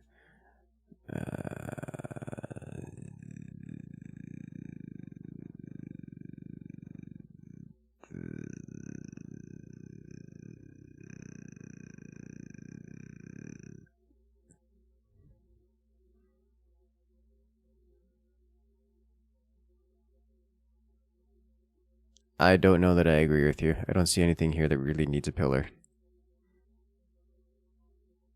Like, obviously, there's a few... Like, obviously, it's like, oh yeah, they just get the nice expensive thing that works. But I don't see anything it obviously needs on any base for that matter. Like, this guy being a pillar would be nice. It wouldn't even... No, because this is turbo... No, I can't think of that. No, I don't think so. And this is kind of being used. This would be nice, but I don't want that to get... I wouldn't want that to get shot. That just sounds like a mistake.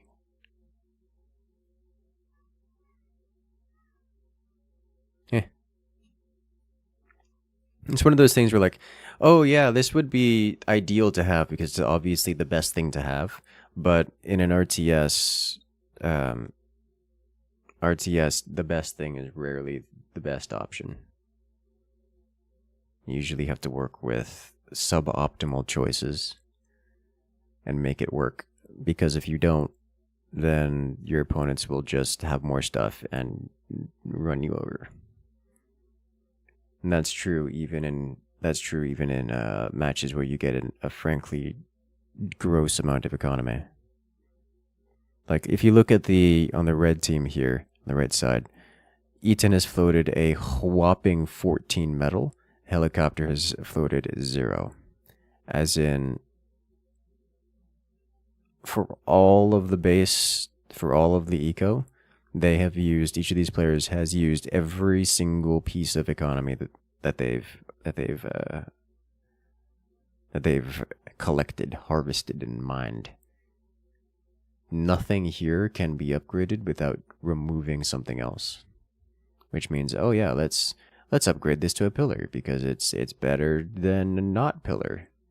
Okay, well, let me just sell my wind turbine to do that, or let me sell my cannon to do that. Like, no, that's bad. Don't do that.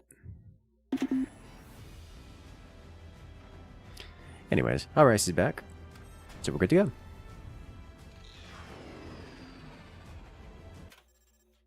He's still loading, it seems.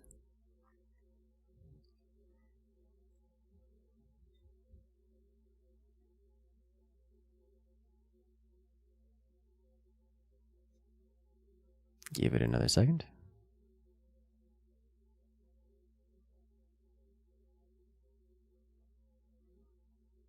Bad if you spam it, you can rip apart your base if you don't do it well. It is the contracts. Yeah, that is one thing I do like about the pillar, because it does the contract thing. It's like there is a concept that I described a few times called the piston, which is like, this is an adjustable length strut, basically, is what it is. Like a door that adjusts its length.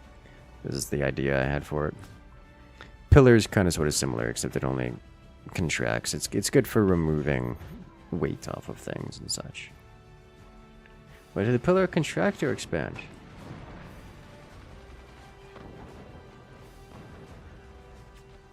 I forget.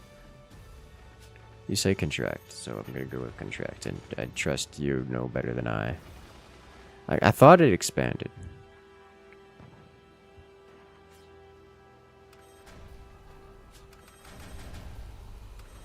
Like, I thought it was the other way around.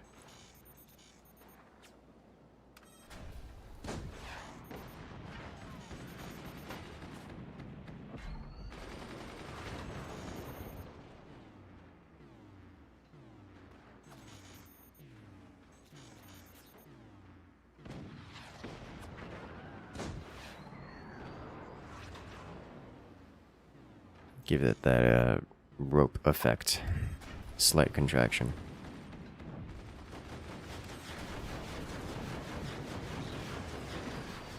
It's just so much cannon. Ooh! Zvez getting penned. Losing juicy internals. Secondary explosions taking out taking a little bit of paint off of his core, but nothing super critical loss there.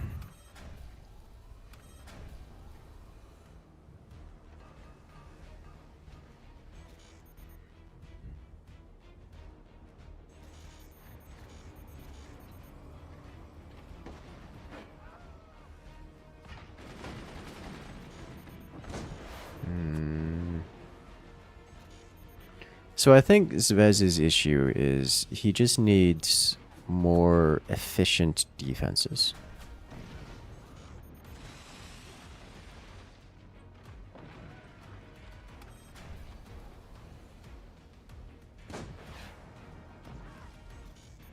Like, he's taking the hits and he's not dying, but unless he's able to defend his base and tank those hits without losing those large doors every single time, then he's just gonna get whittled down. Like, he's deep in the death spiral here.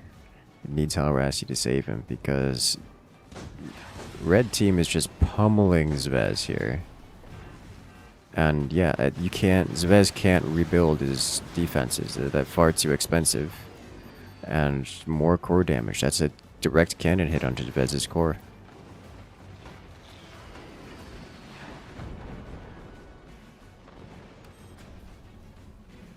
I'm thinking if Hallrassy were to constantly chain fire those armored mortars,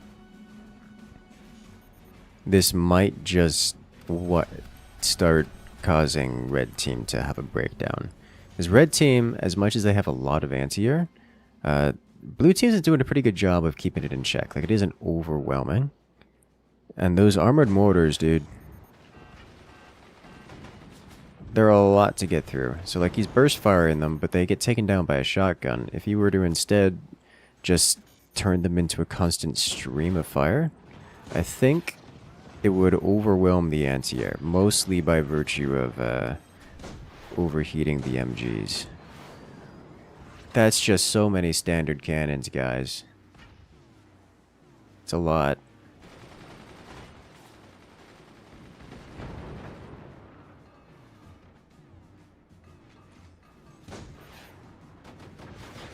Ooh, yeah, Zvez just lost several of his mines. And that's it. Okay, player eliminated. One base down. Now it's 2 players in a boat.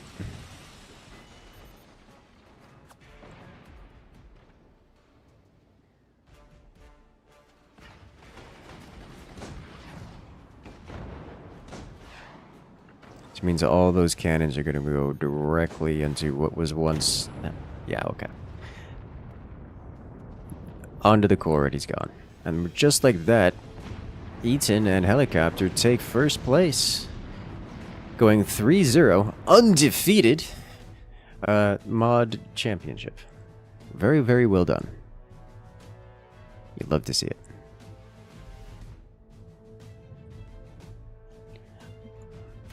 And you guys were saying Eaton's outside his comfort zone. Man's built cannons and blew away the competition.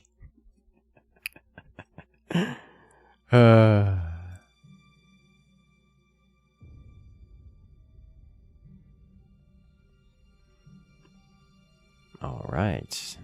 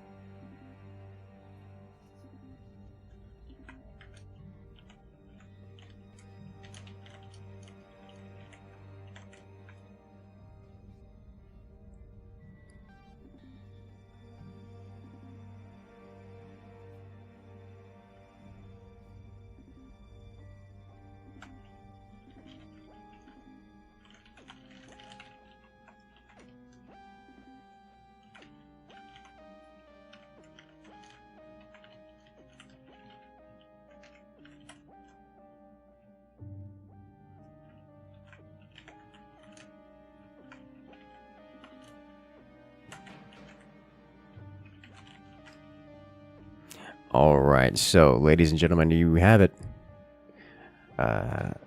Eaton and Helicopter take first place. Zvez and Hallrassy take second for the silver. I hope you guys enjoyed this little modded showcase. Not a lot of teams this time around. I know the modded side of Forts is not super popular. So they only had 5 teams joining us to begin with, from all the way across the world, like every continent. It's kind of impressive. So we're going to be winding it down here. We'll be starting up again soon. I've got a few things to take care of before we do our normal stream later on. So I will be back. But we're going to be shutting down this stream and turning off the delay and coming back a little bit later from now. So shout outs to the victors, and I will see you guys later.